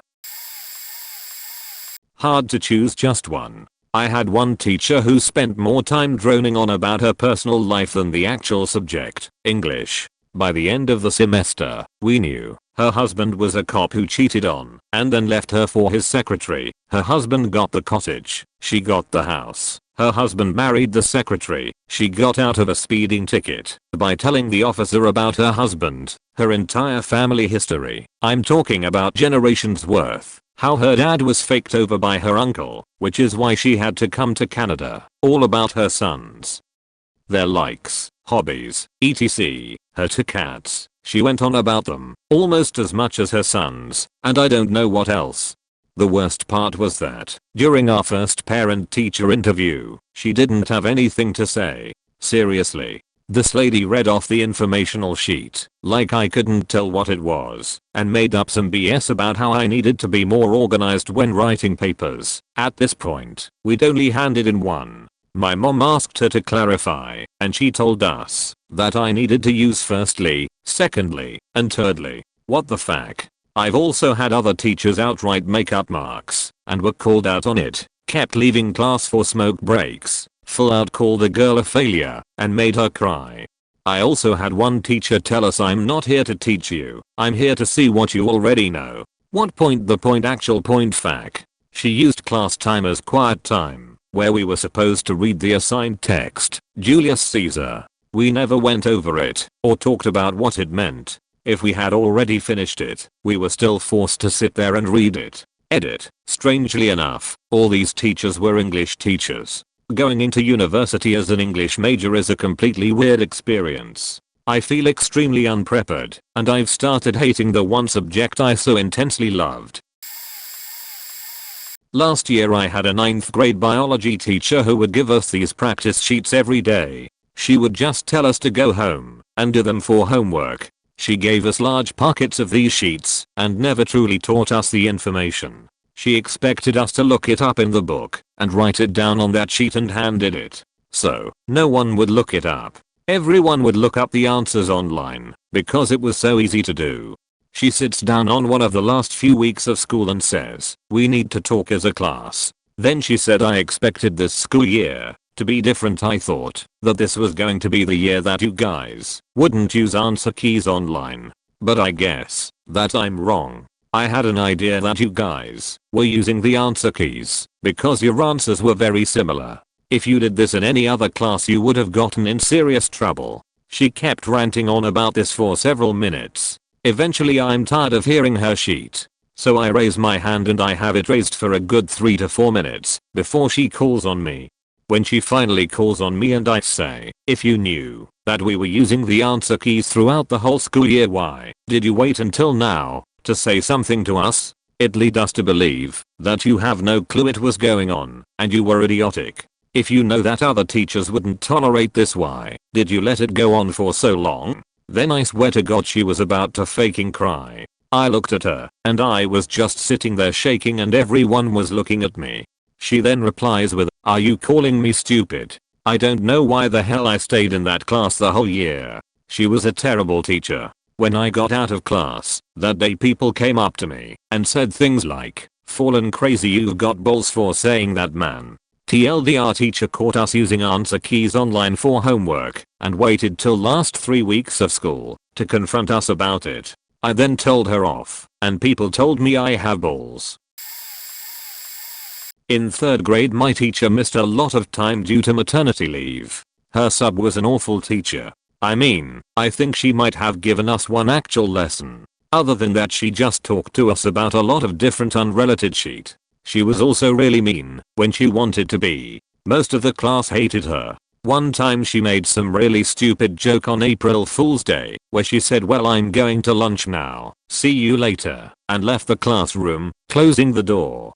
Everyone started cheering because, hey, no teacher. It's every kid's dream. I have no idea what the fuck she expected to happen, but she came bursting back into the room and screamed her head off about how we all are getting detentions or something. For 3rd grade me, it was honestly terrifying to see that. After that, she started each day by giving everyone a check on a clipboard, which was a thing my school did for kids who got in trouble. A certain amount of checks got you a detention, office referral, and so on. Anyway, she started each day by giving one to everyone, and you had to earn your way to getting it erased. It was like a guilty until proven innocent thing. A few people complained about her to the principal, and she actually didn't come back for a while, until I saw her like once, when I was in 6th grade. I remember alerting my friend who had been in that 3rd grade class with me, and then we had a little bonding moment over our hatred. Good times. When I was in year 8, grade 7 I think, my parents were going through an extremely messy, sometimes public divorce which my parents had told the headmaster about, and he in turn had told my teachers. Anyway, my form tutor was a really nice guy and had also been my history teacher 2 years before. Halfway through the year my work had taken a bit of a dip. As a form tutor, this guy should have spoken to me, asked me how I was, etc. Instead he practically bullied me for the rest of the year. He often asked my friends why they were friends with me and that they shouldn't be. He would even seek out the ones who weren't in my class and ask them this in front of me. He made numerous references to my parents' divorce in front of the whole class. For example, joking that my dad was skiing with a mistress rather than my uncle's. I told my mum, and she had complained about him, but this didn't change his behavior one iota. So at the big sports day, big English private school, huge 3-day event, last day is a bit of a party. At the end of the year my mum and a few friends are celebrating and getting drunk, and she sees this teacher and a few friends celebrating his new job at another school, where my brother's godfather happened to be headmaster. My mum stormed over, starts taking this guy apart for how he had treated me over the past few months. 2 of her friends / my friend's parents also join in. After about 10 minutes the asshole started crying. I saw my brother's godfather a few years later and asked what happened to him. Apparently he'd been fired after 18 months because of alcoholism following the breakup of his marriage. Oh, and also after years of marriage counseling and a trial separation, my parents are celebrating their 30th anniversary next year. Fuck you, Mr. Halliday. TLDR, bullied by a tutor about parents' divorce. My mum makes him cry. He gets fired and divorce. My parents don't. Perhaps this isn't the worst teacher I had, but certainly the most unique. She had a distinctive bubble-shaped head of that graying color. She had a pretty large hook-nosed. She was said to have been younger than she looked, but I could have easily mistaken her for 70. Her daily attire supported that assumption. She was actually a nice old woman, but she was a bit insane. The story goes that she was left at the altar on a few occasions. Among other things, that probably was the reason for her insanity. Needless to say, she rewrote Moby Dick. I'm just gonna let that sink in. Yup, the one with a great white whale. She took it upon herself to condense and even rephrase the entire book. This was only a few years ago for me, but the original copies had been made on a typewriter. Moby Dick wasn't even part of the curriculum. She actually had to add to the standardized final to incorporate her copy of the book. The day we started reading Moby Dick, there had been quite a change in room decor. Suddenly there were whales hanging from the ceiling, scrimshaw in all of the cabinets, detailed whale diagrams, fishing vessels, and, to top it all off, a full-sized whaling harpoon. Pure insanity. She was quite the unique woman. She really had the hots for Captain Ahab and also Tom Selleck. Yeah. TLDR, crazy old teacher wants Ahab's harpoon. I don't have any especially crazy ones, but a couple of decently good ones. In 4th grade, we had a teacher who absolutely hated children and made it very obvious. There was a girl who was really shy and sensitive, and one day she didn't get out her notebook in the 10 seconds this teacher allowed between changing subjects. The woman stood in front of her desk, got about 2 inches from her face, and started screaming at her to hurry up. Of course the girl started crying, and the teacher started yelling at her for doing that. I hated this woman, and have always had a defiant streak, so I threw an eraser at the back of her head and hit my target. She turned around and bellowed, "Who did that?" I didn't say anything, no one else did either. So being the reasonable human she was, she turned back around and screamed at the crying girl, who threw something at me. More tears, of course.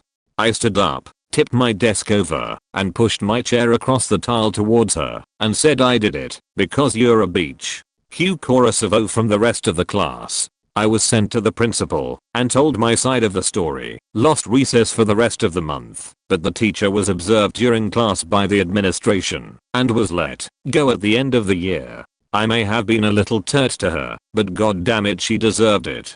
More recently, I was taking a C++ programming class during the summer. The professor was there for maybe the first week of classes, then left a tar with no instructions or lesson plans to finish out the summer semester. The tar had no idea what to do and just let us go home after bumbling through a chapter in the book for 10 minutes. The prof come back to proctor and grade the exams and would pop in at the beginning of the next class meeting to berate us for not grasping the material. Of course, multiple people complained to the dean, and he actually ended up losing his tenure as he was leaving for week stretches to go on vacations. The entire class ended up getting a 50-point curve and had no final. So I made an A and didn't even have to show up for the majority of the class. I'm screwed when I have to take the next one. CS is my minor. I had a professor in which we shared an intense mutual dislike for each other. She and I sat on opposite sides of the political spectrum, and she refused to respect mine or others' opinions in a class of 15 people that was supposed to be focused on debate. Despite disliking the professor, I showed up every day and participated often. She was fair and had given me an A on everything I had been assigned.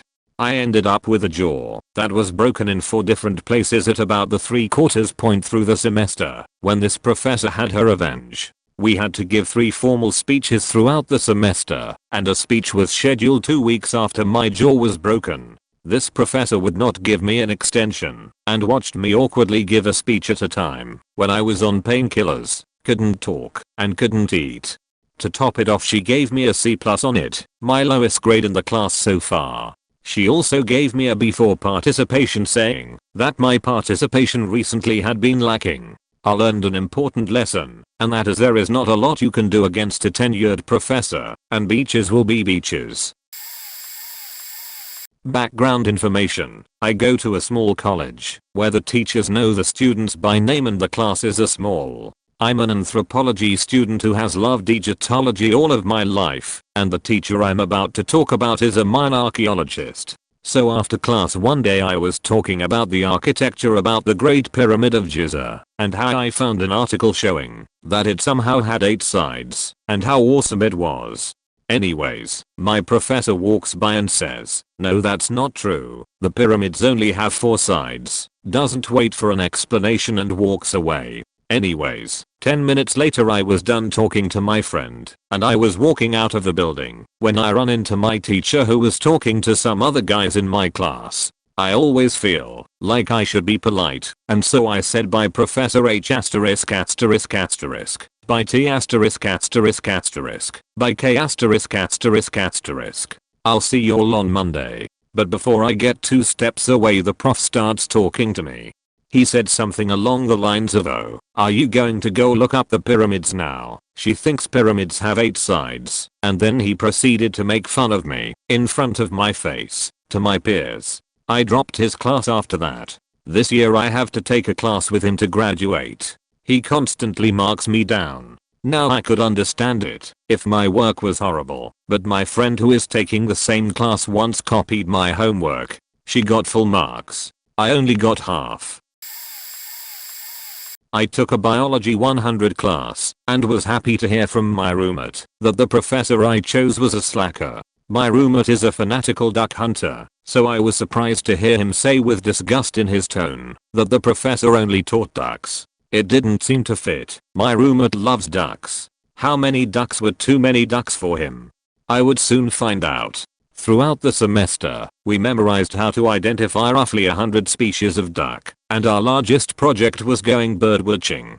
The prof's worst moment of the semester, however, was during our final exam. It was poorly organized, just students sitting in an auditorium writing answers on notebook paper, while the exam was dictated to us by the professor. One question stuck out more than the rest, however.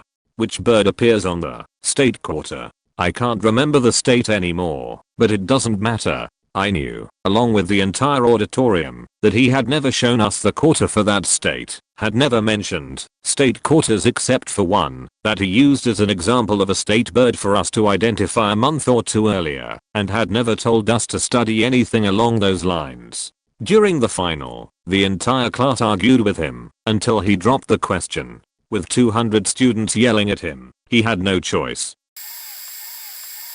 My first high school, or college, age 16 to 20, had some strange troopers to say the least. Math teacher, oh my god, how she managed to achieve masters in mathematics is beyond me. The stuff she would screw up were often simple as 5, 1 equals -4, and not just once, all the time. And after every test at least 3 to 5 of 20 students had to get their grades fixed, since she would give you wrong for the right answers.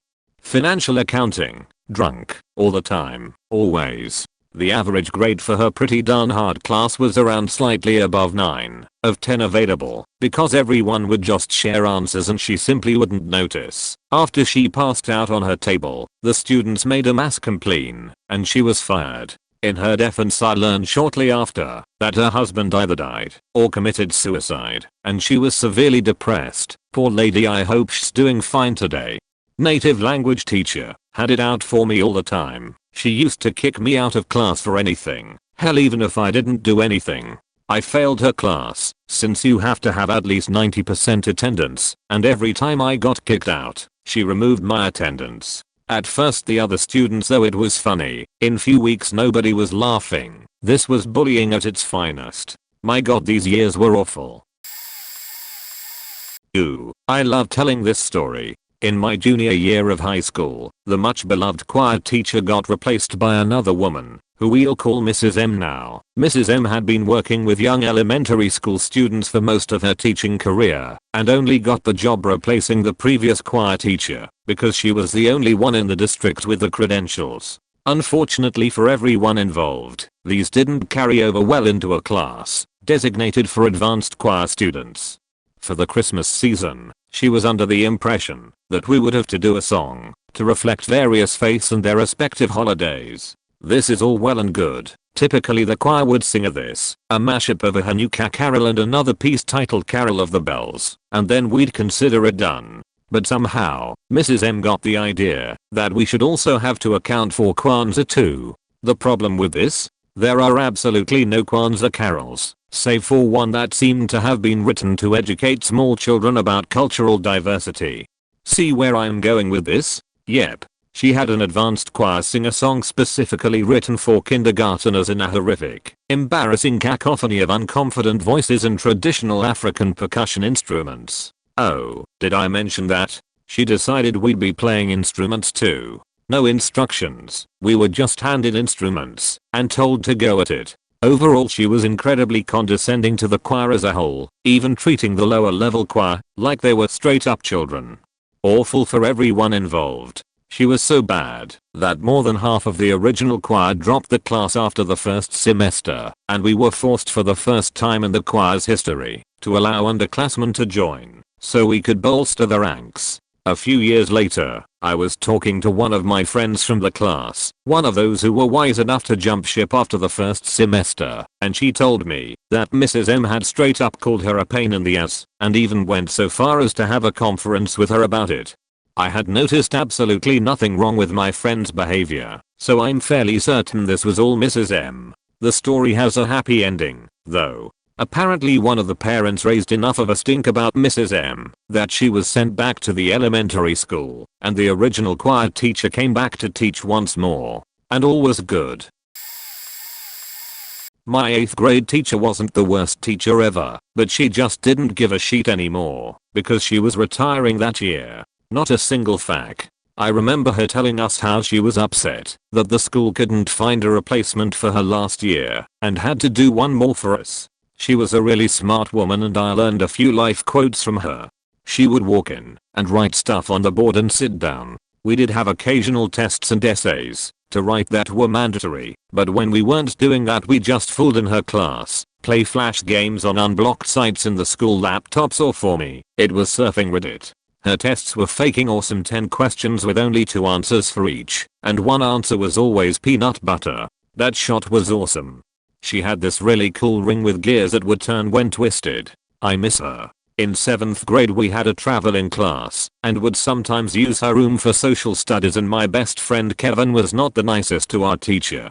Kevin and I actually never noticed our future English teacher until she told us about how she watched us be fools. When she first saw Kevin and I walk in, she thought we were going to be a pain in the ass. We eventually became her favorite students.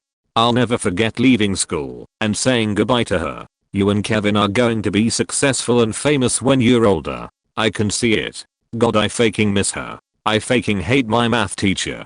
Her first year teaching, and she just can't teach. All she does in class is solve problems. Not a single note to write and look back on for homework. No guides for anything. What the fuck is x plus 3b equals 2f?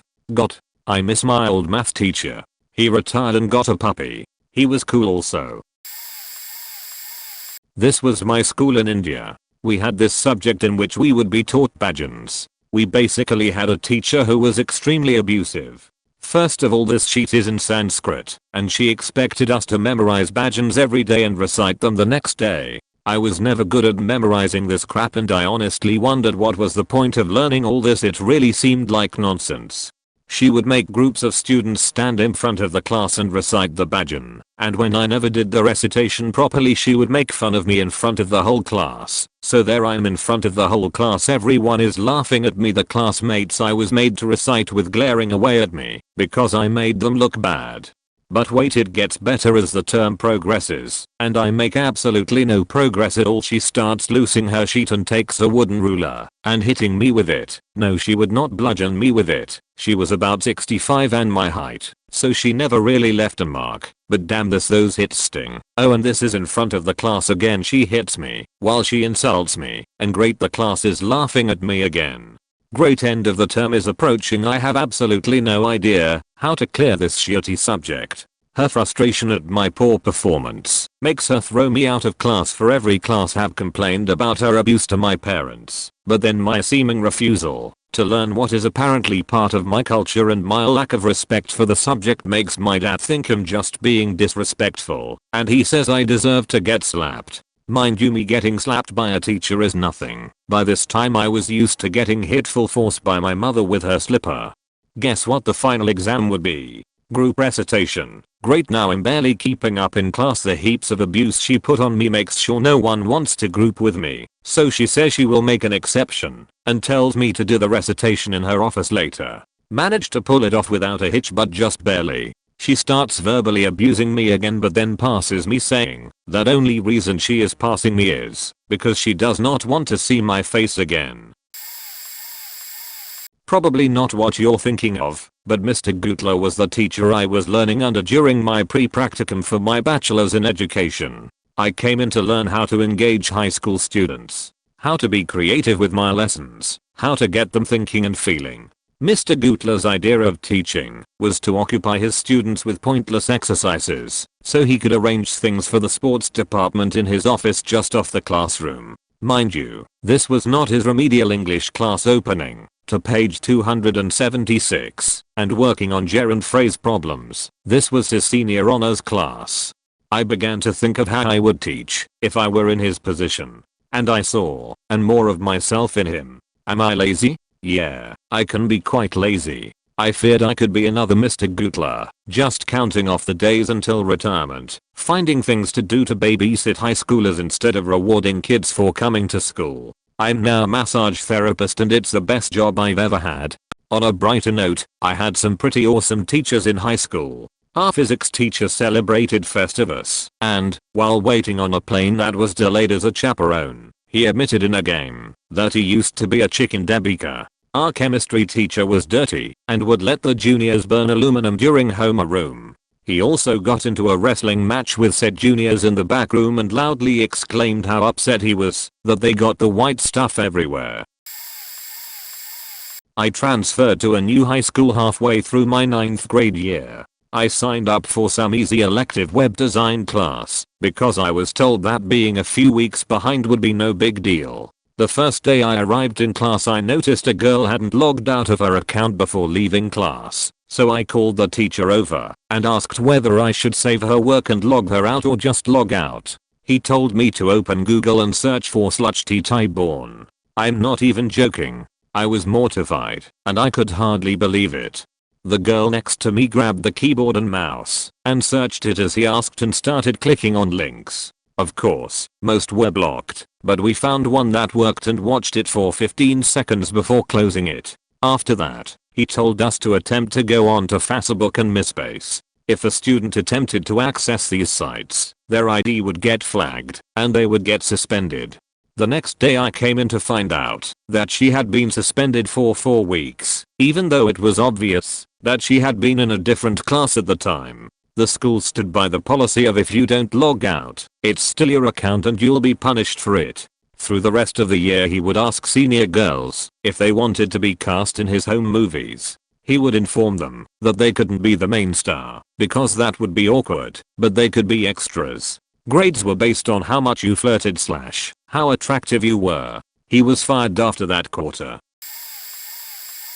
It's been a few years, but I was enlisted infantry and got picked up on a commanding general selection for officer, but had to complete my college so I got sent to an ROTC unit as an instructor and to finish my college degree. Had an English lit professor who took offense that I was throwing away my writing abilities being, I shit you not, a baby killer. Had people trying to kill me in the Middle East, so enduring praise for my writing mixed with condemnation of pretty much everything else I believed in 3 days a week.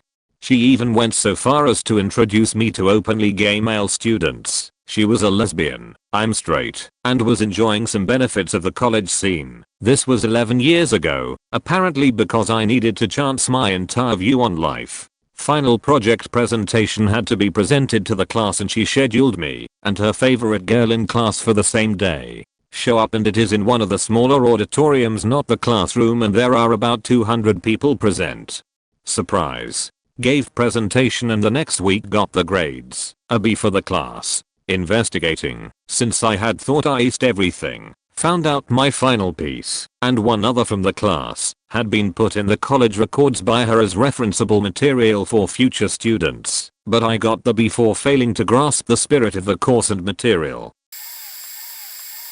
I don't know if gym teachers count, but if they do, one of my gym teachers in middle school was pretty scummy. He was old and fat, and one of the laziest people I've ever known. Instead of actually teaching us exercises or sports, he would most of the time take us out to a far end of our school's field and have us play on our own completely unsupervised, while he hid in a corner talking on his cell phone the entire period. Whenever another teacher or the principal came around, he would quickly put his phone away and pretend like he was coaching us the entire time. The worst part was, I was part of this club that held a large charity event that provided school supplies for teachers which the teachers desperately needed because of budget cuts. At the end of the event, we would draw names of teachers from a bowl to gift out these supplies. Unfortunately, every teacher's name from the school was put into bowl, including the gym teacher. When it came to the final prize, which was this brand new, high-tech, expensive printer, we drew his name from the bowl. You could have cut the tension with a knife in that room when he came up to claim his prize. Almost everyone knew he wasn't going to be using that printer for anything school related. TLDR, lazy and fat gym teacher hid us in far end of the field every day to talk on his cell phone. Ended up winning an expensive printer for a school charity event. This is probably responding a bit too late, but I need to talk about this teacher. In my senior year of high school I had to take a college prep English class. I started off the year kind of liking him as he was good at keeping everyone on task and listening. However, as the year went on I started to notice more and more that the lessons were not entirely about English, but more about him. He would go on and on about how great he was in college, and how every professor liked him. And when I say this, I mean that there were entire school days where we would only listen to him talk about himself. No work, no reading, no projects, just him. For most of the year this was mostly bearable as the work we were given was usually very boring, until he assigned us a book to read aloud during class. It was not some story about a college student or some old story we could pick apart and analyze. It was his goddamn unpublished autobiography. He claimed that it was about this group of brothers he knew growing up who had a hard life, except for the fact that every second paragraph was about him. And the freakiest part? The cover was of him standing in his living room, with life-sized cardboard cutouts of his younger self. Suffice to say I was glad to take the F for not writing that essay. TLDR took a class about my teacher. In 3rd grade I had a horrible teacher. He was the only male teacher in the school, so it was kind of odd in our eyes, because we had never really seen that before. He was fairly new, so me and my classmates were excited to have the one guy teacher. We all had this image, either a Mr. Feeney or an awesome and cool dude who teaches division. So on the first day we all happily take our seats and wait. Everyone's excited for this guy. Let's call him Mr. W. And in walks the man himself. He looked a lot like that villain from the first Halloween Town, so you have an image. He walks in and avoids eye contact as he slams his cup of coffee on his desk and just sits without a single word. He shifts through papers and then calls roll in a tone of voice that was reserved for rabid dogs and war criminals. The voice he used got harsher when he said a girl's name. The rest of the day consisted of us discussing 9/11, specifically the reasons behind it, and watching a documentary that went into detail of the jumpers.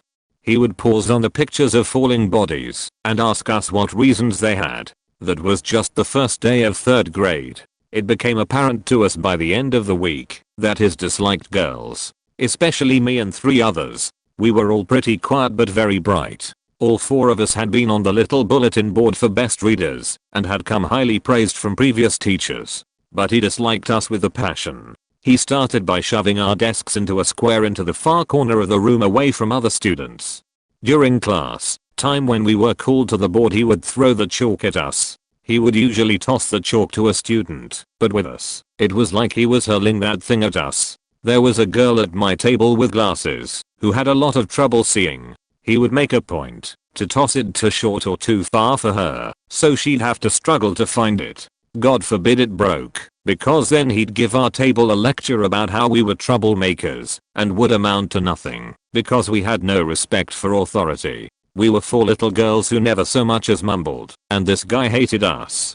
The little girl with eye trouble ended up moving, so in her place he put an emotional boy that seemed very fragile. He pushed that boy to tears each day and would throw workbooks across the room out of frustration. The boy's name was Chris, and when Chris told his parents about what was happening they took action.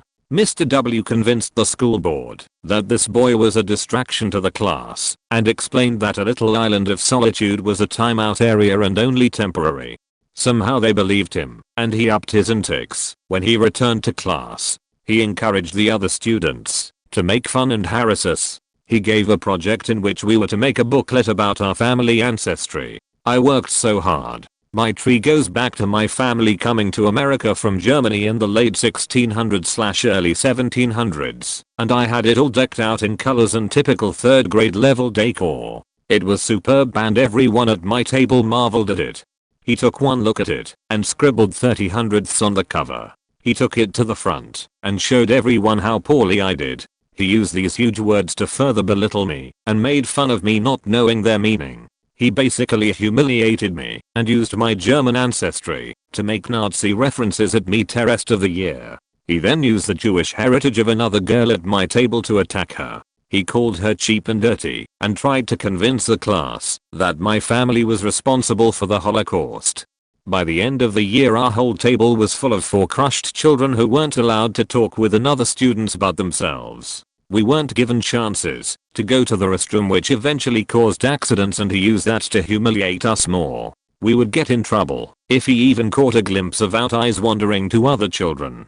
It was like we were scum of the earth. He liked to tell us scary stories and about tragedies in the world. He would look at our table when he talked of death tolls. It was a mind game. That boy would start crying and then we'd all lose recess or have to stay in the class for lunch while the rest of the class left. At the end of the year he tried to have me held back. He told my parents I was mentally challenged and had a learning disability. Of course no one believed him, and luckily I had scored perfectly on my tax, so I went ahead to the next class. I ended up with a reading level of a high schooler in 4th grade, so I was put in advanced classes. So fuck you, W. After years of teaching he got caught because he pulled a boy's hair out and left scabbing and bruises.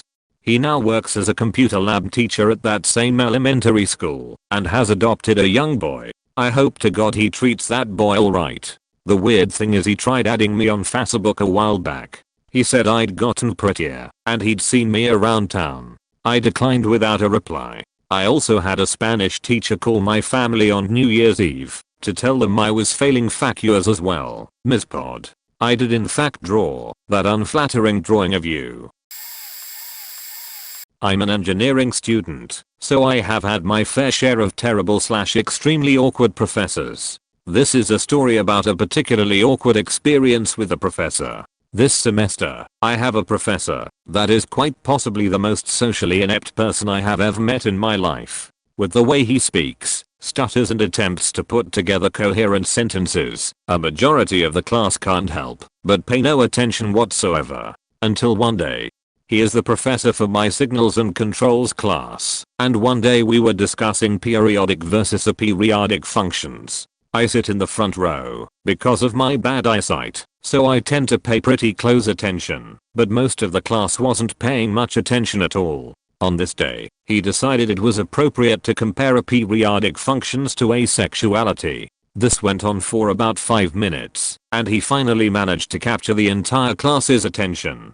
After capturing our attention, he attempted to tell a joke that I believe was more of a confession. While on the topic of asexuality, he began to rant about how he needs to start taking more testosterone supplements. As far as I could tell, he was not being sarcastic. This was a 5-minute rant about how he needed to start taking testosterone supplements. Needless to say, the entire class busted out laughing, and it was plainly obvious that we were laughing at him. I actually felt really bad for the guy. Didn't have him, but a physics professor. I was a tar, and, very luckily, had gotten to skip the introductory courses that he taught. He has a huge hard-on for computational physics. During the freshman calculus physics course, the one that STEM majors usually take first, in which you are basically only supposed to use algebra with cursory amounts of calculus reserved for derivations, he was forcing them to learn quite hefty numerical methods. During the introductory week he gave an in-class survey about what programming languages people knew. He listed off anybody know Python? How about C? C#? Java? Like 8 people raised their hand out of 150 in the lecture hall. In addition to normal assignments, he would have a weekly computational assignment with pretty crazy sheet. He gave them a 3-week head start to refresh their programming skills. What the fuck? Most of them haven't programmed yet, ever. Me and the other TARs went very easy on them for the tests, but he graded the computational portions. During the trajectories unit, a pretty faking early unit, imagine this being in your first few months of college ever, they were supposed to be able to use the Euler, velocity verlet, Runge cutter, and Hune methods to model trajectory movement in a Galilean approximated gravitational field. They also had to have the program write the data to output files, and then have a graphical program read the output files. He became pissed at the class when about 5 people attempted and miserably failed the assignment. The other TAs and myself told the rest of the department about this, and he promptly quit with the numerical stuff and overly difficult mathematics, but not before 80% of the people dropped the class. He didn't teach another class for the rest of the time I was there. In 9th grade English, I had a very strange teacher. Even the other teachers didn't like him, so his classroom was stuck in this weird basement that had been remodeled to fit 4 classrooms. He was sort of a religious nutbar, but in a non-angry way, if that makes any sense. He said that Romeo and Juliet should have just obeyed their parents.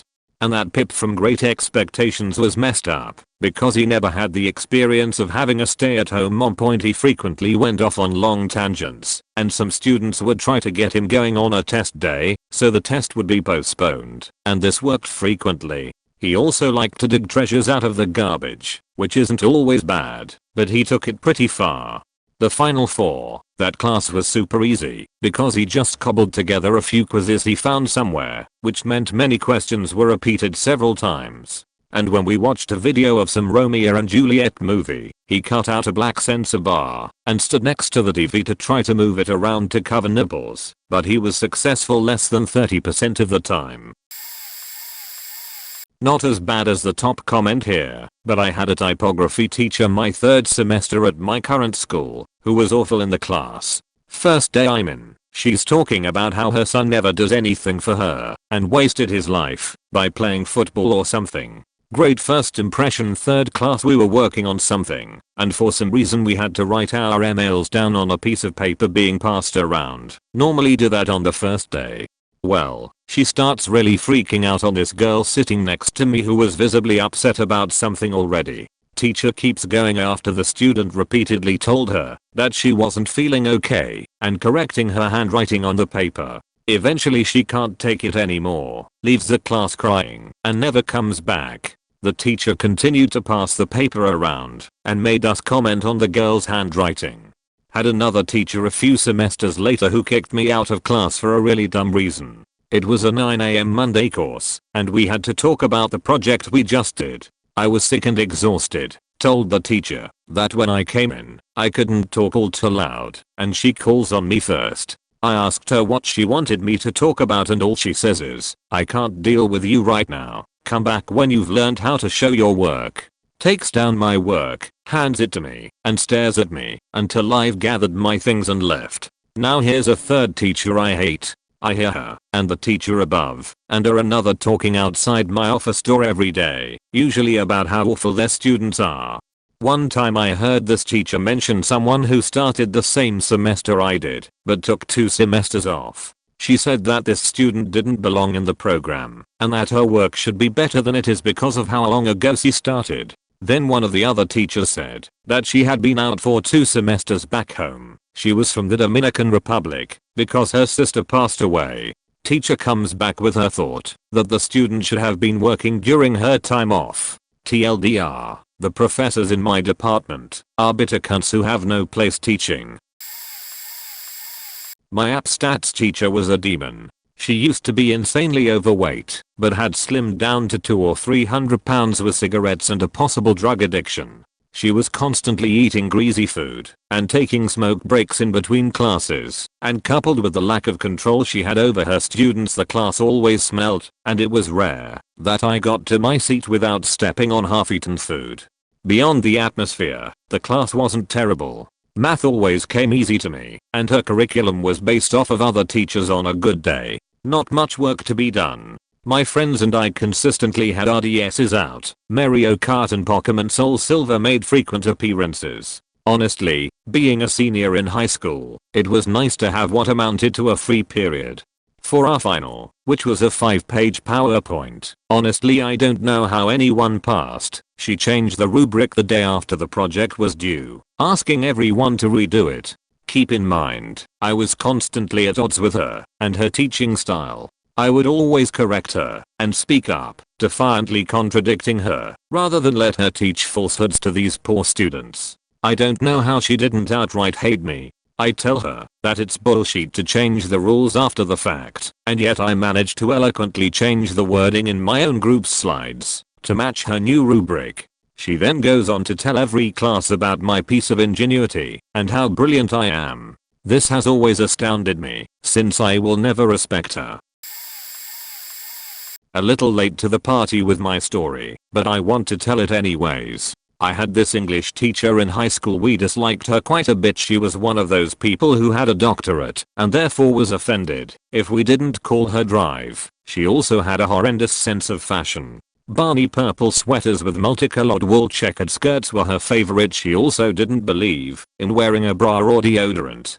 Oftentimes, when not sharing her opinionated discussion points that we had to agree with of a novel, she was telling us that microwaves were evil and we should really all go try dandelions for dinner. Apparently if you cut off the bottoms you can saute the top part in butter. In terms of teaching though, well, for a while she wasn't giving me a grade above a C because I like to state my opinion in my papers, and if they didn't agree with hers I got points marked off.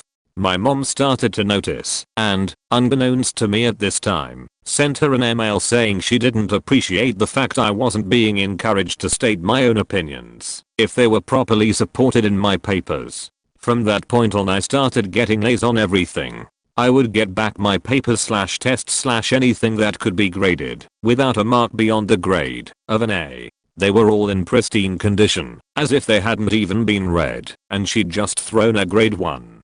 Note that everyone else in the class, I asked and looked, were getting mistakes corrected and suggestions written on their papers. I learned about the email and decided that she'd decided not to fight it nor help me anymore by just giving me A's. Sassy teacher.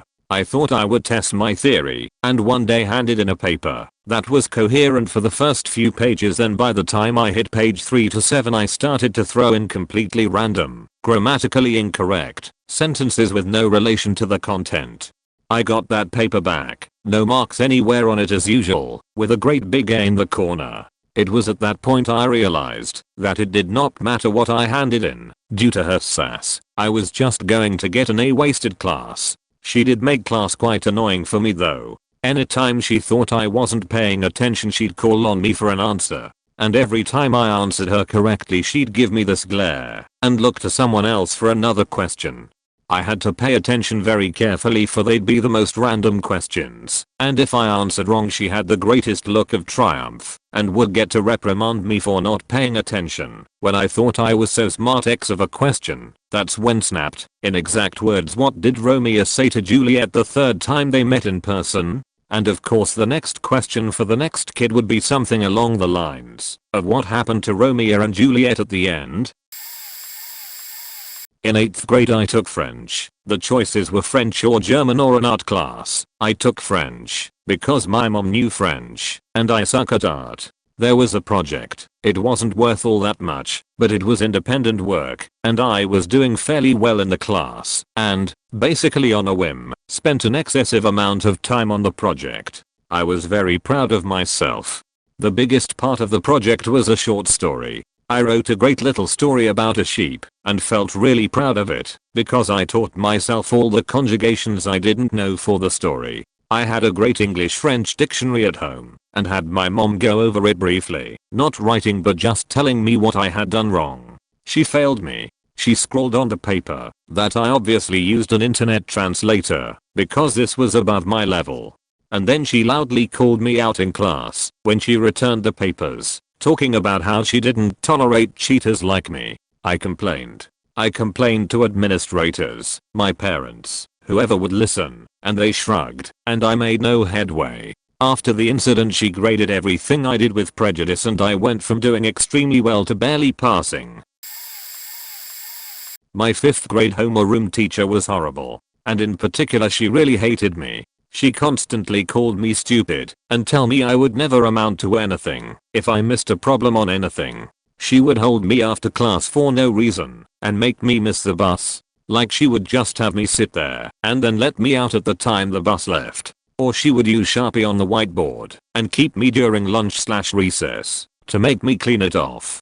She also had a hamster, and I'm convinced that thing was possessed or something. It would take chunks out of your hand. One kid almost had to get stitches. I kid you not. If she didn't like you, she would make you clean out its cage. I think that hamster died. mine and several other parents' complaints, but the school never did anything because it was too jacked up.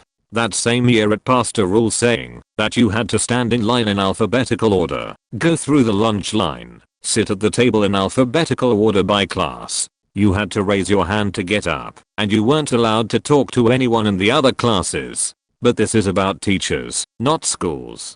So anyway, I started getting a lot of zeros on homework assignments for some reason, despite the fact that my parents helped me with them, and I turned them in. This went on for about a month when one of the janitors, who was a really great person, he and my parents were good friends, discovered most of my missing homework papers in the trash bin. As it turns out, she had been throwing them out because she didn't want to grade them. She ended up getting fired. I don't really know what happened to her, but I pray she didn't get another teaching job. This will probably get buried, but oh boy do I have a story. I am a huge geek and tend to believe those in positions of authority. As a small child I was always the teacher's favorite. Being smart was pretty much, up until college at least, the place from which I derived all of my self-worth. Junior year of HS. I must have been .16 or so. I was on the mock trial team, and debate, and National Honor Society, and student council. Like I said, school was where I found value at that point. I also worked part-time most days after school at a child care center. Anyway, our mock trial coach took the activity super seriously, way more seriously than necessary. We all enjoyed it, but all of us had other things going on, you know, like school. She did too. She was also a swim coach and taught history classes. Mock trial was an after-school activity we happened to enjoy, not the one way to save the damn universe. So, for about 2 months I had been giving this woman 3 of my weeknights for practice. I would get out of school at 3 o'clock, work from 4 o'clock to 8 o'clock, and then mock trial from 8:30 to 11 o'clock. Then I went home and did homework. I was in all honors courses, so I had a considerable amount. It was busy, but we were in it as a team, and I enjoyed the camaraderie. Finally she said we would have to eat lunch in her room to prep. My school had 3 lunch periods, and the one I was in just happened to be the one with no other team members. It was frustrating. I mean, she already got 3 of my nights. Would practicing my opening statement every single day during my one free period be worth it? But like I said, goody goody, teacher knows best, so on. I sucked it up for about a week. Finally, I told her I felt like I wasn't getting anything out of it, and I was going to eat lunch with my friends that day. I was 16, so I put some attitude into it that was unnecessary, a fact I will always regret. She flips, absolutely loses it, surges up from her desk and stalks towards me, screaming about how I will torpedo the team, I will be solely responsible for our failure, blah blah crazy town blah. Then she flings a desk over on its side, backing me further and further into the door. Then another, crashing into the desks behind it, screeching on the dirty linoleum. And right before I think she's going to hit me, as I have my spine pressed straight to the door, her cell phone rings, and I escape, crying and scared. I stopped practicing in her room for lunch, but kept on as a part of the team. We came in second. I had to take a class with her senior year too. She was a total head case. I have more stories, if people are interested. TLDR, almost got physically assaulted by my mock trial coach. So I know this is going to get absolutely buried, but oh well, I hope someone sees it. I'm currently with the worst teacher I've ever had. I'm a freshman in high school, just starting out in a new world for me, getting used to the new teachers year da da da. So my BO teacher goes on maternity leave. She's a very fair and nice woman, who I liked a lot, so I was really sad to see her leave, but she assured us that our sub was very qualified, and we would have no problems.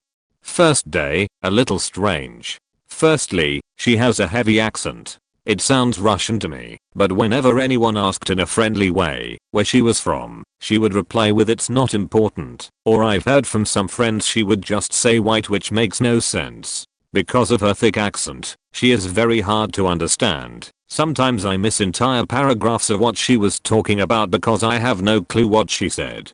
She also is not good at getting your attention. Now I know that biochemistry isn't the most riveting subject out there, but I enjoy science and normally pay attention whenever possible, but I find it so hard to even listen to a single word she says. Also, she is horrible at giving labs. It boggles my mind how confusing the labs are explained and how pissed she gets at us when we don't understand her sheety directions. She gave us a lab that we were doing online that had to do with adding different types of solutions into different chemicals. The site looked like it was designed in 1996 and was impossible to navigate.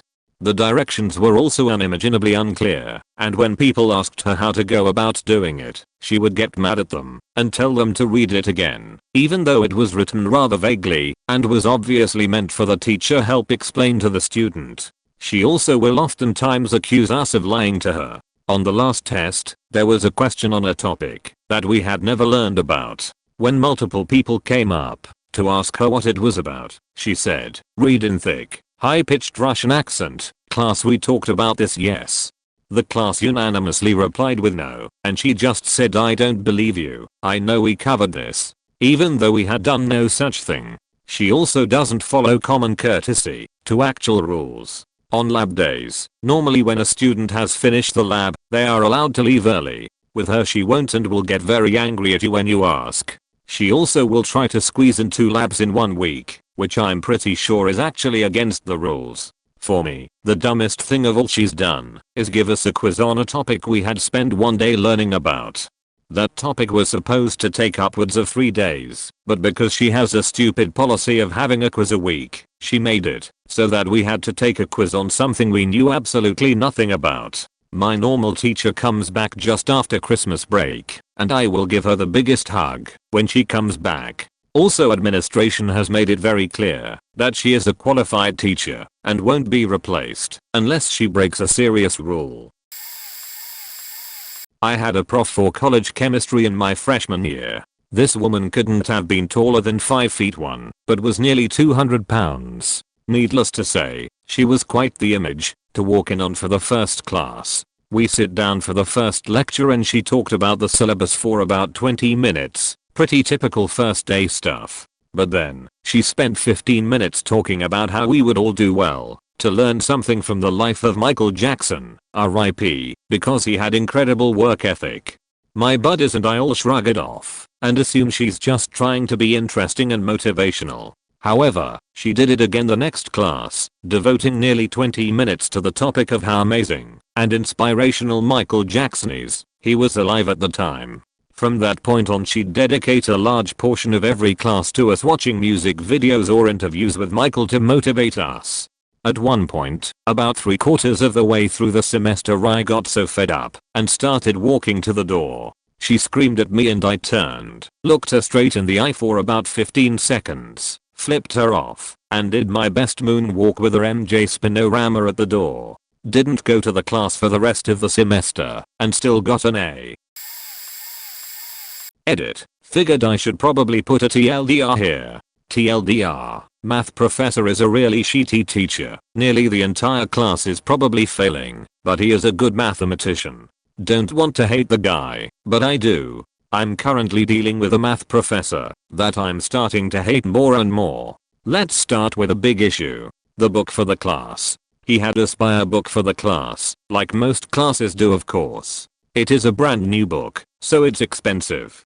Guess what book he isn't teaching out of? Yup, the book he made us buy. He isn't even using it. So some students who wanted to read and do problems out of the book he is using go up to him after class one day and ask him which book he is using. He shows it to them. They write down the number of the book, the edition, everything about it, so that they can find it and buy it. They buy it.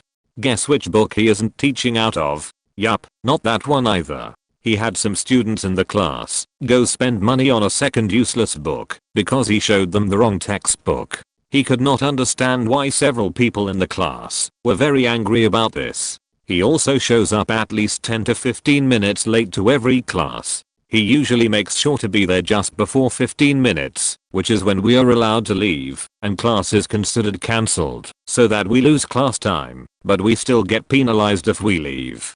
Then, we get to this man as a teacher. Oh boy, where do I begin? Let's just say that he is clearly a very brilliant mathematician, but a horrible teacher. He is very bad at explaining things. When people ask him to explain something more clearly, he looks at them like they are dumb and says you just have to let the math speak to you. I keep thinking, if I could speak math that fluently I wouldn't need you, now would I? Translate for me please, for the love of God.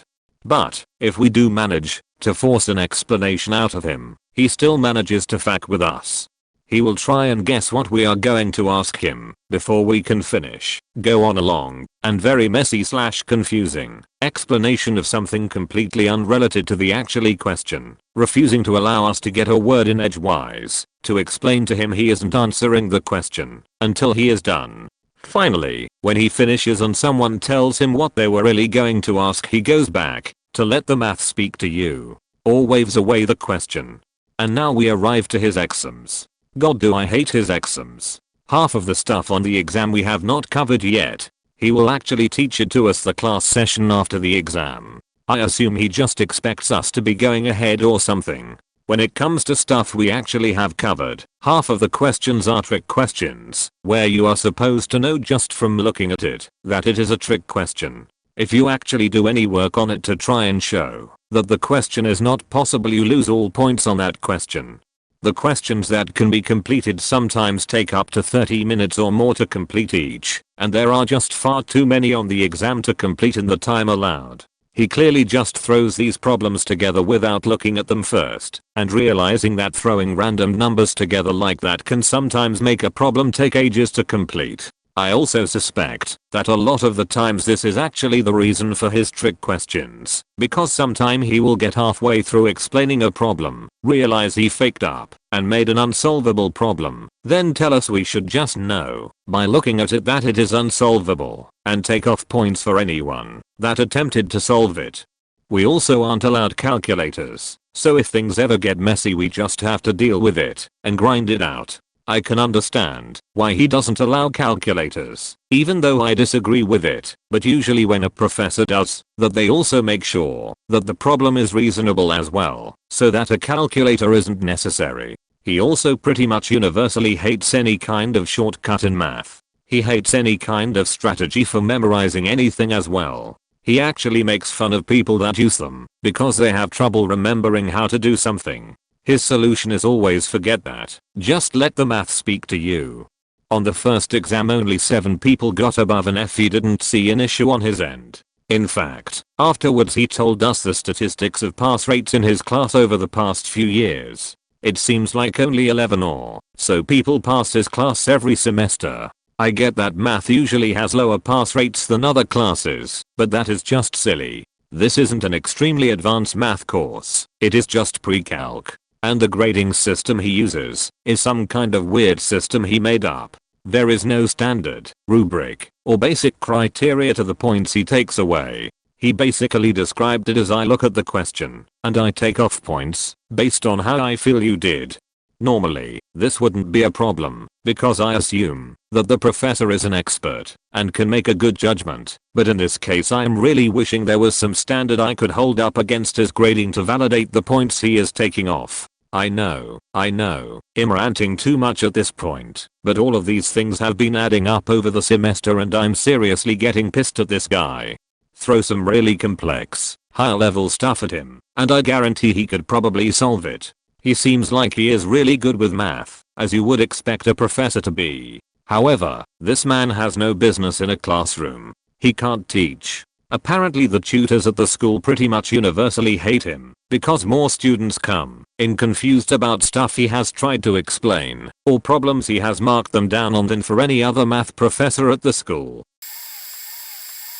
In high school I had an English teacher who used the classroom as her staging ground for her fight against the anti-Christian movement. Mostly she would make very right-wing nutjob sort of comments about the government and atheists. This was pre-9/11, so the Muslim hate hadn't started yet. She would kick anyone out of the class who went against her or even questioned her, but was fairly on track most of the year. That's until we got to the Scarlet Letter, and that's when her true crazy came out. One chapter, a character is giving a speech, and they mentioned God's grace and she gave an entire test about the meaning of God's grace, what it means for our souls, and how we obtain it. And it go weirder from there. Her daughter was a county sheriff, and she would regularly visit the school to see her mom. More than once, she came into the class in full uniform, and just sat there, watching the kids as her mom taught us about the meaning of infidelity in a Christian marriage, the evils of practicing witchcraft, original sin, etc. One of the kids finally had enough, and asked something along the lines of, "Why are you teaching us mythology instead of literature?" The teacher threw her eraser at the kid, and started screaming at him to get out. The kid, very calmly, refused to leave until his question was answered, and the cop daughter immediately approached him, flipped him against the deck, cuffed and arrested him for disruption of a school function. We were shocked. A few weeks later, the class was called in one by one to the principal's office, and asked about the incident with a bunch of people. We had a sub-teacher class for the last month. Weirdest class experience ever. Medical ethics professor. I'm not from a philosophical background, education-wise. She got her PhD in women's studies and philosophy, or something like that. Irrelevant. I would constantly, along with other male students, answer questions in class. We would answer the question directly, and in my opinion correctly. She would say, "No, that isn't right." Then call on a female in class. They would say something very similar, and be told excellent, exactly. So, I devised a plan. I had emailed the professor, and asked her a question about abortion. I got a response. I then had my buddy pose the exact question in class. He did, verbatim.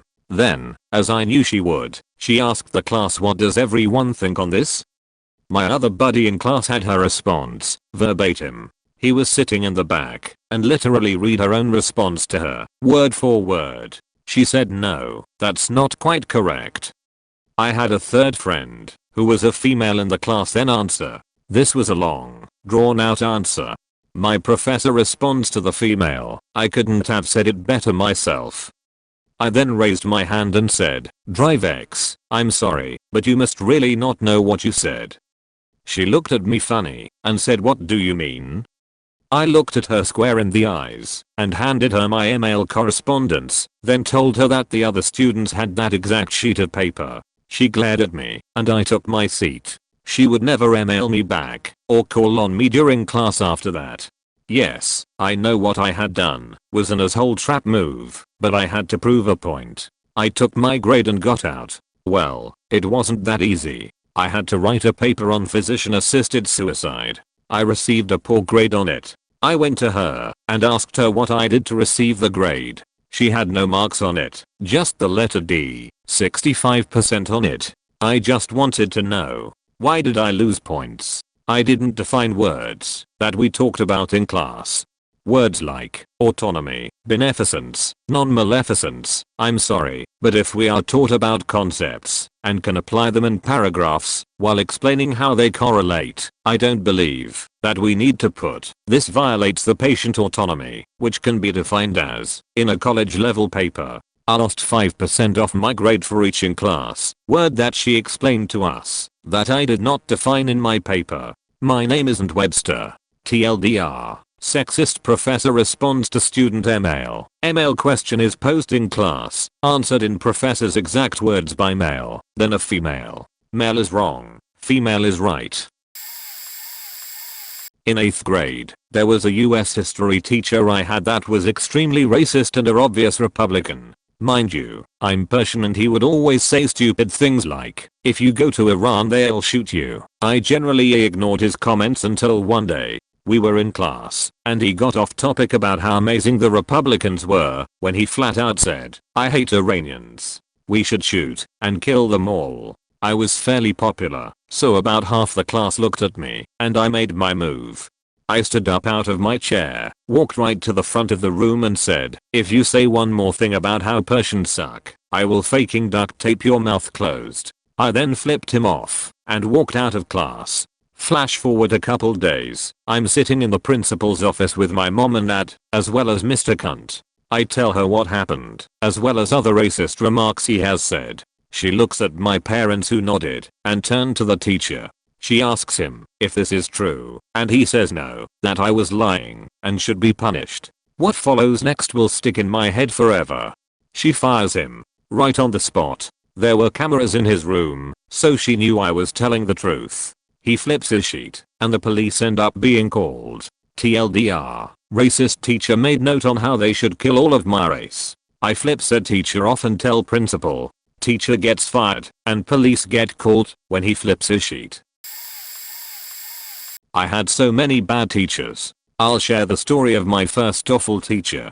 This woman did not want me in her class. She was upset because my birthday was in June and she thought I belonged in pre-1, not first grade. I tested into her class and she was pissed about it. She made my life a living hell. Most times she would not call on me, even if I was the only one with my hand up. The time she did call on me, she would belittle me. One day, I came in having to use the bathroom and she wouldn't let me. She made me go the whole day without going to the bathroom. I was young and stupid. I should have peed on her damn feet. I remember running off the bus and telling my mom how badly I needed to pee. My mom ripped her a new asshole after that one, which made my life harder, but I appreciate my mom standing up for me. I had problems with my fine motor skills because I stopped breathing as a baby. It didn't cause any problems with my intelligence, but it caused me to have a hard time doing things like zippers, buttons. They never thought I would be able to handwrite. I'm proud to say I can. She decides this is her ticket and tries to get me put into special ed. I was already in occupational therapy. This worked for about a week until they tested me and he asked to move me into enrichment because I was ahead of the rest of my class. I went in knowing how to read along with other things because I always wanted to do what my older sister could, and so I taught myself how. This made her even more angry. I survived, but it was hard. It had a lasting effect on me. Hello Ms. Anonymous. Ms. Anonymous was a particularly annoying teacher. To begin with, frequently showing up late to school, class and even the child care program, which she ran very poorly. I don't have stories from the child care program, only second-hand evidence. Mostly students showing up late to other classes because she would not let them go until she was finished there. Anyway, the class I had her for was health, and it was just dreadful. For the first 3 months of the class we did nothing but study the effects of drugs on the human body. Sounds fine, right? Nope. She taught us general things first, then went into specifics on each one at the very end of the unit, and when people didn't understand a concept or had an issue she insisted that it wasn't her fault, it was the student's fault for not learning. At the end of the quarter she had us take an exam, and even the students who were perfect in every way and overly positive about ever experience with her, no matter how much it went against their views, failed. Every single student, but one, he was her favorite, failed it. When we said that she hadn't given them enough time to do it, it was 3 pages of short answers then an essay in less than 20 minutes. She insisted that the students just simply didn't know the content, so we went with that. Our next complaint was that we didn't know the content because she hadn't taught us the content. To this she said that we had been going over this content for the last few months and there is nothing we shouldn't know, even though she had saved this in-depth stuff for the last 2 days, not exaggerating, of the class and left the rest of the time to teach us through videos.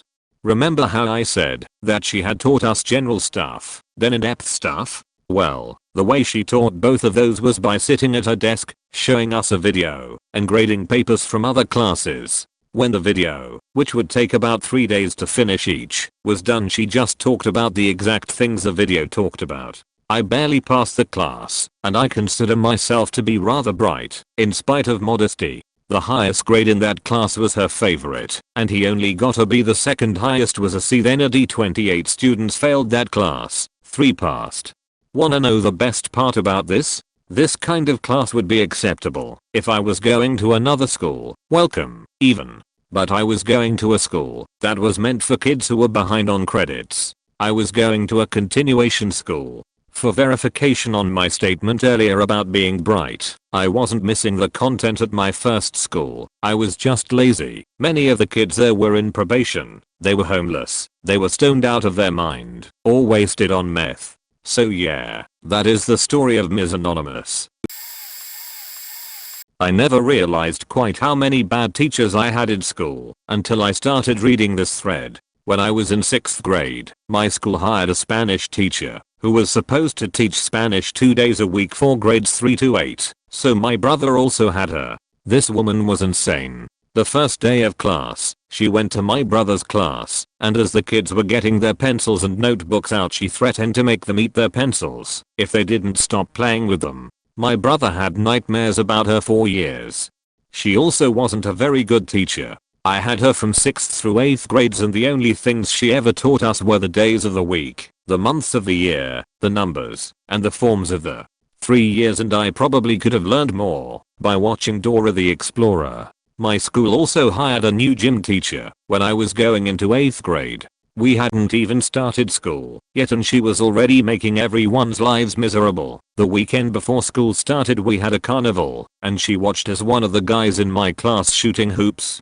Instead of showing him how to do it better, she walked up to him and told him he was an idiot for not knowing how to make a basket by 12 years old. When class actually started, she decided that she was our drill instructor. She made us have gym outside every time we had class, once a week, no matter how cold / hot / rainy / whatever outside, and if someone couldn't participate for any reason, she would make them anyway. One of my classmates had seriously hurt her arm in a car accident the weekend before class and presented a doctor's note excusing her, but this teacher told her there was nothing wrong with her arm and made her do extra push-ups on the grainy cement for lying to her. In my freshman year of high school, I had an awful earth science teacher who, instead of teaching us earth science, would either ramble on about his time flying a helicopter during Hurricane Andrew in 1992, the lessons he made up for his sophomore religion class, or his plans for his honeymoon. At the end of the year, we had to take a state test, and if we didn't get above a 55 we would fail the class. As far as I know, not a single one of us got higher than a 60. I got a 56. In my junior year of high school, at a different school, my chemistry teacher hated his job, not because he hated teaching, but because he hated teaching Americans. He was from India, and for some reason decided to move to the States to live and teach. From what he told us, he had a really high-paying teaching job in India before immigrating. On my first day of class with him, he went on a tirade about lazy Americans and how the worst type of lazy American was an honors student because they think they don't have to work to get a good grade. Several of us in his class were honors students that were only taking the regular chemical class because the honors class conflicted with our app history class. We were appalled, but because this teacher had tenure nothing could be done about him. The best thing about his class was his crazy stories about teaching in India. The one that sticks out in my mind, a decade later, is about how they teach bomb making in their public schools. Oh,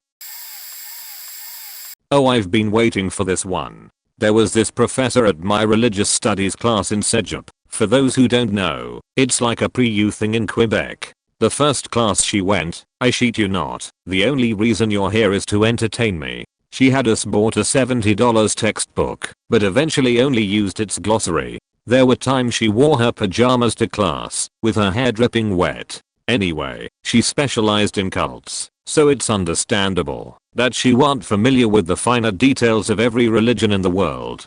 But, as it turned out, she didn't know shit about any religion. As we were getting into Judaism, she brought a children's illustrated book to class to talk about Moses, the Red Sea and the 10 Commandments. And she couldn't remember when the Jews left Egypt. Then as she was talking about some of the customs of Jews, the Jewish students in our class kept shaking their heads and correcting her. Also, another girl who had her the semester before told me that they had a field trip to a mosque. And the professor kept saying the stupidest things and was constantly corrected by the Muslim students with them, as well as the people from the mosque. And her midterm and final were the absolute worst. Half of the stuff that was in the exams were never discussed in class, so we just had to put down whatever we knew of that was slightly relevant. And yet, boom. Everyone got a 80%. Thank you, miss, I don't remember your name, for giving me an A for nothing. We had a physics teacher in our school who was very good at explaining everything to us. But there was something wrong with her mood. It seemed like she was getting more and more angry with us on each lesson. On one hand it was okay, since we did not study very good, laziness, not learning theory, but we solved our tasks anyway. On the other hand, something seemed very weird with that. But after 5 to 6 months of study things escalated quickly. The teacher felt ill for 2 months. When she came back, something was very wrong with her. She could be peaceful for a week, but she could cry at us half the lesson. Sometimes she would walk out of class. However, she still explained physics to us, and did this very good, though many of students already hated her, and would not listen. It ended with her calling parents of the whole group, and telling them that we were extremely bad, stupid, unorganized, even about the best student in our group, who didn't understood everything. After the meeting she suddenly became calm again, seemed very sorry about what she had done. She waited till the end of the year, and took 6 months break in next one, the year before our final exams. Another teacher replaced here for that time. When 6 months passed she came back. She was very calm, even happy with us. But then something happened and it all went crazy again. She was leaving her own lessons once in 2 times. Sometimes she would come, look annoyed about us, and sit in silence for half the lesson. Then she would look at us, ask if we have any questions, about what, since we did not study half of the time or more. We were panicking, since it was less than 2 to 3 months before final exams, so we had to organize ourselves to study without the teacher. We would explain tasks to each other. TLDR, a good teacher goes half crazy at middle of first year. Then she takes a 6 months break, comes back the next year, teaches us for some time, go crazy at us again, and more than half of lessons become waste of time. And it happened 2 months before our important final exams. In high school, my French teacher was awful. She tried to micromanage every little thing about the class. We had to write a paper on a castle in France. After turning the paper in, she told me that the castle I chose was unacceptable, and that I had to do the assignment over. We were all pretty good kids, and were genuinely willing and eager to learn, but she just made it awful. One day, while she was facing the whiteboard going over some verb tenses, we passed out balloons to everyone in the class. She turned around, talked about one word for a while, and turned back to the board. While her back was turned, we all blew up our balloons and started batting them around the room. She turned back around to a classroom full of balloons and nobody paying any attention to her. Now, if she'd just laughed a little and said, "Okay, everyone, focus," or something along those lines, it would have been no big deal. She freaked out and started trying to make the balloons go away. She shoved them in the tiny trash can we had in the room. Only 2 or 3 fit in there. She opened the cabinet where she kept spare textbooks and started jamming them in, and then was unable to shut the door because the balloons kept falling off the shelves and bouncing back out into the room. It was glorious.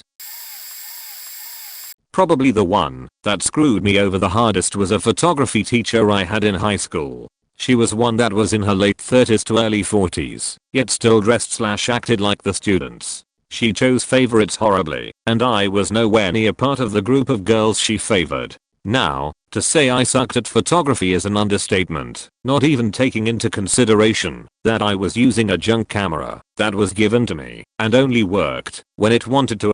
Okay, fine, so I won't get the best grade. Except I noticed I was getting zeros for projects I knew I turned in. A bit of background info. Her idea of turning projects in was to put a trifold poster board on a table in the back of the room as we walked in.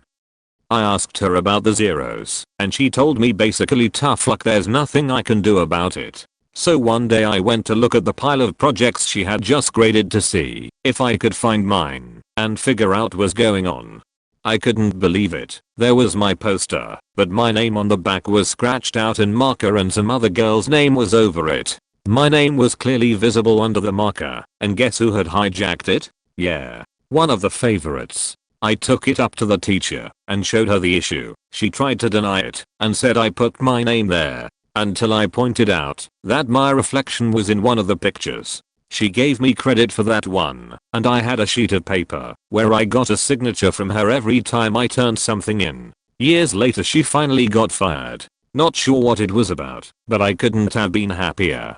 In college, my history professor was a nut job. He was really good at his subject, don't get me wrong, but he had unrealistic expectations of us in my opinion. We were in a 100 level class, and our first several quizzes were maps. Okay, whatever. But it was what specifically we had to do / no. We had a week to learn all of the major cities, country borders, rivers, mountain ranges, lakes, etc. point to a particular part of either Europe, Asia, or Africa as they were in the medieval times. He would ask us to label a particular group of 10 when it came time to take it. Keep in mind it was European history. Really? You want me to know that little river in the middle of Africa for a European history class? Okay. Not to mention he went off on this kid that went to go to the bathroom one day, saying we're adults and we should know to go before we came to class. Granted, I always went before class, but then again I didn't just come from across campus in the 10 minutes between classes trying to eat breakfast on the way as this kid had done. Most of the professors in the school would say on the first day that if someone had to go to the bathroom, just go, we're all adults here. Exactly. I was praying one of the ladies in the class would end up being pregnant or something, just so I could watch that argument go down. Joke was on me though, I got pregnant my senior year lol. But it all turned out okay, she's amazing. In first grade, our class was separated into 5 groups so the tasks, cleaning the blackboard for example, get rotated around. Also, we had many classes with the same teacher. You know, the usual first grade stuff. When I got into school, we just moved into that area, so I was the new kid. Everyone knew anyone, except me. It has never been that big of a problem. I got bullied by 5th graders, but I guess I found my ways. The problems were with the main class teacher. She was a touchy person, trying to hug the kids, doing that little kid talk and that stuff. According to my mum, I can't recall that too well. It was 14 years ago. I hated it, so I always resisted a bit. So I unknowingly lost sympathy with the teacher, while the kids were generally assholes, or stupid, or whatever. That one day, we had to write some letters in an extra book, to practice them. Now notice that my handwriting has never been good, and it was really bad in the first 2 grades, to an extent where only me and a few others could read it. In these exercises I tried my best, and I guess it was sort of okay, but my teacher didn't like it. She commanded me to redo 1 page, but I refused, as my mother said explicitly that this page was relatively nicely written. In my actually usual way, I resisted, using my mother's opinion as an argument. Then the teacher went on to make me redo the whole book, about 50 pages, because I did wrong apparently. I still stood ground, as she took that exercise book, 4 months of training, and ripped it apart. The fellow pupils looked at this spectacle with joy, some giggled. After that, she forced me to pack my stuff. We went to the principal. She actually tried to suspend me there and then, but the principal didn't do that of course. I got sent home that day though, and had to explain that stuff to my mum. Now 2 things happened. First, I got separated from that rotating tasks thing. I got a separate table in the middle of the classroom, so I was in everybody's view. I had to do 1 task every single day. I wasn't allowed to sing with the others. I had to sit in a corner, all that. It was a horror, to a point where I refused to go to that school. The second thing was that a social worker was called in. The teacher wanted to send me to a school for special kids, and I was quickly known as retarded troublemaker, even in higher grades.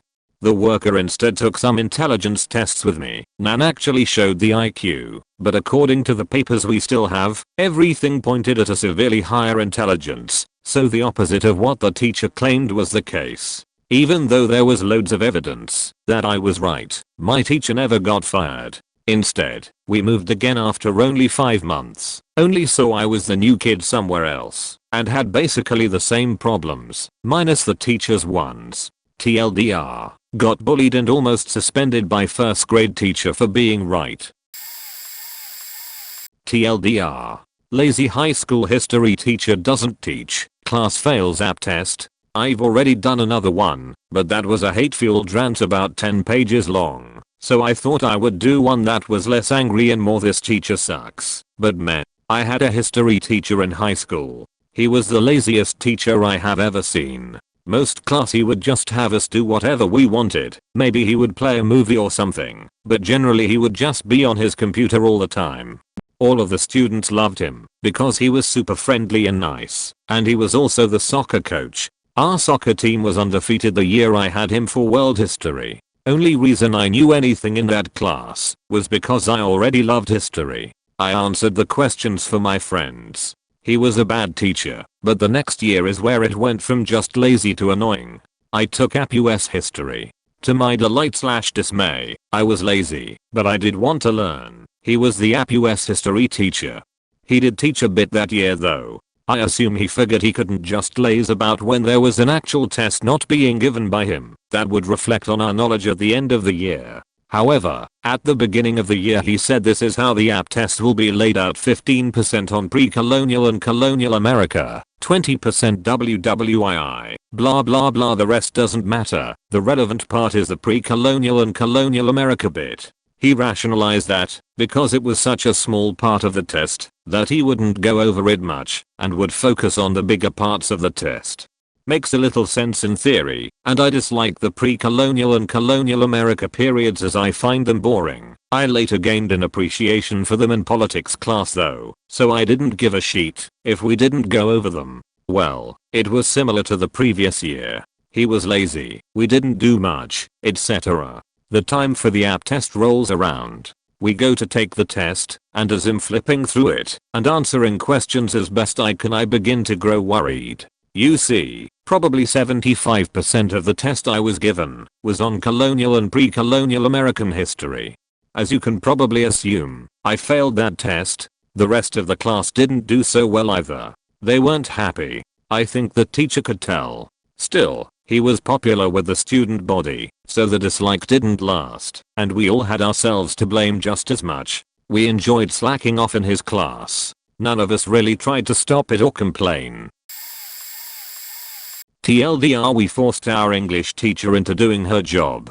Senior year of high school, advanced placement English 4th. A fairly motivated group of kids who were willing to work a bit harder to get college credit. All the kids knew each other, as we'd all been in other app/honors level classes. Our teacher had her master's, and was a first year teacher, but not fresh out of college. She had worked at a prison doing some sort of remedial education nonsense before she came to us. We were her first app class and she admitted on day one that she was a bit nervous about teaching us what we needed to know to pass the app test, which is given by a third party. She also told us she hated reading, and as such, she wouldn't be assigning us a lot of writing, so she wouldn't take the time to read grade it. Her classroom was used by another teacher during the period prior to ours, and so our class often beat her into the classroom. She always had us do a warm-up assignment that was most often something along the lines of take this time to catch up on other assignments for another class. We would quietly watch as she sat at her desk working on paperwork, which we later learned were job applications, and she would comically pull her head away from the paperwork very slowly and then snap her head and look at her computer, which always had her Yahoo email page pulled up, not the school email. Her head movement was like pulling a spoon from the bottom of a jar of butterscotch. It would move slowly, like it weighed 1,000,000 pounds, and then boom. She'd turn her head to the right and look at her computer screen. We later discovered that she was waiting for messages back from online dating sites. She was on like 3 or 4. As a class, we were pretty pissed that she was denying us an education that we actually valued, and we decided to take action. At the back of each classroom at our school, there was a server box, which needed to be plugged into the wall for the LAN port in the room, and in turn her computer's internet connection, to work. So, the first order of business upon entering the room every day was to unplug it. It took her about a week to realize that when she was calling the school's guy into the classroom, all he was doing was plugging in that cord. But just like clockwork, class wouldn't go on until she had reset the internet connection, so she could check her precious email. We heard from a kid in the class before us that she went in there one day and freaked the hell out on the whole classroom and threatened to have whoever was unplugging the box expelled. They knew nothing, and she left. She confronted our class and put a goody two-shoes kid in charge of the box. It was now his job to make sure that the box was plugged in before she got into class, otherwise he would get into trouble. This ended up becoming an amazing waste of effort for us, but one day we fed the power cord back into the box and subbed in another power cord that wasn't connected to anything. She flipped her sheet and cussed the class out after the IT guy found it and laughed at her. The next day we pulled the same gag, shoved the real cord into the box and instead fed through a power cord that was just frayed at the end, no plug at all. She started crying, I think more from the mental defeat than the lack of internet access, and walked out, got in her car and drove away. We had a sub for a week or so, and then she came back and actually started teaching us. It was awesome. My 7th grade teacher was nuts. I got my progress report for the first half of the semester. She marked that I had 16 missing assignments in the class. This was about 5 weeks into the class, and we had only had 2 actual assignments which I had done. My mom flipped her sheet and called a parent-teacher conference. This happened 3 different times and each time it was something different. I got my test marked down to a D when I was actually supposed to be getting an A. She was marking answers wrong that weren't, but when I confronted her she told me to never question a teacher. Another parent-teacher conference happened, and I got the A I deserved. The final / craziest / worst was when she marked me down to a D for no reason again. I had gotten A's on every test, I had turned in all of my homework, I even participated on class. Something wasn't right. I told her that I should be getting a higher grade, so she seemed reasonable and told me to average all of my work together and tell her what I come up with. I sit down at my desk and average everything out. She yells, "What do you think you are doing?" I told her I was averaging everything to show her my grade. She told me that it was extremely disrespectful to do that and that I shouldn't have. This is where I told her she was insane and that the whole class heard her tell me to do this. She pretends to be offended, but then all the other students start to call her out on it. Another parent-teacher conference, another A. My first class in my master's degree has a PhD candidate teaching. He hated teaching and really hated marking. He openly said he only did it because he had to get funding for his doctorate. The class had 2 papers, 1 essay, a presentation and participation. At one point we had to hand in our outlines for an essay proposal. Mine came back with 1 notes, make this tighter, and a mark of 45 out of 100. Then I handed in a paper 45 out of 100. Before he returned the papers to our mailbox he gave us a little pep talk saying he was so happy with the class because everyone got it. When we retrieved out papers we found about half the class had failed. 1 person was failed because she used American spelling. We were in Canada. She was American. Another failed because he used semicolons wrong. The guy who wrote the paper has an MA in English. When we all went to his next office hour he didn't bother showing up. When he showed up 10 minutes before class carrying his Starbucks, we each got about a minute with him for him to tell us he wouldn't help us, pull us out of the office, and take the next one in line. At that point I had the presentation coming up. I went to the program coordinator and told her what was going on and pleaded with her to let me out of the class because failing a course in a grad program means expulsion. Somehow she pulled it off. I continued and did the presentation, though 45 out of 100. I should explain that at my school anything under a 70 is a fail. Anyway, some of my friends didn't get their degrees because of this asshole. He ended up getting his doctorate and their school did not hire him. I googled him a while ago. He's floating around in a think tank. Thank God he's not teaching anymore.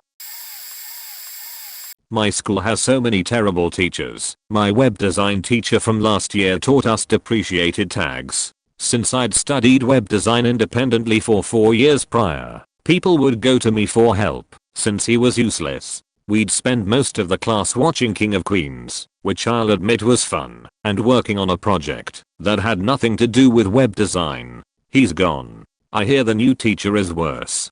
My brother's 10th grade history teacher thought Vietnam was an island and argued that how motivating is this speech? Yes or no? Made sense. My brother's 12th grade Spanish teacher failed to notice him and his friends actively playing Cards Against Humanity in class. One of our math teacher fails at everything. She checked my brother's friend's homework, turned around, Friend passes the homework to my brother, erases friend's name, and puts his name, and gets credit. They've written Taco, Pikachu, the final countdown, etc. as answers successfully. My friend got credit by showing his chemistry homework. She skipped a section, and I had to teach him for the quiz. He didn't understand something else, so he went to the other honors 10 math teacher for help, which angered her. A kid in his class picks out the hardest problems, and she can't figure them out, and more. In my brother's freshman year, she was absent after a month of school for a few days. Days turned to weeks, weeks turned to months. She didn't return until the day after midterms. Yes, this teacher is on tenure. The funny thing, apparently she's amazing at math. She has a PhD in math from MIT. She's just a horrible teacher. I'm a computer engineering student in Tijuana, Baja California, Mexico. I had excellent teachers, others worth mentioning, but two of my teachers they're the worst teachers that I've encountered in my career so far. The first one, it was on a math subject, literally translated, the subject was advanced maths. It was the triple integral Fourier series and so on. The problem was that this guy, I have to recognize it, he is smart as hell. My teacher could solve any problem that you put to him. The problem was that he doesn't have a clue of how to speak and teach. He was a really nervous person, like if he was bullied in high school or something, because he was like a little bit of awkward and nervous. One time I was in class, he was talking about the triple integral, went to the bath, and when I came back, he was speaking about pizzas. Yeah. The other one was the assembly language teacher. Oh dude, he was like a homie, a Mexican homie. He always spoke like in slang. When he was teaching, he always referred to everything like esta madre, literally means this mother, but in slang meaning, it's something like this faker. And when you came to him to ask him a question, his response was, if I answer your question, I'm gonna have to make your exam tougher. So, nobody asked anything since then, haha. So I barely made it in that subject, and I feel kinda bad, because I shouldn't have passed that class. I mean, I gave more than the teacher teched me. I read a lot, so I managed, but I think I know too little about it. And I had one mistake, so he sent an email to us, which had the error that I had, and instead of I don't know, try to teach me, to say, look, this is wrong, this is what really happens, he sent the mail saying, oh my god, how can somebody put something like this? I felt terrible, even though my project was pretty neat. All my classmates told me it was awesome. It was a Samus controlled by the WASD keys, and when running, the ground moved, and also you could transform into a morph ball. So yeah, these are my two worst experiences with teachers, oh my god. Ms. Pigeonary, we called her Ms. Beachonary. She had an attitude and thought she was cute and funny. She wasn't. She taught general science to us in 7th grade. It didn't appear she was too well qualified, and her credentials were questionable. She believed that roaches were the first creature on earth ever. She was very disorganized. She called me stupid because my friend and I were joking around one day. Ms. Long, my 12th grade English teacher. Her curriculum was reading books over the net bestseller list from various years and watching boring, made-for-TV film adaptations of the books. Her interpretations were all the typical played out interpretations and your own weren't allowed. Once, my friend was out at lunch and brought back me a milkshake. She ran a tiny bit late, and I asked if I could get it from her. She was standing outside the door. Ms. Long said sure, then let me get it. She snatched it out her hand and drank it in front of the whole class. I made some sarcastic comments, holding back my anger, then called her a bullshit teacher who taught a bullshit class. She got all offended, then kicked me out the class. She emailed my mom expecting my mom to take her side, which she didn't. When I decided to play her game and file an incident report, she refused to come to the meeting without an apology. For the last few weeks of school, she hid her food and let me play on my phone. She usually created a huge scene out of this and acted like a victim. Mr. Stiver, he was my 7th grade world studies teacher with tenure. We had to bring a book every day, but never opened them. He would tell us that he programmed his analog clock to follow military time that was broadcast from a secret satellite. Our first 3 weeks were spent learning why Hispanic people like tropical colors. Seriously. Randomly, He would grab an empty desk and shake it. When no one did anything, he'd say, "That was a nuke drill. You all fail." If you answered a question wrong, he would humiliate you, making a lot of kids cry. If you got a question right, he would offer you a Jolly Rancher, then throw it out the window and say fetch. We had one kid in class that wasn't white, and every day, after the announcements, it was first period, he would hand the kid a write-up and send him to the office. I don't think he ever even spoke. If you fell asleep in class, he would whack your hand with this old golf club handle, then say he meant to hit the desk and it was your fault for flinching. Flinching while you're asleep. Sometimes you'd come in and your desk would be missing the seat or the table piece, and you'd still have to sit there. He'd leave wet paint, "Do not touch" signs on non-white students' lockers. Once put a live cat in a girl's locker too. He stopped showing up about 3 months before the end of that year when my friend and I caught him looking up our skirts with a mirror taped to that golf club handle he had. He was forced into retirement that summer. I actually have several shitty teacher situations, but I think my preschool teacher takes the cake on this one. I was a very hyper kid, and I also was quick-witted for my age. This was not a good combination for my particular teacher, who decided I was the Antichrist and wrote about me every single day. My parents saved the documents for years afterwards, but she wrote upwards of 200 legal-sized papers about what a terrible child I was.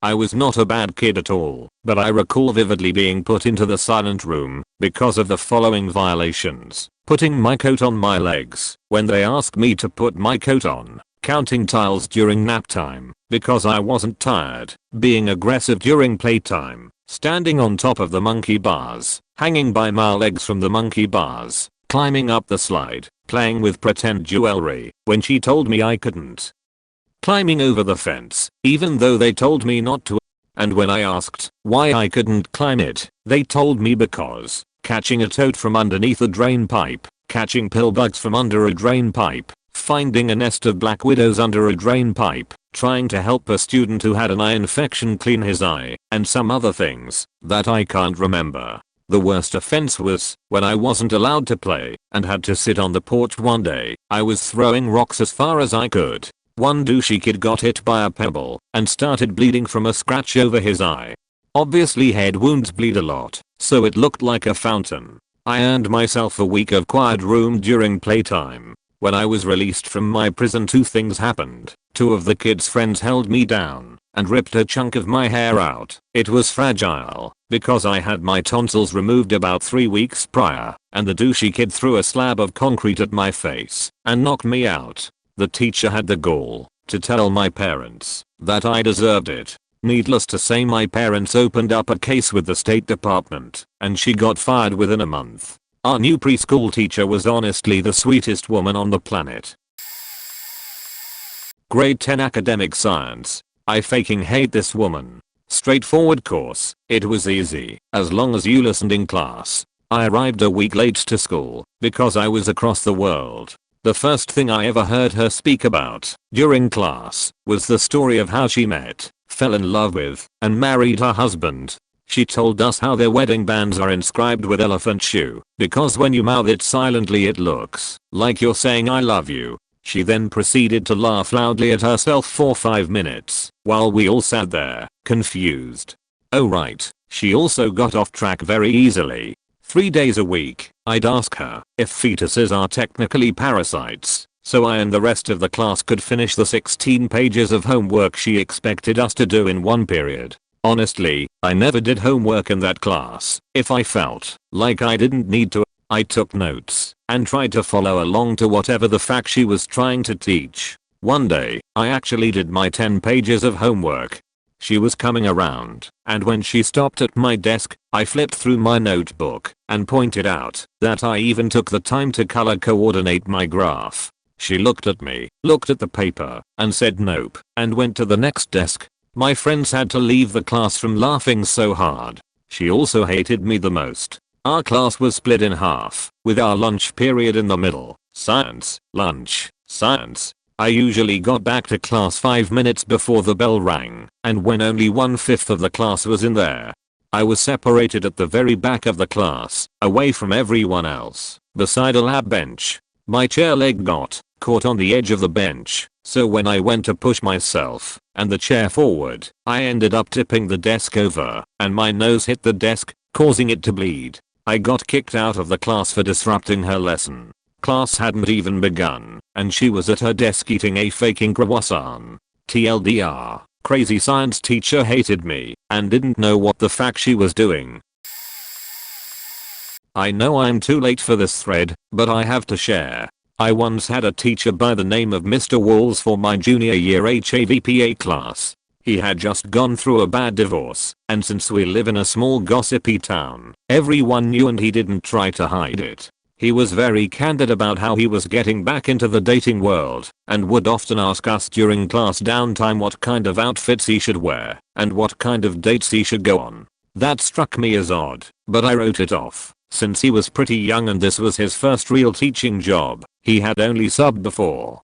As the year progressed, and his love life clearly wasn't getting any better, he got moodier and moodier. It was rumored that he was trying to get back with his ex-wife and she wasn't having it. He had anger issues to say the least. One day we were taking a test and the questions were on the overhead projector and we were supposed to just write down our answers. One of the boys in class didn't realize this and just blurted out the answer. Mr. Wall stormed over to his desk, slung all of his books into the row, nearly missing the kid sitting next to him, and yelled, "Damn it, this is a test." His phone rang right afterwards, and he answered it with a what? Clearly red flag number 1. About a week later, he supposedly got angry at something one of the mouthier students in our school said to him, and broke a clipboard over his knee, and threw it at said student. I can't vouch for whether or not he was aiming for the kid, but I saw the broken clipboard with my own 2 eyes the next class period. Needless to say, he was fired and gone the next day, and we had a sub for about 2 weeks before another teacher could replace him. Ms. Patronella.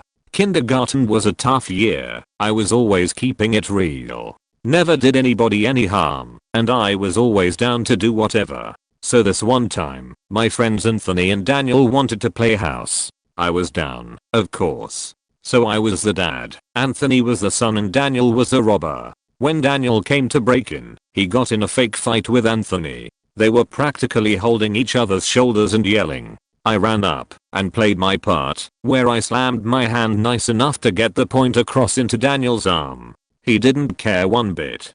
Mrs. Patronella did though. That bitch was watching us from the other side of the room, stopped our fun, and called me over. When you are a kid you always want to go home at the end of the week with a green smiley face. That bitch gave me a yellow straight face in my folder, and told me to tell Daniel I was sorry, and give him a pat on the back.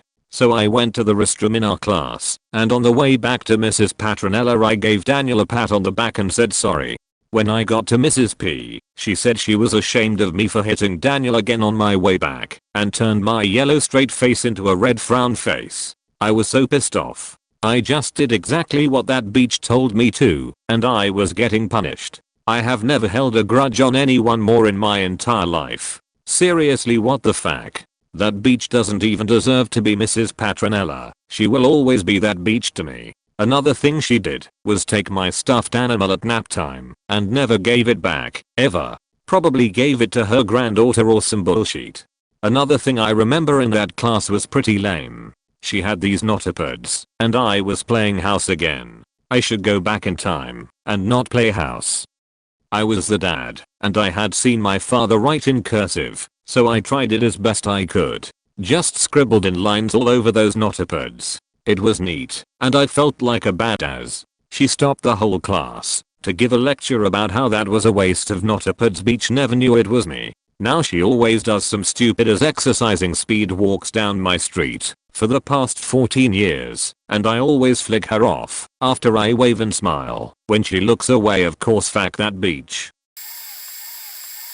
First post ever on Reddit. Anyways, I had a really bad math teacher. I had her for 2 years in a row. On the first day of school, she seemed well together and organized. She made many promises, like saying that she would grade our binders every week, work on projects, etc. It went downhill from there. Since I had her class first period, she was always late, like 15 minutes late. So we would always be sitting in the hallway, waiting for someone to open the door.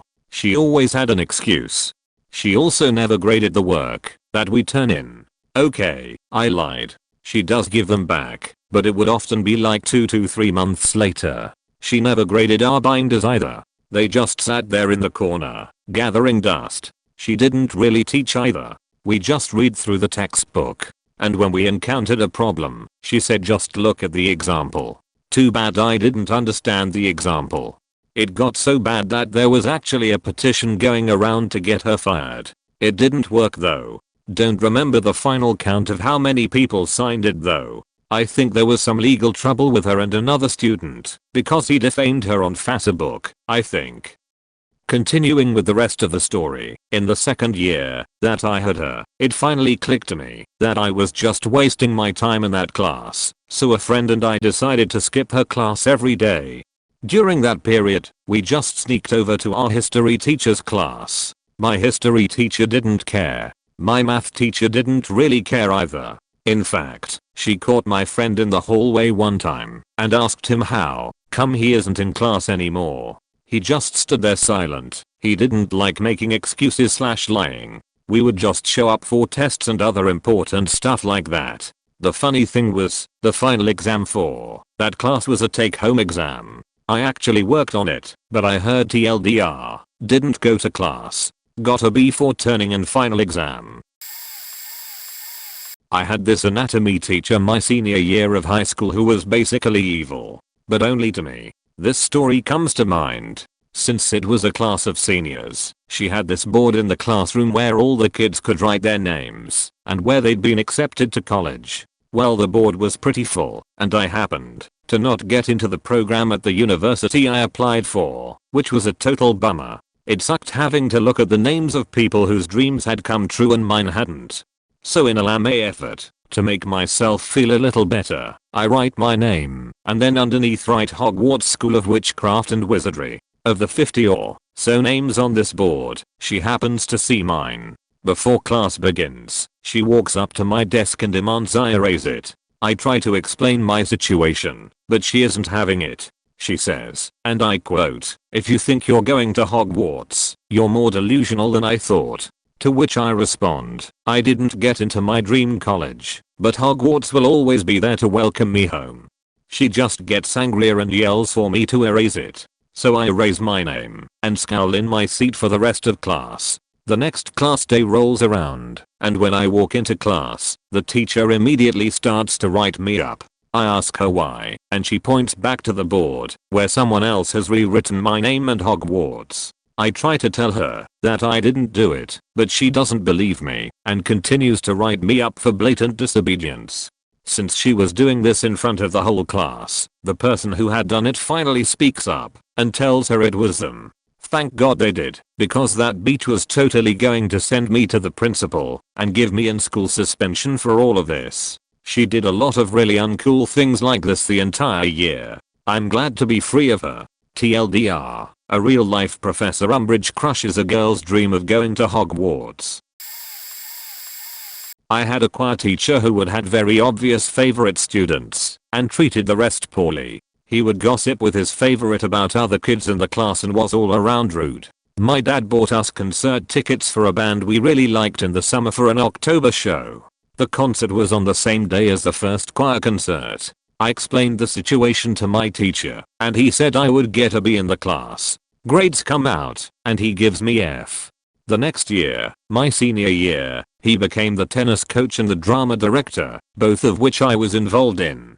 He quickly made favorites on the tennis team. He pulled me off varsity to put in his favorite and let her basically run the team. Needless to say, she was an evil bitch and her mom stole from the tennis fund. I had to drop out of drama because he would only give me background non-speaking roles and the main roles went to his favorites. After I dropped out, he gossiped about me saying mean things to other students. After all of this, my mom talked to the principal about this, and my teacher came in and lied about everything and told my mom I was a rude, terrible person. My father had to hold her back from punching him in the face. I had a teacher, let's call her Ms. Garland, because that's her name. She was my geometry teacher, and I'm pretty sure she was the devil incarnate. Our classroom was on the hallway leading to the lunchroom, and we had class during first lunch. Halfway through class first lunch would let out and all those students would walk by the classroom, and it would be quite noisy, but would eventually subside. One day it was exceptionally loud, and we heard someone slam against the lockers on the outside of the classroom wall. That lady 3 years from retiring and 5'0" ran out the side door of the classroom yelling, "Call the office." She ran out the door, to the right, out of the school, and across the parking lot. Come to find out, to the left, she was running from the most vicious cat fight I have ever seen. When I made it to the door, the girl that had been slammed against the locker had another girl on the ground beating her with a textbook. Resource officer cleared it up, but we didn't see the teacher the rest of class. Apparently, she broke up a fight one time, and it was traumatizing. The guys fighting had started ripping out facial piercings, and one guy broke his arm in a locker door blocking his head. Needless to say, we didn't blame her, but it was still hilarious. Not really a teacher of mine, but a teacher nonetheless. This actually happened about a month ago. I'm the drum major for the band at my school, so I was given the wonderful duty of copying and cutting up our music for the year. My co-drum major wasn't at the school at the time, so I had to go up to the copy room myself and do all the copying. I end up going to the teacher's lounge, since the regular copy machine isn't open. Turns out that the teacher's lounge is currently processing a ton of jobs. Okay then. So I head to the least used copy machine, which happens to be the language arts lounge. I start copying the music, but only for a few minutes. The damn machine ran out of paper, so I had to run back to the band hall, literally on the other side of the school, and had to get some paper. When I come back, my music was moved, and turns out another teacher started copying her stuff for that day. Of course, I wasn't going to argue. This is a teacher's lounge. So I wait, and then she comes back and asks, "What are you doing here?" So I calmly reply, "I'm copying music for the band." She gives me this sort of weird look, but simply says okay, and grabs her stuff and leaves. Here comes the interesting part. As soon as I start copying the music I had left, a Spanish teacher walks in and immediately asks what I'm doing there. Again, I explain to her that I'm copying music for the band. She then proceeds to walk up to me and the copy machine and looks at the machine, then at me, and says, "You can't be in here. Get out." I calmly explain to her, "I'm copying this music we need for Friday. I'm almost done anyway." She obviously doesn't care what I had to say, as she immediately says, "Mr. Farrell is the one that needs to be in here, not you. So get out." I didn't want to argue with this woman, whom I never even talked to, so I stop my copies and start grabbing my stuff. For some reason or another, she flips sheet and starts raising her voice at me, telling me to get out. By now, she's starting to irritate me. So as a way to irritate her, I start moving slowly and try and be neat about grabbing my stuff. Said teacher starts flipping sheet again and manages to grab the music I was just about to grab and literally slams it down on my hands, which were full, and yells at me once more to get out. I say, "I'm going, ma'am. I'm getting my stuff." All she manages to say is, "Oh my god." I start heading out of the room, and she blatantly asks for my name so she could report me. I give her my name and basically say okay to her reporting me. I wasn't doing anything wrong anyway. TLDR, I got yelled at for copying music and was threatened to be reported.